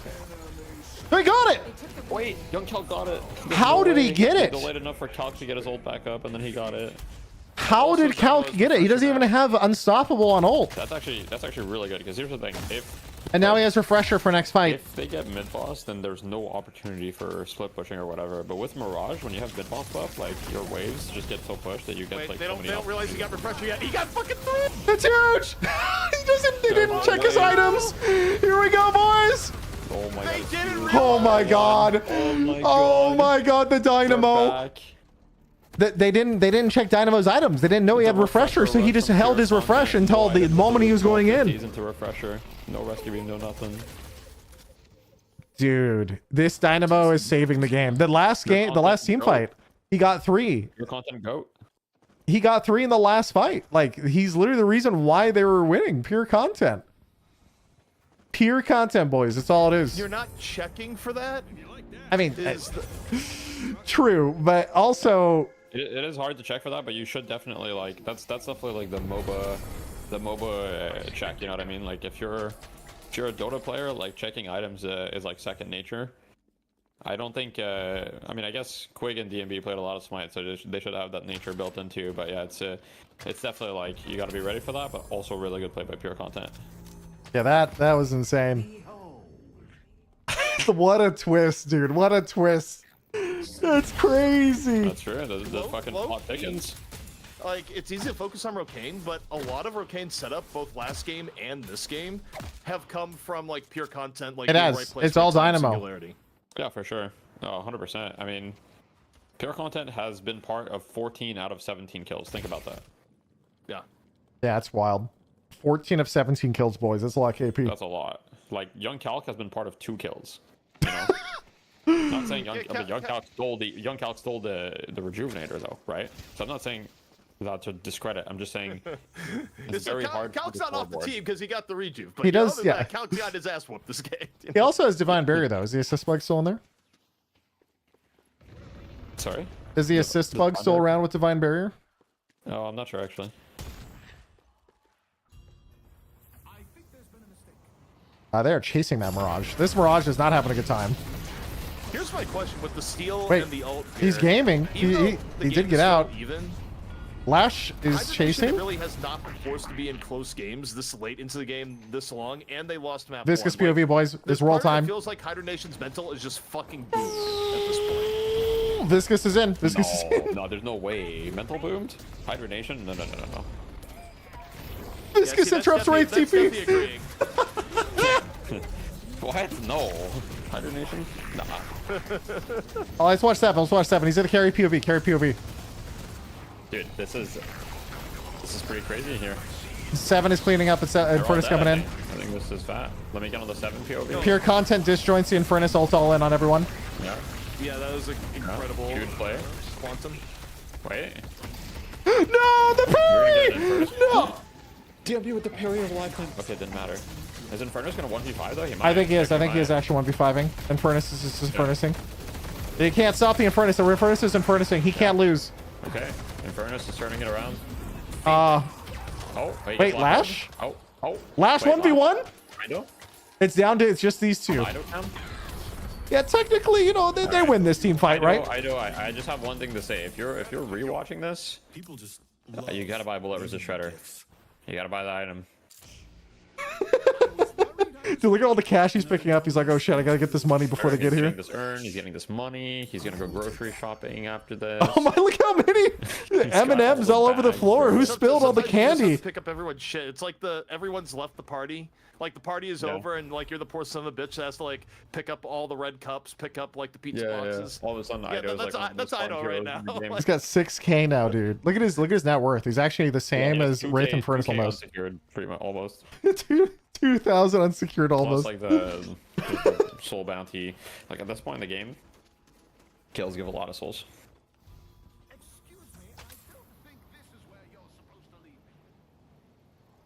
All right, what's he buy for 6,200? Improved armors and point blank. Nah, I think there's a lot of items that he could go here.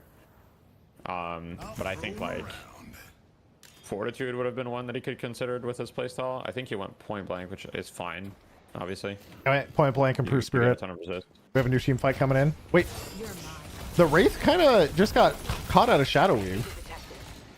Young Calc gets cubed, rescue beamed. Dynamo ults. Dynamo ults 3. Dynamo 3. Would be really good for Ido too. But Ido lives. He lives. Dude. Pure content. Damn. Wait, Rocane. He ulted 3, but the... Oh. On the Rocane camp here. Rocane cam. I'm in the Rocane cam. What did he get? He got 2. Bam, boom, slam. Huge slam. I got 3 actually. There comes Infernus is running at him though. Left up POV. Let's see if he can 1v5 now. He's on the Infernus first. I mean, he might. Oh wait, he got chunked. Oh wait, he's getting. Oh. I think he got Abrams. God.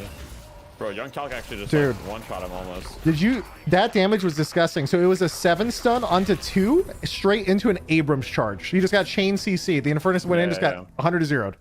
Yeah, but also when like Calc finally hit him, like Lefa literally had a clutch. Calc has Hunter's aura. Calc has Hunter's aura, like.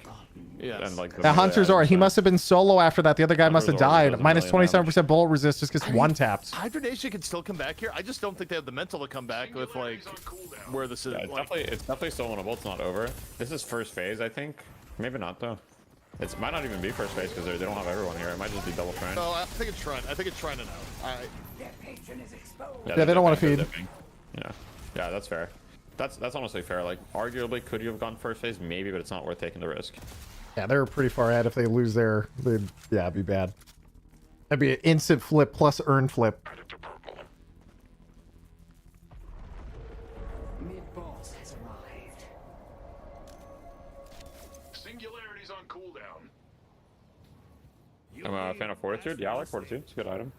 Yeah, Fortitude's crazy for the move speed. Seems to cost way more. No, honestly, I think Refresher Abrams gets caught. Not be affected by cooldown. Calc got caught. That's the biggest thing. Just make Refresher. Just make 10 seconds ult. He couldn't ult out of that. And then you're good. And I think Wraith just got the buff, or someone else did. That's all you need to do. Dude, Calc. Like yeah. Calc just got picked at bridge buff, and now it's straight to mid boss. Wait. Look at timers. They have a window here. There's no singularity, no refresher. Yeah. No, definitely. They do have goo ball though, but I think overall. He's goo balling. It's time. Yeah, he's gonna try. It's game time. They got it. No. They pop dome. They pop everything. There's nothing they can do. Just fumble here. Oh, Lord of Nim's dead. Oh, that's really bad. Yeah. Getting picked there is actually maybe game losing here. Idle getting picked. Okay, so they managed Took 'em to a while to escape die, with though. almost everyone. Okay, so they actually never mind. Refresh in They're 30 getting staggered seconds. here. I don't think anybody else is dying. It looks like everybody Mirage, else is good, Mirage but should be safe, I it's think. still 50 seconds. 50 seconds, no Lash. The waves are all pushing in. Even though like Flick has been underfarmed, I feel like Flick and Vegas like have been making a lot of this shit happen. Like the last 5 minutes or so for Hibernation. Yeah, I'm just gonna be watching the Dynamo for this. It's kind of up to him, I think. Well, they'll probably lose Patron and be fine. Actually, they could probably take the fight before Ida spawns. They have refresh rolled now too. All right, he's going. He's going. Here we go. Da, da, da. Anvil. Yeah, there. Oh, they caught one. Back to the... Wait. Quig. Quig got caught. It's huge pick. Huge pick. Down for 30. What time is it in game for you guys? 26, 48, 49. 26, Okay, yeah. 52. How are you why ahead of me by 2 us, like, seconds? 2 seconds. Yeah. What's going on? Have you built your new PC yet? You're cheating. No, I haven't yet. Well, that's why. Okay. Are you in Yoshi's DMs right now, accelerating your Source TV? No, my computer's just faster. That's it. Your computer's just down. Listen, guys. Host time, so change the time. Like, what do you want to say? Computer privilege. The X3D stands for 3 extra seconds. Yep. True. Thank you, New Cake. Very true.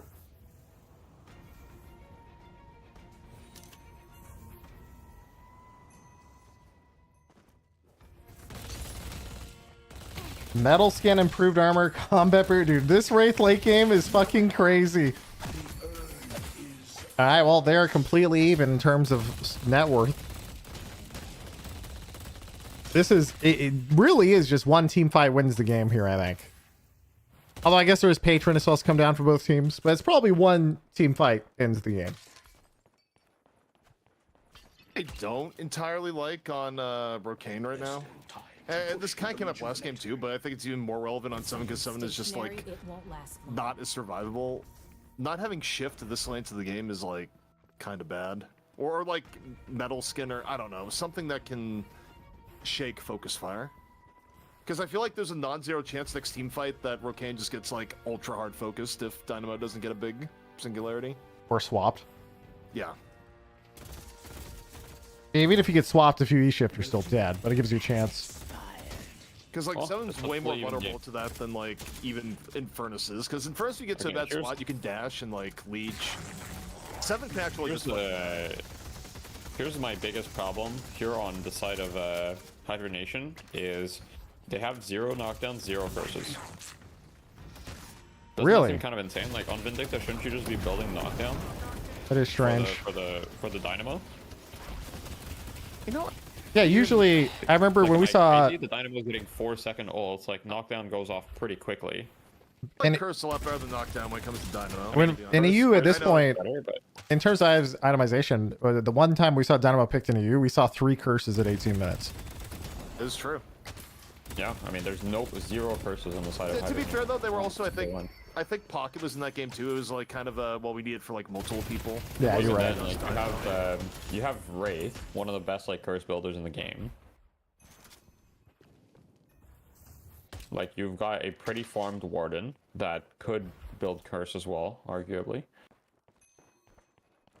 Because you know some of the later items in the Warden ult build, like it adds value, but I don't know. Like for example, Warden and Diviner's Lord, which is insane, but couldn't he have gone curse and like potentially just kind of like Buffs in 10, Llama Lord setting up. That's not my issue with that. I take more issue with when you start. Calc is again going aggressive here, crouch walking around, sneaky, sneaky. I would nix those two and get curse and keep Kevlar if you're like rearranging the items. Oh, I didn't know that was a climb. That's actually a cool climb. Look at Calc on the mini map. What? Yeah, Calc is here's the thing about Calc. One thing I can tell you about Calc is he's a very, very like, and this is like both a good thing and a bad thing because it's a little bit predictable, but right now people haven't adapted to it, which is he's very like what's the word? Aggressive with invading. And so what he likes to do is he really likes to bait waves or camps on Abrams and tell his team to all be behind him, and the moment someone goes for it, he goes for a charge pick. Alright, well, we'll see. He's going for it. Like considering this Infernus for sure. Yeah. Doesn't it the charge rescue beam out? You still got He did force ult though. Leffa got yoinked. Pure content's in. This is really bad. Dynamo's dead. And they're Pure down content's Dynamo. dead. That's Like, now terrible. they're down This Dynamo, game. there's nothing to stop them from This just, is so beating bad. The shit front out line of is them. running him Like, in. He's gonna get dove so fucking hard. Oh I think this fight should be a disaster. no! This is so bad. They need out. They need like. This is like reset as fast. This is as run humanly for your possible. life. Yeah. I think pure content should be harder than that. I think he did bait, but I think he warpstone ulted onto the Infernusol as it went off, or some shit. That's what it felt like. He didn't hit the ult. You know what I mean? Like I think he warps. Did he get swapped or he warpstone in? Oh my god, those 7 choke point. No. They don't even need mid boss. They just end the game. They don't go mid boss. They just end the game. It's over. GG. Yeah. GG. Well, now Hydronation has the shit second pick. Damn, dude. I need to see what happened in Dynamo there. I wonder if he got swapped in right onto the Infernusol. So here's a question. Do they give Ido Yamato or do they give Ido Pocket? I think they give Ido... Give Ido Yamato 100%. Yeah. You would think. But they will. I'm like... I mean, I'm willing to put, I'll put $5 on it. I just say that because, like, if you think back I know. to... Yeah. No, sorry, go ahead. No, I was gonna say, if you think back to Fight Night, they didn't really care about... When they were in the... second pick They're situation, chasing they were more Sizz. worried about But they actually are going mid boss. They're gonna have a chance to respawn. Yamato got, didn't Yamato get nerfed again? Wait, they didn't end the game. Yamato got nerfed, but I don't know if it matters. I feel like Yamato is still insane. I mean, it doesn't matter. Apparently, wait, guys. Apparently, Sizz cut the wave, and so they couldn't end the game. Okay, I missed that. Huge. Mid boss Dynamo! Dynamo! Okay, they still got it. They still get it? That's so fucked up, dude. That looked like it was actually the dream. Oh no. They literally are typing to talk shit. They said calc question mark. I punched it. They're all in a Dynamo. Oh, Calc's pissed. Calc's I pissed. punched it. Oh, dude. Why are you typing to me? To me. Uh-oh.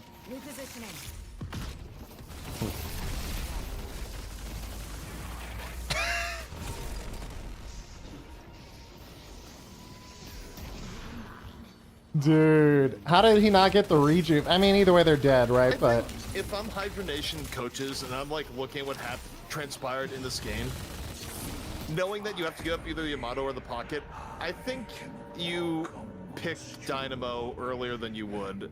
I don't know, like, if you Yeah, I might think Dynamo should be pretty high prio because Dynamo is definitely like the only reason that the game ever got to this point. yes, he actually brought it back so hard. Also, that 7 damage is disgusting. I don't think. Here's the problem that they face. I really think you don't give up the Dynamo, but that also feels like it's a swap then where you give up the Kelvin. Yeah. And you have to be okay with that. You are going to give it either way. I do think you give up the Kelvin because Quig is He going to be plays a Dynamo both. player. But I Yeah. guess Quick plays Dynamo or Kelvin, so. I don't know who else is going to play Kelvin. I guess Vegas could play Kelvin maybe. I guess the nice thing about picking up Vegas, I don't know if it's long term or whatever, is that Vegas is probably like one of the Deadlock players with just the most hours in the game because he streams like 10 hours a day, like every day, just playing Deadlock. I mean, he's And so he can Lightning play a lot of ball. heroes. He's up there with like Naked for like most hours in the game. He think might have Mikhail's more up than there, Naked too. because there's a shit ton of accounts. Yeah. Vegas has like 4 accounts that he plays on, maybe even more. Damn, dude. think That they was a really, game, cut back dude. the play time, but, like, They there's should a have point won where, this like, game, to be honest. They should have won, dude. It looked like it was literally that one fight. I need to figure out what happened that I'm one just trying fight, to think man. of like most hours So in game close. period. It's like a very small group of people. I think it's got to be like Vegas or Mikhail's. I think Mikhail's. Yep. I don't think Vegas has enough compared to him. Bud's Really? is You up don't there think so? too. I think Bud's Vegas also is like, yeah, Bud's also has a ton, yeah. I'm Cool like Matt used to not be even up there, close but to them. Calc says I don't punched think it. Matt It has just hit played the as much bodies. That's recently. tough. Cool Matt doesn't play much these days. I mean, back in like May and June, like Cool Matt and Buds were like the final boss duo, but not so much anymore. They don't play much. I mean, Bud still plays a ton, and I think even Buds has been like way more burnt out on Deadlock or whatever. Like I think it's I think you got to be really careful not to burn yourself out, because like the game probably still has a bright future ahead of it, and like, well, if you just like, yeah. The game is like Calc, why are you arguing with Twitch chatters? You go lock in on map 3. What the fuck? And the amount of just blindness to history is actually insane.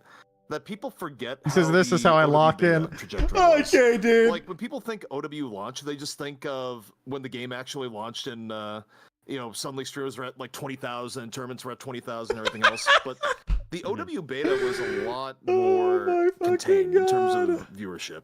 And it was only after you had all the like frills and extras of release that it actually hit like really big numbers. And I think Deadlock's probably gonna be the same thing, where my gut guess is probably March, April of next year, maybe earlier. I don't know. The game is probably gonna go down for like a month to 2 months.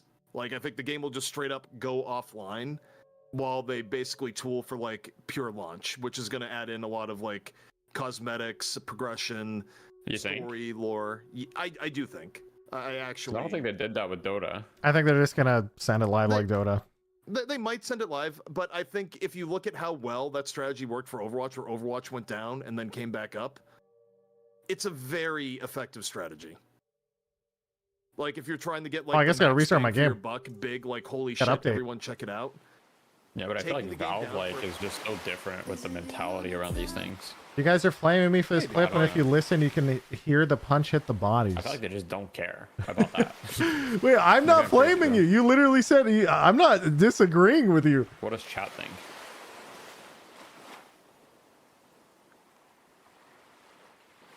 Guys. Nice screenshot. Calc is currently in my chat arguing with Twitch chatters. Oh no. Dude, Calc is just okay, look. throwing fucking Calc, lock the fuck in, bro. Calc, why are you in chat? Lock the fuck in. That's what I told him, and he said this is how I lock in. This is how you lock in? Alright, fair. Alright, you got that, King. My bad.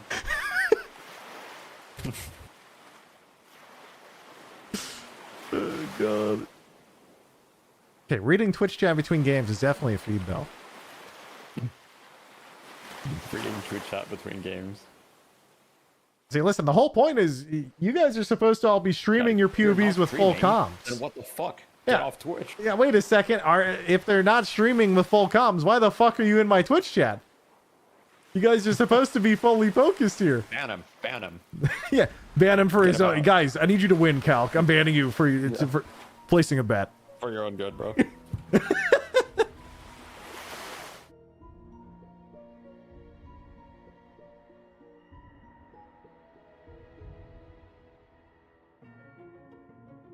Just came on here and be like, they better not be talking shit about me. But everyone knows if you're competing at all, there's always going to be someone talking shit about you no matter what you do. Well, I think he had like a priority list, and then first he's like, okay, the people on the stream aren't talking shit about me. What about chat? Oh, son of a bitch, there's some people in chat. Let's fucking go. It's ready to battle it out.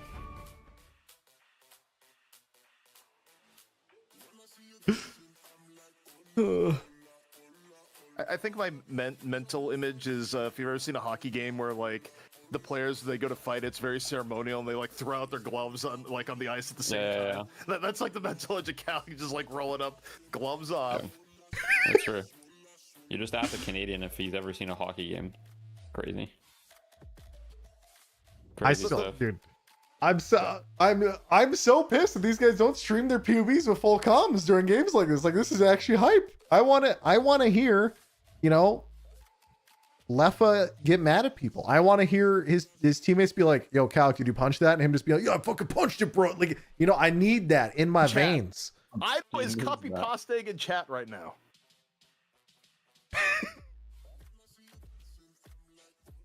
That copy pasta is from my last rant.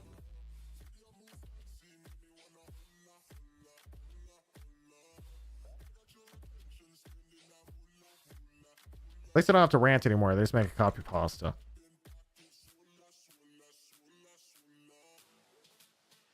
Actually, it's not even a pasta. I literally said that. It's not even a pasta. What's everybody's favorite pasta, though? Not copy pasta, but just like, Actual pasta. Oh my god, wait.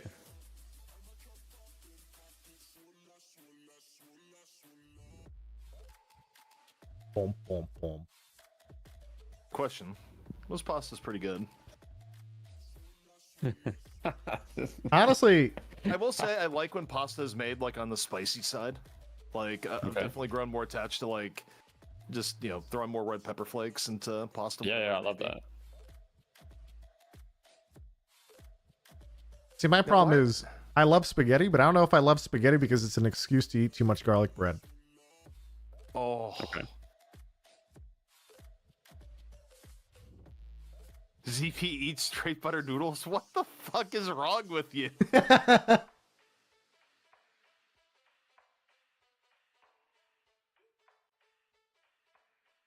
I love spaghetti as well, I will say. Wait, Ido's in my chat? What's Ido saying? Someone said Ido is here. To like spaghetti as a, Is he just like lurking or is he most of the actually things typing? your Is he body yapping to you wants, guys? especially if it has like meat in it. We're just being trolled. Yeah. That's why Costco lasagnas are just God damn, also Ido dangerous. is in my chat pasting the pasta. Ido, lock the fuck in, bro. Come on. This is crazy shit. Ido, you're not streaming? This is insane. You're leaving a fat paycheck on the table right now. It's not even about the current paycheck. It's about, you It's the gotta. future paycheck. Yeah, it's about getting known. Everybody already knows Ido. But they want to watch the Ido. Give the people what they want. Text version. Especially because we know Map 3 is going to have one of his picks. Someone in my chat said, who else likes raw pasta as a snack? Do I ban this person? Like, what's going on? You might have to. Also, look, I get it why Ido isn't streaming. It makes sense. They just installed Bikini Vindicta and they're shy. Like, we get it. That's true. I'm thinking more of, he's been on Lash. It's possible Ido has installed Bikini Lash. Oh. And he's just shy. Mankini Lash, specifically? Yeah. Speedo Lash.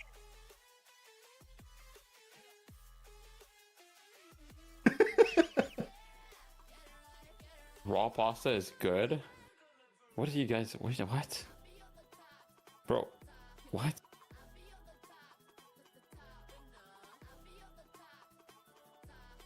Yeah, where the fuck is Draft, though?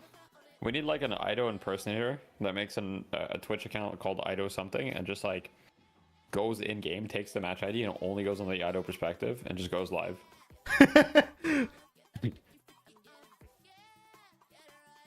And just like for the comms, you just take like a recording of some other game that Ido played and you just play it. Actually, you know what skin I want while we're like talking about theoretical skins? I want Boxing Glove Moe and Krill, if someone can make that. Just for the Moe and Krill, like, melee 1v1s. 1v1s. Oh, shit. Okay. You could ask the modders. I can give you the info of one of them. Yeah, no, actually, like, we need Boxing Glove Moe and Krill. That would make the 1v1, like, stuff so much more entertaining. All right, 1 second. Let me give you the info to one. But how would you do it though? Would you just keep that skin on for the whole game, or would you have a specific the whole producer game that has that skin just for the 1v1 and then we pre-record it. Like we pre-record because like it's really difficult to do it like actually on the production day, right? Like to coordinate like people going in. So it's like you pre-record it a day before, and like that sets the. Oh, okay. Yeah, makes sense. Damn, show magic has been spoiled.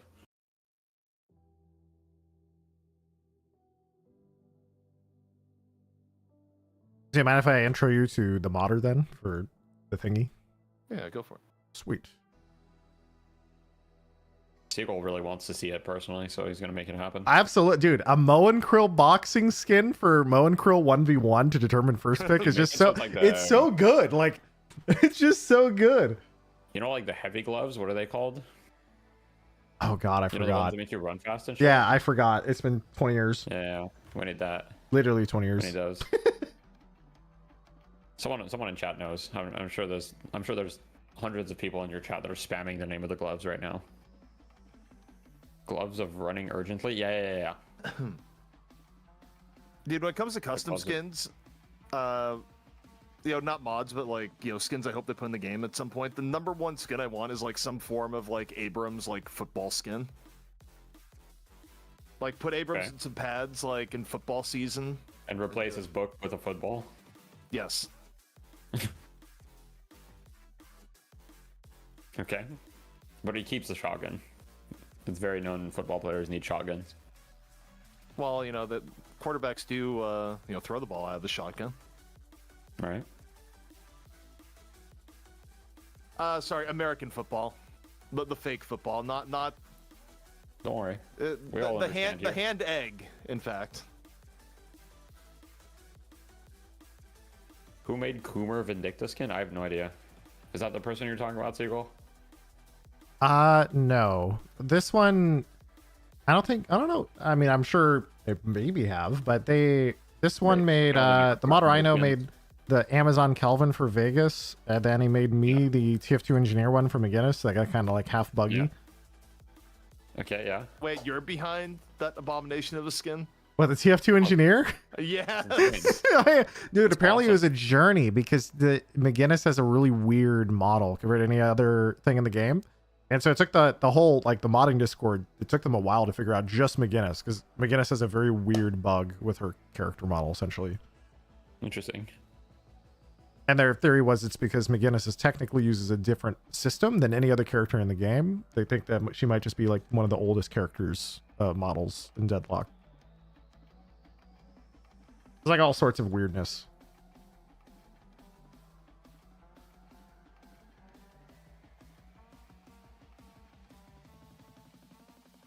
Also, so for game 3, I pinged the tournament organizer to see where draft was. They said, hey, they're on a bathroom break probably for like 5 minutes, and then we'll start the draft.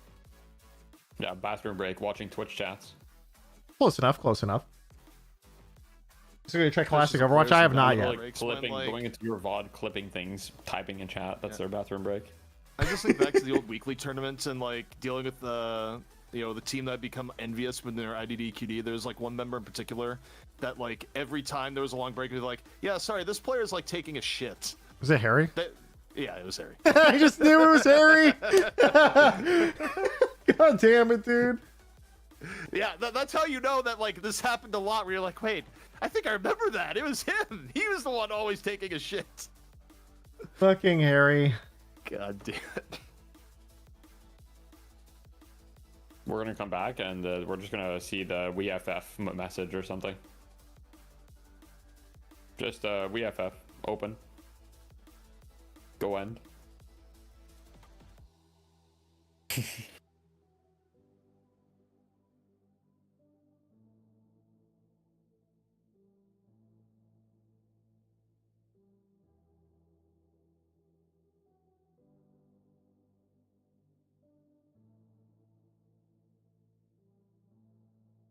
You should become a Diva player because you might have taken a big shit. I did, but I was training Diva before that. In that situation, they weren't letting me scrim. I never actually had a single scrim. And then that was finally the excuse. That just brings me back to memories and stories for me to the actually Season play the 1 Dallas game. Fuel players where there was a big divide between like the people that actually used the unlimited Jack in the Box and those that didn't. But some people really used the fuck out of the unlimited Jack in the Box cards. Go Tasmo, hook me up. I just ate Jack in Box for the 8th time this week. Get it owned. All comes down to this game 3 of our grand finals just Whoops. around the corner. There is only a draft between us and the curse. Shit. Apple, I'm still Tanner Metro. Nothing's changed. I haven't even been here that long to reintroduce myself. Lego Mage has been covering the action all day. Lego, you've been doing a fantastic job, and now they're on the same draft link as before. Whoops. The culmination of your work starting the day towards the end of the day as we get into a game 3. Wait, reusing draft link as before? This time around, think you can't Lego, reuse draft links. they're the losing team. No, you can't. So they get to choose Amber Hand. You And we'll cannot. see what the draft looks like because we talked about They're this. definitely where gaslighting you, Seagull. I you just want you can to kind know of that. force.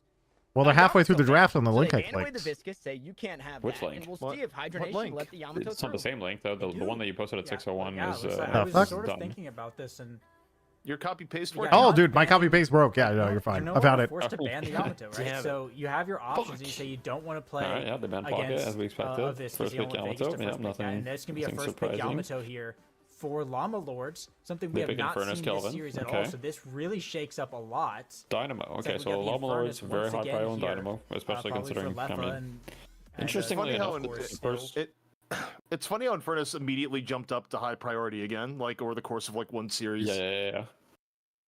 Infernus first pick, And also the other thing that's Yamato. interesting is that this I is the know first Yamato. game where Let's Llama Lords, go. let the Mirage through, like when they had a chance to pick it. I think they were genuinely afraid of the Dynamo getting picked. No, but they went for Dynamo Paradox, but they could have gone Dynamo Mirage. You know what I mean? Like in the past, they made a decision to let go of the Paradox for the Mirage. This time they didn't. Yeah. I mean, oh God, I don't like giving up the Wraith. I don't like it either. I mean, I'd rather have Wraith and Viscous Paradox. Here, though. You do get Viscous here, though. I think Wait, no, Viscous has been banned. Wait, they banned Viscous. Yeah. They banned I think there was a Viscous. dilemma They banned between, like, Pocket. Wraith Okay. And Abrams, but I don't know. I guess it's tough because like Wraith is really good, but then you have the entire calc factor of calc on non-Abrams. Yeah, it's definitely the calc factor. Like, because at the end of the day, if I had like, let's say that I have all the best players in the world and I'm just drafting, and there's no like, I don't even have to think about the players. I would definitely prefer having Wraith over Abrams anytime. Wait, Llama Lord stole the Warden. Ooh. Yeah, it's gonna be Lord and Warden. Ivy. Oh wait, nope. They changed it Vindicta again. I'm not a big believer in Vindicta. It seems like just kind of there, but never really that impactful. So wait, has Ivy even been played? I'm a believer in the in series yet? Vindicta. I don't think No. Ivy's been played. No Ivy. No, which is kind of surprising, but because Ivy's also a pretty good answer into the Dynamo. Yep. Yeah. Ivy's a really good I mean, answer Ivy because is you have the also, stun like, and very loved in EU. Like Ivy is like Yeah. picked, like pretty highly in EU drafts. I mean, we value Ivy pretty highly in our drafts too when we draft, but the thing is, with our current roster, it's kind of hard to because we don't have our Ivy players the same as our Dynamo players. We can't have both.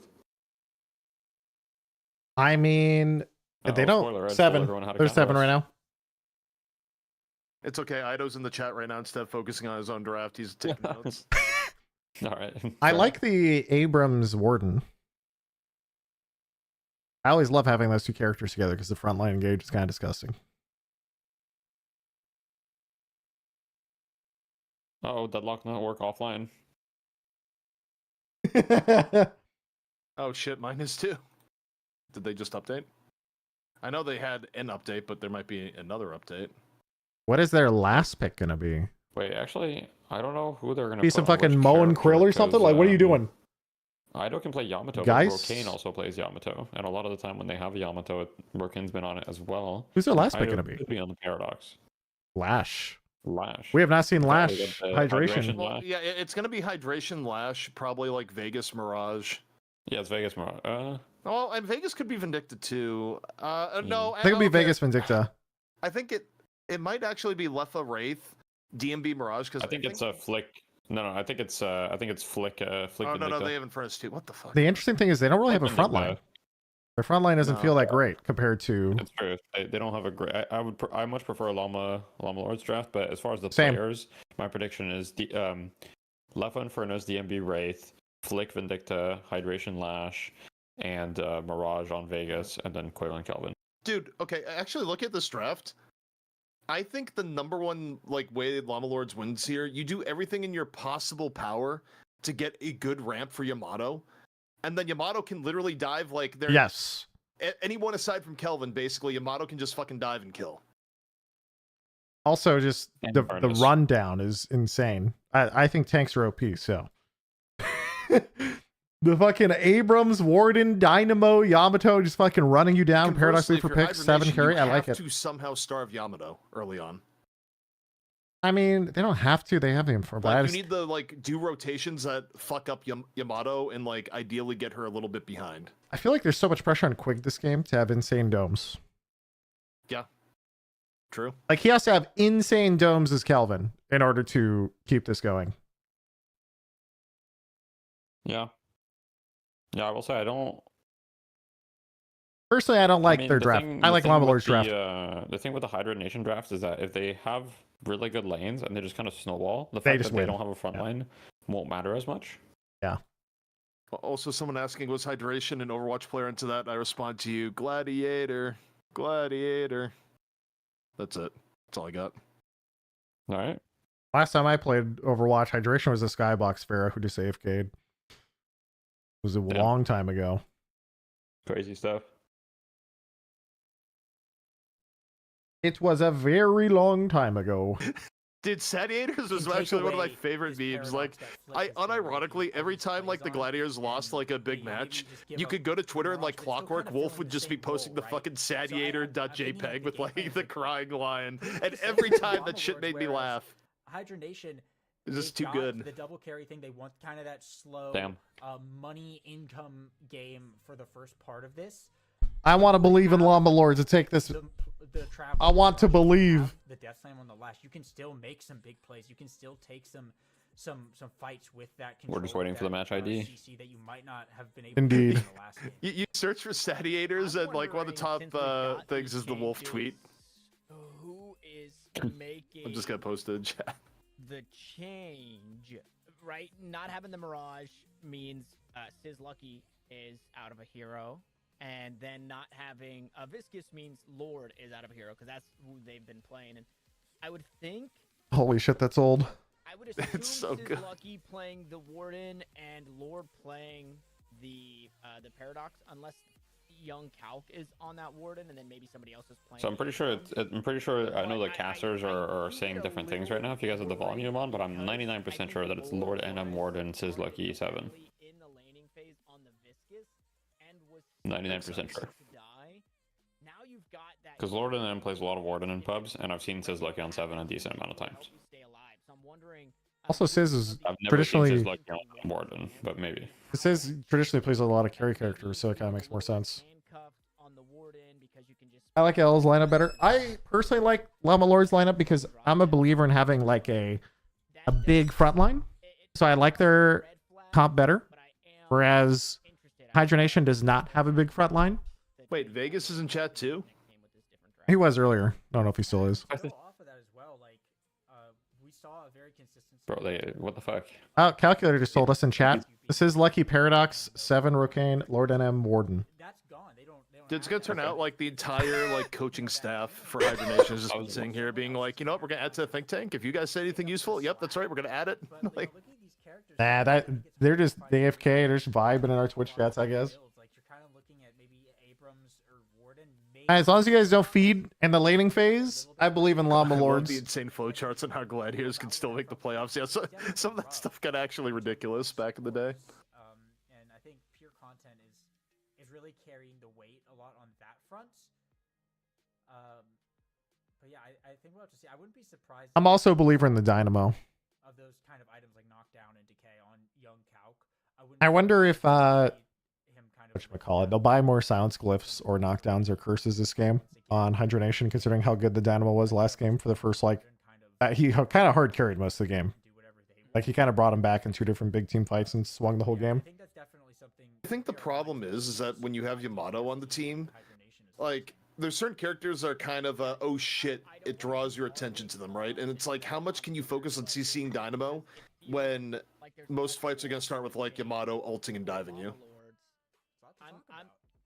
I'm gonna speculate that maybe it's Maybe we'll see more curses then. Score 1-1 Goobers to start of map 3. Also, Goober, if you want to see the draft, here it is in a more ban pick form. Right side Hydra Nation, left side Llama Lords. Exciting times. The only one I'm still curious about, we haven't seen. There's no way Calc is on the Warden. We haven't seen a lot of Vindicta. Calc does play Warden. I know he does. No, he has played Warden, but it's like. It's like his second most played hero. Wait, he's in chat. He literally said Lord NM is on Warden. Yeah. Okay. Well, I told you guys Lord NM was on Warden. I'm a prediction god.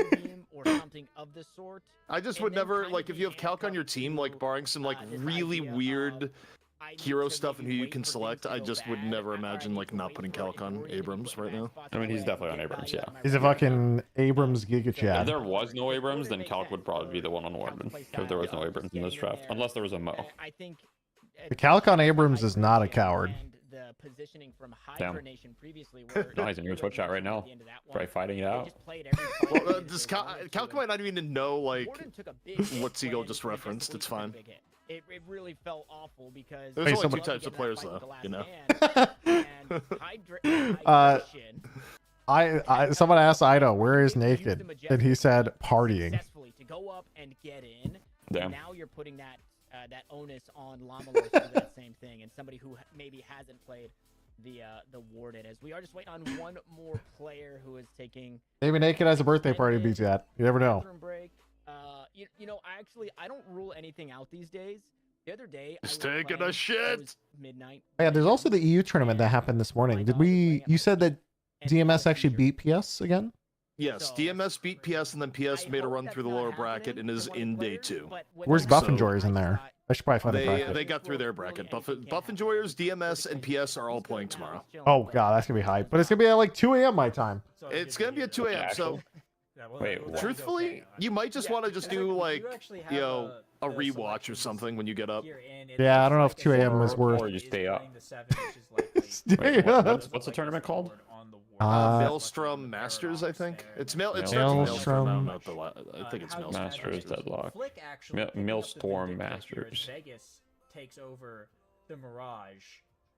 This Event one. organized by Project 8. Okay. Yeah, I don't know who this is. And in terms of the bracket, I'm pretty sure Buff and Joyers had like a. I didn't really recognize teams on their side of the bracket. So Buff and Joyers qualified. Team name Subhuman qualified. Okay. Is there like a... So you have PS, Buff and Joyers, Subhuman, and DMS. And this is semifinals and grand final tomorrow. Tomorrow. I was late. Who's on Subhumans? I mean, this is game 3. This is the Holy final fuck though, that playoff bracket, like DMS is like, yup, we like this. Yeah. You know, be the number Also, one wait a in minute. this Someone said Big Goose is. Oh, Big Goose is on this team. Wait, wasn't Timo on this team? Interesting. I remember. Wait, scroll down again. There's no double win in that bracket. I don't think so. The carry role versus, you know, the Damn. support carry role. Wait, apparently a match started. Let me go on... Oh shit. Okay, Distracted? I got the match ready for you guys. I'm getting it. Appreciate you. Super disconnected from the fights. It looks like our draft. All right, loading in, loading in. Maybe our game is All just right. about to be Okay. underway. All right. There Loading in. is Game 3 of our grand finals. I was Llama outdone. Lords, your Amber Hand, Hydra Nation, your Sapphire Flame. Out to the Cursed Apple we go, and we are underway. And Furnace versus Yamato, Wraith versus Infernus. You know, Paradox and Flick. Or sorry, Wraith versus Abrams. Yeah, I just double spoke. It's he's fine. kind of the playmaker, right? But Vindicta is not a playmaking character. Like, you're looking at. All right, let's get in game, boys. Really, for that kind of stuff to happen, you're just there to follow up. Volume up. All right, guys. Game 3. I'm the Wraith Abrams for my own knowledge, because sometimes as Wraith I struggle a little bit with this lane. It can be tough, but also like if you hit your timing, it's fine. The interesting thing too is that it's an instant rematch, right? Where like Calc had a little bit of issues versus DMB last time. Yeah. Like, I'll take what you learn. Flick is on the Vindicta. Oh. Whoa, big poke. Mirage in a duo lane. Yeah, I mean, what's interesting is that from having played with Vegas a decent amount and against him in Mirage, is that Vegas is a very, very big proponent of the dual lane Mirage. He much prefer playing Mirage in dual lane. you're curious on like the Abrams Wraith matchup. Calc is just keeping the lane pushed up the entire way through, which I don't entirely know, because I mean, similar to like the logic you were saying on like Mirage, like freezing is good. I think Abrams like freezing is like pretty fucking strong too. Yeah, I mean, I think Wraith is like pretty happy with it. If like Abrams just pushes the lane to the tower, I think Wraith is like pretty chill. Yamato's also pretty pushed right now. Abrams can't really do much. Like, he has a shotgun, so he can't harass you under tower that much. I mean, unless he gets that shot booster, then a little bit, but even then. Like, Calc is full pushing. He's sitting at. Oh. Yeah. Dude, look at the ignite timer. He's sitting at the last tick of the bullet, re-peeking over and over. He knows the exact dot bullet. So if he's just sitting on it. Dual lane, besides, he can Dude. potentially do that. It actually would not be bad. Like, in terms of timing, if he pushes up this wave, He then knows the rotates exact three, bullet it's that not he's gonna bad get the because dot three and is, is like, pretty pushed min-maxing up it. right now. Like, this is actually ideal conditions for like a quick gank. early on. Dude, Ido, you did a lot of damage on that first wave to first. It was very spooky. Okay, let's see where Calc goes right now, because go back shop and then roam over would be great, because look at how deep Mirage is right now. Yo, I think he's going for it. Maybe. Yeah, he might. Yeah, they're still pushed up. He's going to send it, I think. All right, so we have a gank maybe from Abrams. Yeah, He's looking. Here we go. Here we go. Takes the jump. Jump pad straight in. And it was not needed at all. Hey, you know, why not? It's like, hey guys, what's up? All right, see you, bye. And I'll see what the CS he misses on his side, though, for that. Probably not a lot, because the MB didn't freeze the lane at all. So in this I don't think he situation, for this. if he just instantly froze the moment he went back to shop, he would have lost the whole wave, right? He would have lost every creep. He would have lost 4. Yeah, so that's a big mistake on I DMV's think part. everything you're saying here, Deathy, is like actually shit that like people are just gonna have to like Learn over the next few months. Paradox It's just, looking for a pick lane now on control, Wraith? Yeah. Not always push, even at the top level. Yeah. You know. Yeah, 100%. I mean, the reason why everybody still pushes is because pushing the lane was the best thing to do. Like, It was, objectively, yeah. because before freezing was shit. Like, for the longest time, That freezing was trade? terrible in this game.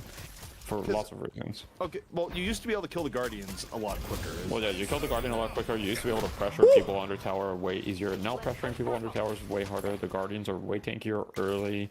The creeps kill each other faster, which makes freezing better. Like, there's so many things. There's that like they've 10 made that changes. Actually makes freezing a lot better than it used to be. Yeah. Like, before it was just like, freezing the lane before was like trolling most of the time. Yeah. Like, I made one of my most popular videos that I made is like number Calvin? like, best laning guide or whatever. I don't know. I got like Oh, 120. they're ganking views on Ido. that. Big time. Avengers appearing to gank Ido. I think he's dead, boys. Wow. I missed it. Three-man gank with Vindicta coming from spawn zip with ult, and then Calvin rotating with beam and then Furnace dash. I mean, it's smart. You think about how this game could break down. I think they actually need to disproportionately fuck with Ido. And Ido is 200 gold from ult. To get out. The thing with Yamato in general as well is that Yamato, especially with the fact that you can kill her in ult now, is like actually, if she gets a bad start, it can be quite difficult considering she does rely on kind of stomping her lane a lot of the time.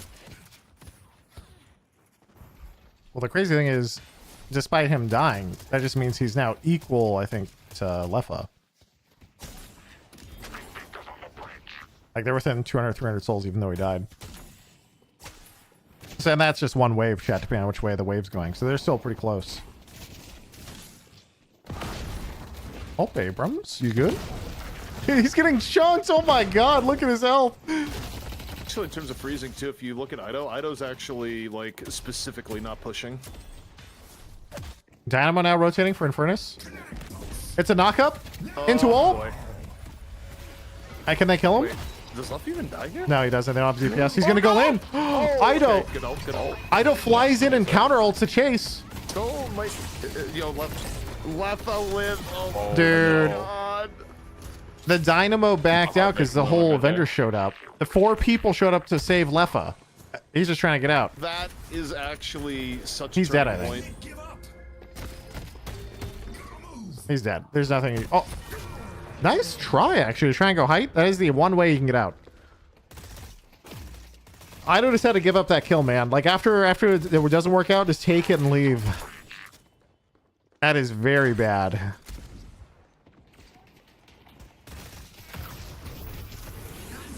Actually, I do like this. Paradox is getting... Like, they're 3-second this side. Ido... Looked like they're going to push this tower and backed up. They're going to lose that tower. Lane and Ido going over for more like joint farm is actually kind of smart because he can't. I don't think he can stay in the lane versus Lefa right now. Misses. I don't think he hit that slash, right? And there's grouping us for now to take towers, but Yeah. Brocane got that kill. It's okay. They go for the gank on. They see him. Wraith is like, but he knows Mirage is coming in. Everybody's coming in. For the Might be a 3v3 here now. Early. Yeah, super early slowing hex. Slowing Slowing hex straight into Wraith ult, and he's dead. And there it is. But now Abrams is here. Gets domed. Hits the parry. Hits double parry. Wait, Abrams is parrying out of control. Yeah, I remember that. I mean, we have gotten a lot better at laning from then. But yeah, like we also get shit on by Hydra Nation sometimes in lane. I mean, pretty often. But it's just individual skill diff, really. Dude, that's the biggest thing. Did you just see that, Abrams? Like, Young Calc. It's just they don't sit in their lanes, right? They move around lanes a lot. They make movements very early. Warden ulting in. Warden cleaning up. Players at 3K, Warden died. It immediately boosted back. It's the NA special. That's the biggest thing. NA special's here. He's owning. He missed a punch. Dude, Warden is dominating. Warden is owning. This is absolutely the NA special right now in lane 4. Yep. Oh my god. It's a bloodbath. Sure.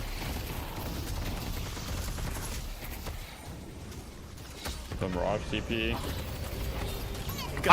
Ido just goes in anyway. 1 HP. Not winning anymore. Ido is misjudging some of these like dives. He went all in there. Did he miss the power slash on him? I had something missed. I don't like. I swapped to it late, but like I just saw him like. I think he's trying too hard. To find Furnace and like the 2 failed dives on Furnace that he's had. Like when you look at the other like farm missed is probably a difference of like 2K. Yeah. Like you could be at 8K right now, and for us to be at like 6K. Is really those went the other way. It's not like a huge deal. At least I mean, the nice thing is it's not. I don't know if it's that big of a deal after the first death because death timers are so short. He's not missing that much, I guess. But I appreciate the fact that he is actually trying to hard carry. He's like, no, I'm just gonna go fucking kill him and test him. But I think the last time he went all in on the Veil, it was definitely going to be a trade 1-for-1. But actually, I think about the last dive. You know buff what it time. you know what it could also be a symptom of? Ido in most of his games. So like, think about pubs, like even Warden most gun, scrims, right? Given like where a lot of Wraith movement is probably more ahead in the game on Yamato than he is now. Because like if he was more ahead, that last dive on the Infernus would have been a kill. But when you're not as ahead, like your judgment on what's a kill or not is like impaired to an extent, right? Yeah, he's pretty poor. Yeah, this game. He probably. Like, you have instincts of expecting a certain level of farm. You think you're there. Right. You go for a kill instead, like, you get deeper. Wraith knew that he's doing the tier 3. Immediately goes for the... Wraith took TP trying to gank 7 right now. Oh, wait. Abrams ult going in. Peeling. Reactive barrier, let's go. Nothing out of it. Warden ult 2. They're going to kill Leffa there, I think. Wraith needs to run. But this is like, they had to send a lot of people to react, and it still ended up being a trade, and they're not able to get the urn, so... Well, on the other side of the map, there's a 1v1 between Yamato and Lash, and it's just like even. Nothing's happening. Lash is defending. Well, they haven't even really shot at each other. Like, Yamato just walked up, saw the Lash, and left. Yeah, he's like, alright. Well, I think Ido's just in mode recovery. I'm just gonna farm. If you like that, I got some other stuff to fill. Yeah, Ido's trying to, like, stay relevant. Yeah.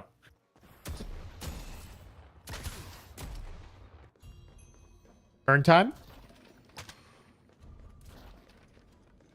But it's actually, it's kind of okay for Loud Lords. Like, you look at where they're at farm-wise, they can rely on, like, Warden basically hard carrying the mid-game a little bit here.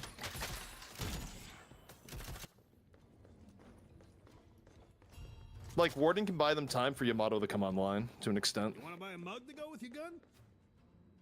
Yeah, Lord and M's having a great start, and he's going ult build here. What's interesting is that Lord and M and Hydration both go ult build, but in EU we see a lot of like Gun Warden, and I think Gun Warden's really good too. I mean, Wraith got pushed out by 2. I wonder though if like the best way of playing Warden is like 2 of Level Lords sitting at the teleporter, but Lash might go and take a 2v2 towards ult, and then like have a period where you like shift towards gun. Like I think. Hey, Vindictus take TP. Issue with some of the Warden players, Wait, like, TP is getting weird. I mean, here they're just holding the urn, and there's just like a 2v2 fight happening on the right side. So like in theory, like... Oh, Wraith ult in? This should favor the team with the Mirage most times. Yeah, gun couch. Abrams goes down. Like, I'm not really sure what's going on, and like I'm not really sure why they're taking. Okay, now meantime, that felt just Infernus POV, other side of the map, just cleaning up at the same into a time. Lash ult. Dude, I think they're gonna win this for free. Oh, just kidding, Dynamo ult turn. I was wrong. Dude, the Dynamo ult turn. Dude, it wasn't even just the Dynamo ult. The Quantum is like really high value. I think Vegas ended up canceling his TP. Oh my god. Vegas canceled his TP on the Mirage there. I think he saw it wasn't looking good, didn't show up. Interesting. No, I'm starting to get to like, okay, you kind of have to still ban Pocket, but I don't know, man. Giving pure content Dynamo seems to be a mistake. Like, there's so many in all the games so far. Dude. There's like so many little like things that pure content has been doing in fights that have like actually shifted the outcome a lot. I really feel like Dynamo just in all these games feels way more impactful than Kelvin. Yeah. Like, I know Kelvin's also crazy, but the Dynamo disjoining ults, doing a lot of healing, and then also getting the knock up into ult. Maybe it's just more flashy versus like the more passive healing of Kelvin nades throughout a fight, but Disjointed a shitload of Lash damage that likely would have killed Lord NM, like at the end. Calc is just sending the urn. Just running straight at it. He got it. You just got it.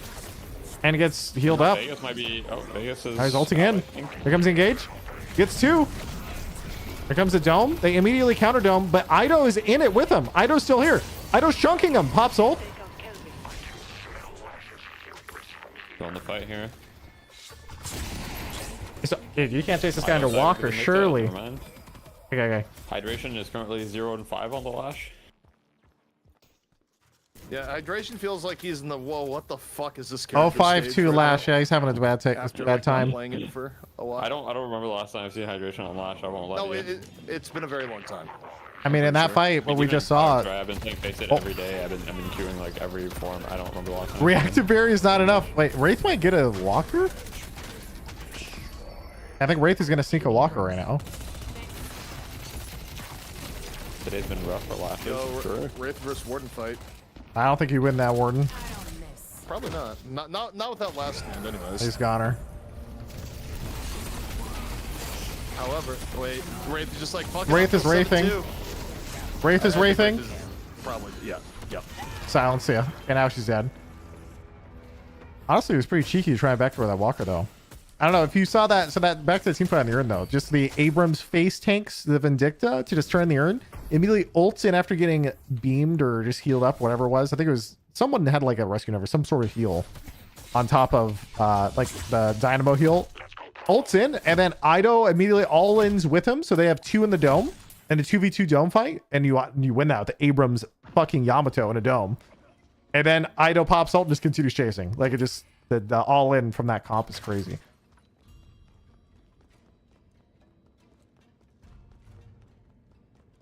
Like, as long as Ido can connect to get into dome with, you know, whoever is the all-in on his team, whether it's Warden or Abrams, whoever, it's kind of nice to have insane DPS in there.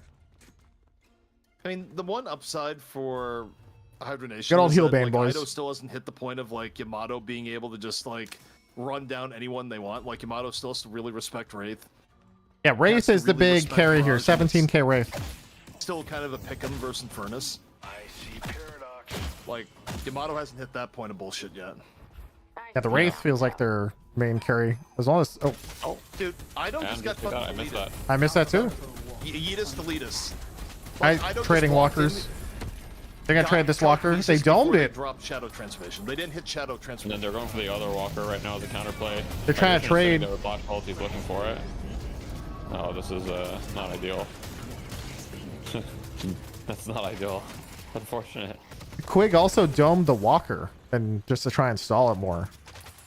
Yeah, but they didn't manage, so even though they got a kill, they just ended up trading walkers, so overall it's not that big a deal that Ido died. I mean, it's not great for Ido's game because it slows him down, but yeah.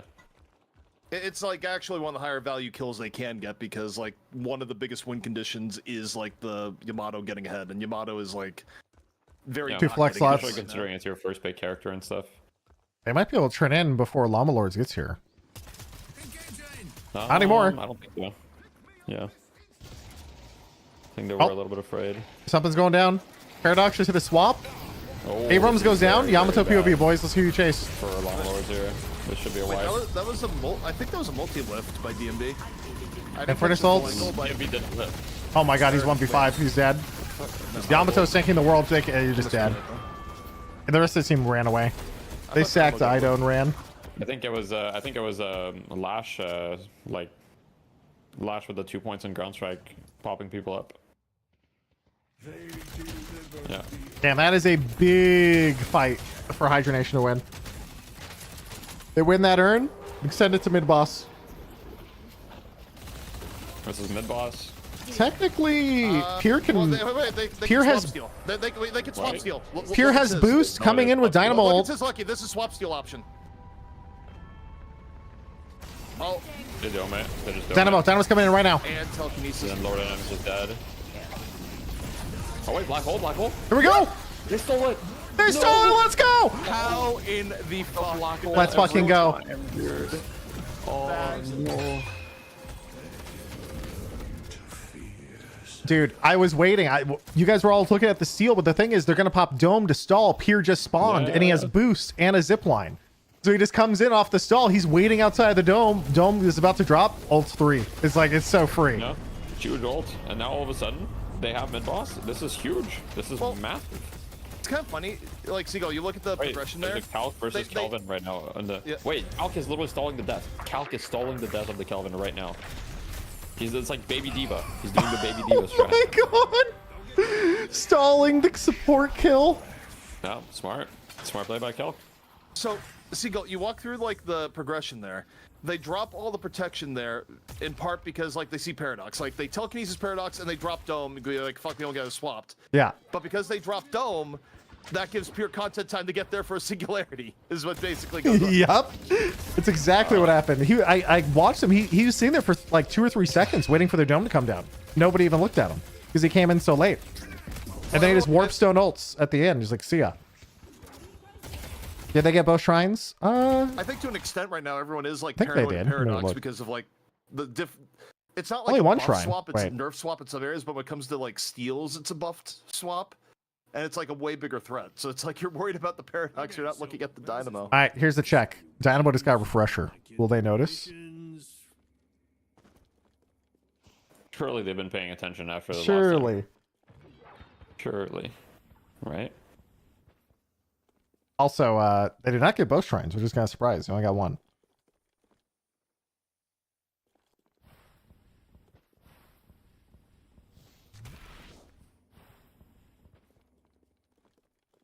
The Wraith is still a big problem. Hydration is purely itemizing True. to be able to like try to survive black holes. Just reactive barrier, extra health, double barrier, healing booster, like. I mean, all that stuff's cool, but like the fact that they don't have, you know, more silence glyphs on their team or curses or knockdowns. They have 4 reactive barriers on the side of Hydro Nation right now. Is that really enough? I don't think there'll be a refresher bamboozle here because he's just about to have ult up naturally. Yeah, true.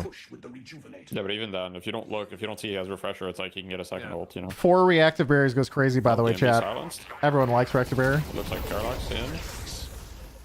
Paradox went down there. DMB's He's dead baiting. as He's baiting it. He ults 2. Wait, he got the lash out of the sky to cancel it. He has refresher. Second one. Refresher ult 2. Let's fucking go. Is he gonna disjoint? Does he have to? That actually might be GG. Dude, he waited for the lash ult, solo ults him, waits for the drop, immediately refresher ults the dome that came in. Quick couldn't even cast dome. They don't have any ults. They don't have Infernus ult. If they had Infernus ult, maybe, but it's actually GG. They have no ults. And they have Quick didn't cast dome to save him because he got double. Just immediately ulted again. I mean, there is. I think as long as they get creep, they need to get as many creeps into the base as they can right now. Like, wait, Abrams with the charge? Infernus is what? They're not. I don't think they're gonna get it. I think they're just gonna. If they tunnel boss, they win. No, they win. They win. They win. They're going for it. 7 ulting in the 7 pit. ulting in pit. It's half. I'm going on the Yamato cam with ult. It's extremely hard. 5-man Wraith ult. It's a third. The Wraith ult is huge. It's 1. It's over. Game. Oh my god, let's fucking go. Alright. Damn. It's GG easy. Lord Adam, GG easy. Let's fucking go. Well, if there's one team to say GG easy against, I respect it. Yeah, that is. Whew. Man, you know, you guys think Vegas is riding his twit longer after this? Sure. Wait, actually, I mean, true. Hydra Nation never lost before Vegas was on their team. It's tough, but you know, it's factually correct. There's not a lot being said right now. He's like, how am I getting blamed? He's in chat. How am I getting blamed? I'm just here to troll. I'm sorry. Yeah, sorry. It is legitimately trolling. Yeah, we are actually trolling, by the way. You actually did very well.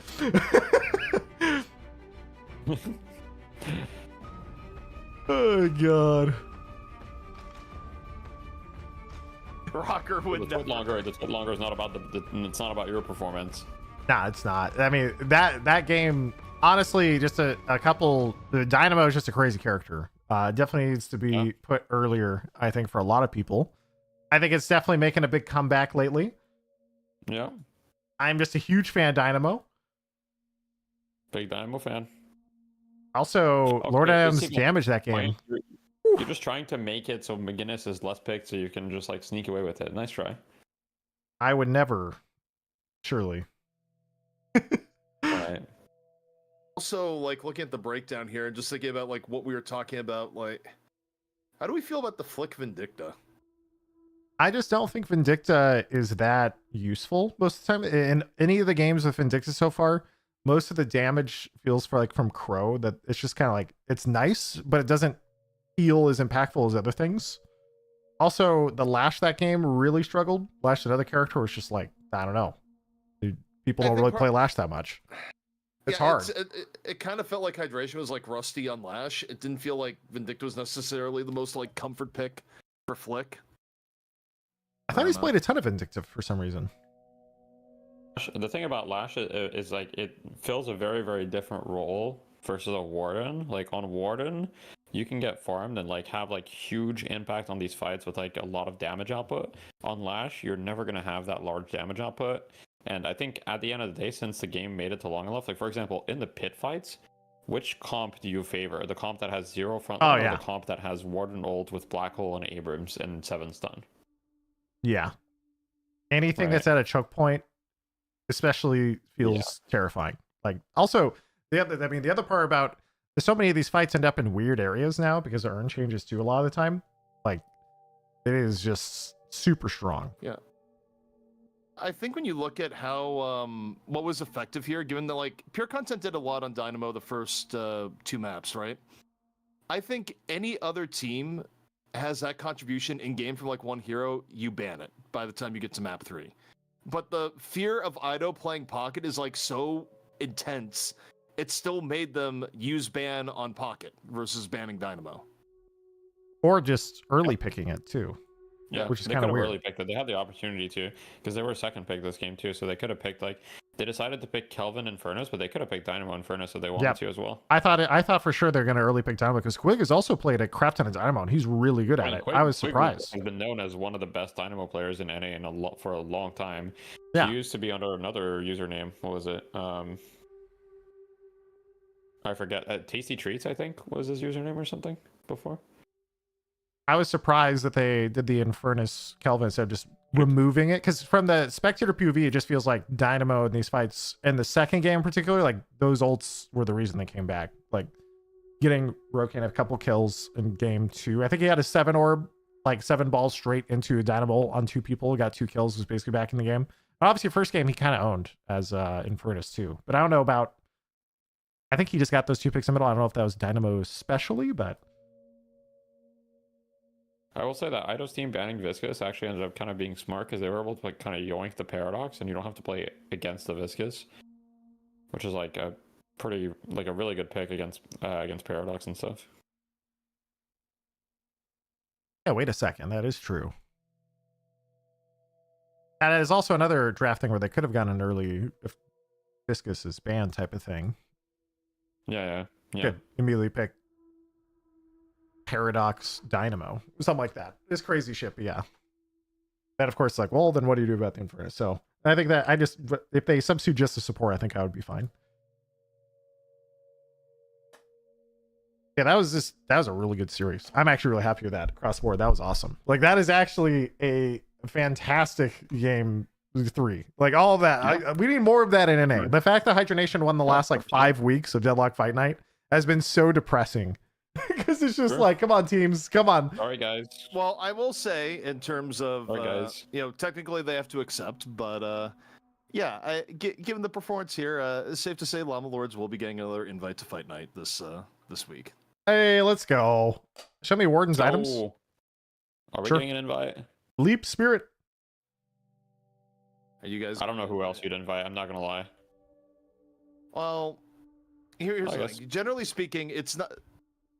By my own design, I'm not like locked into hard and fast rules for who has to be invited. But generally speaking, the logic for invites is how did the weekend tournaments go, and inviting off of that. Oh shit! And Okay, look, check, I'm not let gonna me lie, check bro. He the didn't check here. play. Where was TFT? Yes, Okay, you all did right. play. You did play. Okay. That's tough. No, That's yeah, tough. Okay. No, all good. Yeah, no, my bad.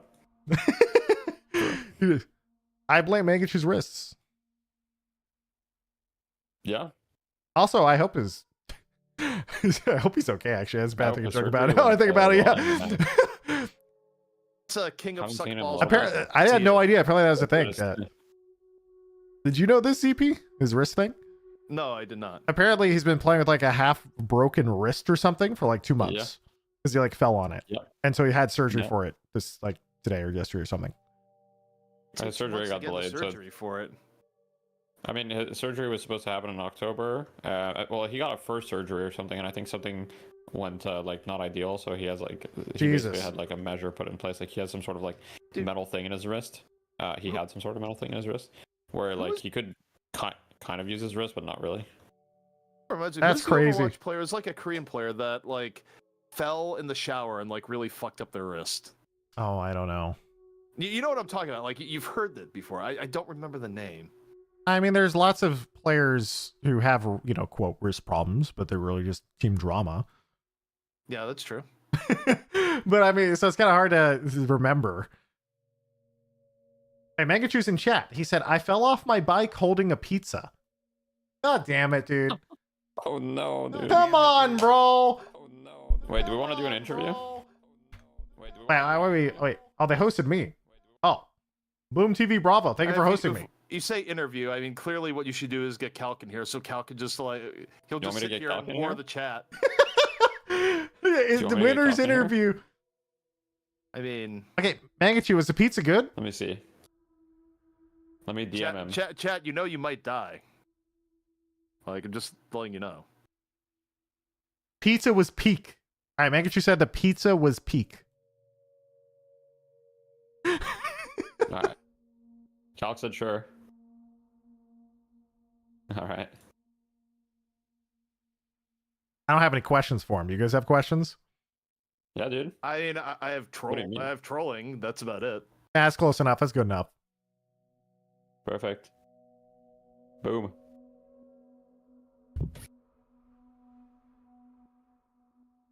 Hello? Is this you, Calc?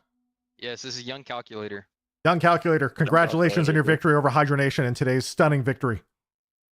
Yep, thank you. I appreciate it, man. It was a hard-fought win. Oh, yeah? How do you feel? Well, they snaked me like a month and a half ago for like DMB, Quig, and Flick. They snaked me hard for that Hydra Nation team, and they were the best team for like 6 weeks. But I got my own team together with the Fortniters, and Fortnite's the most talented game ever. So obviously they're talented, and my teammates are nuts. Idorian's a king. Pure Content subbed for us today. Naked's our like actual player, but he couldn't make it today, so we got Pure Content, and he did an amazing job as a sub on the Dynamo. He was going crazy. Yeah. Yeah, Pure Content as a sub had, I would say, like a very high amount of impact considering the fact that, he's never played with you guys before today, correct, I think? Yeah, he's never played with us before. I literally met him yesterday, and also he's like, I think it was like his 4th Dynamo game ever. Like he played Dynamo for the first time yesterday, and then today he played Dynamo for the 2nd time in game 1. Let's go. All right, so okay, let's go, guys. Right, the reality of the scene is that the chatters were saying very salacious things about you, bad insinuations, and just generally trying to keep you down. You were fighting them the entire time. Yeah, what do you have to say to the chat right now that you have the floor and all power over them in this moment? It's true. It's true. Well, I am glad that I got this winner's interview to clarify the air, and I will say one thing. I do appreciate the viewers because I do want this to be a big esport, and the viewers, I hope they enjoy watching it. But listen, I will say one thing. they don't hear the comms, so they don't hear the fact that I'm IGLing. So I might like I inted one time. Like I don't even int like that. Like I overextended one time, and I did punch the rejuve. It hit the bodies. Okay, it hit the bodies. I'll say that. And I'm IGLing like hard IGLing. So people don't see that, and they don't see the impact that I have on the team as well. So they don't see like the numbers are lower. They're not going to see that. It's obviously. true. Yeah, See it. I mean, I feel you as another IGL type. A lot of things go unseen for sure. No, I mean, that's what I've learned here today, Chad, is that like if you have any errors in your gameplay, you're just IGLing. There you go. Yeah, I mean, I am IGLing. I mean, watch me play Face It. If you're watching any streamers later tonight in Face It in like an hour, you'll see that I am hard IGLing these games and that I'm not just like coping. Like I'm hard IGLing. He's not fucking around. No. He says he's not coping, but like, where's the stream to prove it? Oh, yep. Actually, true. Yeah. Why is no one on your team streaming? Well, I think Ido was on 3 hours of sleep, so he wasn't very like confident today. Maybe I'm not sure. He just didn't want to wake up at 10 a.m. He just didn't think it'd look beautiful for the camera. I mean, he had to wake up at 10 a.m., so he had like really low sleep. This tournament started super early for tournaments, at least. So I think that's why he didn't want to bother with streaming. But yeah, I mean, that's why Naked probably would stream, but he was obviously gone. So we were playing with Pierre. Yeah, we put Fight Night like on the later side for NA because we know you're all fucking degens. Oh yeah, that's not even sarcasm. That's like oh my god. Truth. By the way, I will say one more thing. Pure Content sub for us because he's actually LFT right now. Like he does not have a team, and he's like probably a top 3 support player NA right now. Like he's a really good player, so he is LFT. If any teams want to pick him up. You say Agreed. that. Are you worried that looking at him if we're looking at a support player, but we don't? Yeah. What's it? I just nothing. I just maybe another team will just slide him a quick 3K. Oh my god. Yeah, I mean maybe. Oh no. That was interesting. That was definitely interesting. I think the loss of Rocker hit them hard, to be honest. It seems. Oh yeah, we're gonna clown on Vegas. In terms of what went down on Wednesday morning, I was taking my dad to the airport, and let me tell you, I was not pleased with like multiple back-to-back DMs from different sources about different fucking sources of thing, all centered around one player getting simultaneously poached and also apparently banned from fucking like the game at the same time. Like, holy shit. He's a hunted man. He's a hunted man. It's true. I do have one thing, which is, I don't know if you guys like. Obviously, Dynamo has been gaining a lot of traction in NA and EU or whatever. So before like today, had you guys just been like playing a lot of Dynamo in your own scrims, or did you see like it was getting picked a lot more in EU and you started implementing it more, or how'd you go about that? We've been playing a lot of Dynamo, truthfully, and then Face It. I mean, you've been playing the games. Dynamo has been ruling those Face It games super hard. It's super strong right now once you get Refresher up. Refresher's like a fundamentally broken item, so they need to remove it because it just makes characters like Dynamo and Yamato just so busted OP. Yeah, I mean, yeah, 2 Yamato ults, good luck. Just because it's like a Dota classic, but they probably, I think they should. I don't think it should be affected by cooldown reduction. That's my number one thing. That's true. I can see that. I think what I suggested is that Echo Shard should build in. It should be a tier 3 and it should build into Refresher, because that way it's so you make Refresher like 10k basically. Yeah, you make Refresher 10k like Boundless for sure. Oh, I can see that. That'd be a good one. Refresher would mean to be like a 60-second cooldown maybe. I don't even know about a 6. That's OP, but like you just make it way harder to get than what it is right now. That's 10k would be nice. Way to balance it. Here's a question in terms of like defending NA teams on her a little bit. What is going on right now where EU is like very high prio pick ban on Wraith, and then we see Wraith like at times get picked like 5th or 6th even in NA? I mean, I don't know what's going on. I don't know what's going on in EU, to be honest. I mean, I know they really high prio Warden too, and Warden is good, but I don't know. I don't know what's going on in EU. I really don't. I genuinely, like, I watch their games and I see them like picking Haze in pro matches, and I'm like, what are you doing? Like, that should actually be bannable. Like, I get so mad when I get a Haze on my team in any game because it's just an insta loss if the other team just buys Metal Skin. And Metal Skin's a good item on its own. Like, you could buy that even without Haze being in the lobby. It has good stats. It does. Yeah, it has good stats. Also, why is the cooldown so short? They nerfed the cooldown. Just got It's still nerfed, short. Yeah. It's just Haze is so bad, and I see EU pick it. So like, I don't know how people are gonna cope that EU's like nuts or something when they literally pick Haze. They pick Haze. I mean, how? No hate, obviously. EU, they do have really good players, and they do have insights that we don't have. You know, every region's gonna develop its own meta. So EU has some really good players like Michaelis, obviously, and Listic. Yeah, they Yeah, really. I mean, EU has a way larger player base in general as well. Like, and they like their teams scrim more. I think they just have like a more competitive scene. Like, cost of living in some EU countries, especially like Eastern Europe, is going to be lower. So like more people can afford to like not make a ton of money from the esports side, but still have enough money to live. Whereas in NA, it's a little bit harder. I think those are all factors 100%. probably. I just want you to know, you wouldn't have the guts to say that in Spain. You know. Okay. That's all. Well, I will say he's not wrong that people don't realize NA, Spain the serve commitment to being drama. on a team and scrimming and stuff is really difficult. And that's one of the large barriers to having many people on teams. Like, you either have to be like really young, like in high school or college, and even then the time commitment is difficult, or you have to be like, you know, making financial sacrifices or already having a good amount of money or and that, there's not a lot of people that can make that financial sacrifice because obviously people have to live, right? So it is harder to justify it when you live in America, where the cost of living is really high, and people don't realize that. What's Like, your practice schedule look like? We normally, we wanted to get like 2 scrims per day, but there's not many teams scrimming right now. A couple of the teams disbanded, so it's 1 scrim per day. Yeah. But you have a lot of individual practice now, and with Face It, you're playing like 3 hours of Face It, so it's not as extensive as it was historically when I was like playing Fortnite, for example, where you'd play like 12 hours straight, play multiple regions, stuff like that. But in this game, I'm assuming it'll expand over time. People who are competing in this game right now are making a bet that this game will be a successful esport. They love this game and they're having fun, and they want to, you know, have it as a viable career option, and they're making a bet that it will be. And I don't think people realize that. It's really hard to justify to compete. I mean, you have to love the game, you know. If you don't have love, like, you can't compete. What's up, ZP? How many shitty lowball team offers have you gotten so far? Because like the interesting thing in esports, like in this early phase, is that you will get orgs come around and be like, "Yo, you want to be our org? $250 a month for a 2-year contract, and you know we're totally gonna sell you." Like Yeah, that shit has happened in the past. I don't know. I don't think we've gotten any messages about any orgs at all. So yeah, I think most teams haven't really. Like, there was the one stint with Nouns with the Poofacat team or whatever. yeah, but that was also like, that was just they were repping. They weren't getting paid. So yeah, exactly. Interesting.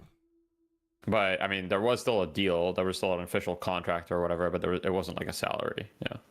Unpaid interns, basically. That sounds horrible. That's like the that worst sounds, of all yeah, worlds. like why even do it? I mean, I told them not to do it, but you know, they were. I guess their perspective was that they were hoping that for them it was kind of the contrary. It was that being on an org would give them exposure. You know what I mean? That's not a thing. yeah. Yeah.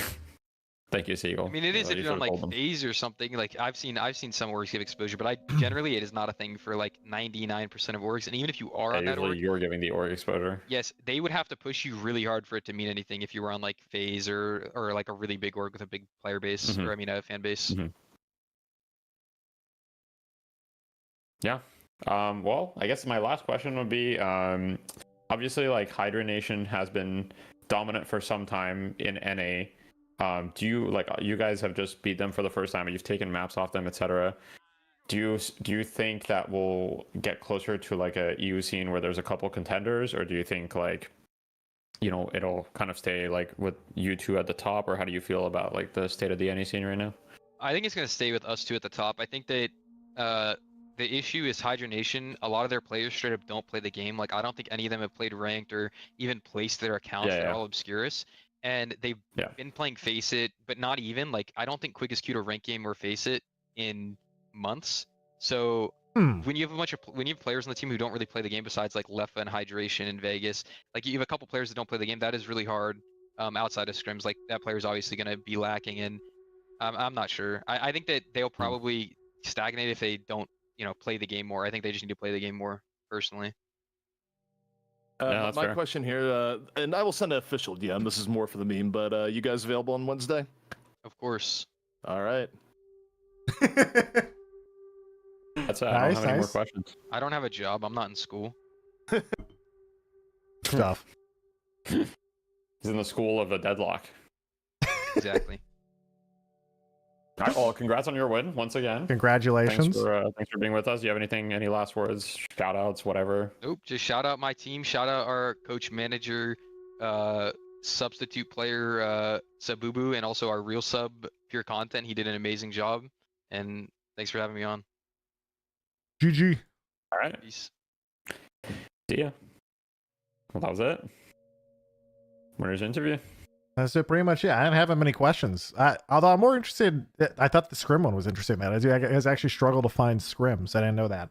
I mean, there's really not a lot. Like realistically, like as far as the competition goes, I mean, you know, right now, I mean, not to stroke my own ego or whatever, but like we're probably the third best team in NA, and like there's still like a decent gap between us and like Hydra Nation and them. Yeah. Like, you know, we haven't won a scrim against either of them. Although we make some games like somewhat competitive, but like, and like, there's all the other teams that had some potential, like, you know, Patron Pulverizers or the Unknown, like, disbanded. People on stream there's a decent amount of like good players tough. at LFT right now, so there might be like another good team that forms soon enough. But a lot of people don't want to put in the work of like captaining a team, creating it, scrimming, like, etc. I mean, you know, Deathy, all that is accurate, real quick, but like, you can sell that point so much hard with intonation if you just be like, look, guys, I need to be real with you. We're the third best team in NA right now. What does that mean? Boom. Done. Okay. Yeah, that's true. I mean, yeah, honestly, like, we'll see what happens. Obviously, we don't want to stay the third. We have aspirations of being better, but the reality is we don't have anywhere near as much playtime as the top two teams do. So yeah, I guess everybody's stuck doing 1v1s and 2v2s to practice lane matchups then. Assuming if people are, you know, practicing. I mean, I don't know if Hydra Nation or Calc's team do that. We do laning practice ourselves. We do that. Here's my question that I don't know if people have gotten to this point here. I think you can turn on cheats to like kind of modify game state a little bit here, but has anyone gotten to the point of actually just practicing like 6v6 team fights in later game states in scrims? No, definitely not. Nobody's. I'm pretty confident that nobody is doing that. But I could be wrong, but I'm pretty confident. At least in NA, I can tell you that I don't really think anybody's doing that. Because I feel like there's a lot of improvement to probably be had there, right? Because you think about actual practice strategy, right? Like, you're getting one of those team fights, you know, a game if you're lucky. Like, maybe one every, like, 2 games, like a truly even late game team fight. Surely, if, like, 2 teams got together and say, hey, let's have a scrim night where we practice our late game team fights, and then you, like, specifically drill those, you would get more practice in one night than you've had in the last 3 weeks on that particular element of the game. Yeah, that is an interesting point, because that is also like, obviously in MOBAs, in like traditional MOBAs, whether it be League or Dota, it's kind of the same thing where you don't get a lot of those late game fights. Obviously those games tend to be less mechanical than Deadlock, because Deadlock is a very like movement / shooter, so it's like another like layer on top of the positioning, ability usage, item usage, etc. So this game is definitely like has the hardest fights in any MOBA, like, for sure.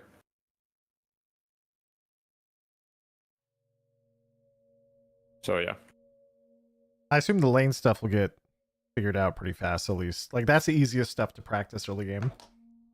Yeah, 100%. I think the laning stuff is like, obviously there's still improvement to be done, like I said, with lane manipulation and things like that. So I think that hasn't been fully figured out. But as far as like the general laning, I think we're, you know, teams are pretty advanced when it comes to that overall. Yeah, I meant more of the wave side, the side things, because like even that game, literally just saw people. I mean, that is laning, but just you know, DMB not freezing the wave every time Calc would go roam to make him lose 2 waves, stuff like that. Yeah, like, and you could argue, is that worth it? Is that not worth it? Like, that's, you know, you do miss tower damage. Like, I could be wrong, right? Yeah, you do miss tower damage. Yeah, you're missing also wave prio, where you yourself can go like do boxes, etc. If you're freezing the wave, you just have to stay there because creeps die, and so you have to like, you can't do anything else. So you're sacrificing a little bit of your own game where you could get some extra souls or whatever. Yeah. And that's the type of stuff, I think that starts to get really advanced as time goes on. Yeah, 100%. I mean, in Dota, it's like, you know, Dota's a game that's been out for a very long time, and it's very like optimized. Like the I want Seagulls to your chat. You know, people use like a specific, like, have a priorities for certain creeps. Like the range creep gives more XP, so it's like very optimized to like go for that one with like abilities, with your support, etc. Like the whole lane is played around that. You know, people fight for like very small advantages. In this game, I don't think people are fighting for the very small advantages quite yet in the laning stage. Yeah, there's even stuff like in the laning stage, technically, I think in all lanes, you see creeps really far back. You could technically shoot them off the zip line. Pretty sure. Yes. Like really, like in the early stages, if you really wanted to. Yeah, I don't see. I guess you could do that in order to like force the lane to push back into you. Because if you do that, then your creeps walk into their tower, and then their tower will push it. Yeah. And then, which means the lane will push back into you, creating some sort of yo-yo effect. There could be some niche, interesting things. That's what I mean. Like, I just because it's so new that the current wave state mechanics have only been in for a couple days with a 20% trooper change. So it's like, yeah, it's just really weird. That's the type of stuff we'll probably figure out in the next 2 weeks, though. Yeah. Well, you say we'll figure out in the next 2 weeks, except for the fact that the economy will probably change again in the next patch. Yeah, the economy's changing Thursday. Well, maybe not. I don't know. We'll see. It changes every week, basically. Depends what our overlord Yoshi has planned for us. It's true. That's what makes it exciting.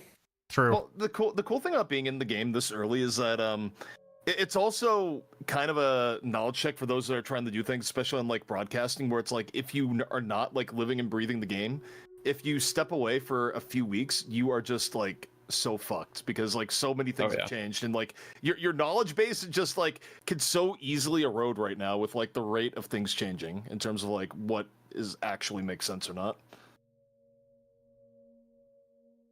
Oh yeah, big time. I mean, Dynamo back this week. Dynamo wasn't picked for like 2 weeks before that, but go back a month and we're all just like, I wonder why, teams are prioritizing Dynamo more than Dynamo disappeared. Now Dynamo's back. Like almost no changes other than economy and more other character changes. It's kind of cool. Yeah. I am gonna go hop off and grab dinner. Yeah, I'm probably gonna hop off for a little bit as well. Maybe get ready for Face It later, but I gotta like eat some food or chill or something. So yeah, is that like in an hour? I'm also gonna host somebody. I don't know. We should host somebody, I guess. Who are we hosting? Yeah, we should host someone.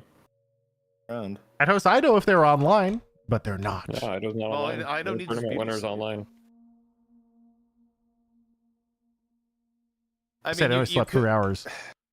I'm looking here. There's always the meme. Well, there's Vegas and just host him and be like, I can't believe you cost him the match, even though he didn't actually. But chat could definitely troll Vegas. True. I don't know. There's really not a lot of people streaming Deadlock right now. It's kind of weird. There's not. I'm just gonna host Vegas and I'll go grab dinner. All right. Chat, I'll host definitely did not cost them the match. He didn't, but I trolled him, and now I feel bad, so I'm gonna give him a host. Yeah. Yeah, fair. See you sweat longer later. All right, guys. I might be online later. We'll see. Thanks for hanging out, by the way. Appreciate it. Oh yeah, no, very fun. Peace. Later. Yeah, thanks for having me. Bye bye. Okay. Chatters, I am skedaddling. Thank you everybody for watching. Thank you for being here. I had a fantastic time watching this tourney. I hope the next tourney is just as entertaining because I was not expecting that to be as cool as it was. So, chat, I'll be here tomorrow. Vegas, how am I getting blamed? What do we paste in Vegas this stream? I don't know. Maybe just paste the Vegas, how am I getting blamed? I don't know. I got nothing. That's not even a good one. You guys could probably come up with a new one. I appreciate you guys. I'll be on tomorrow. Thank you so much. Bye.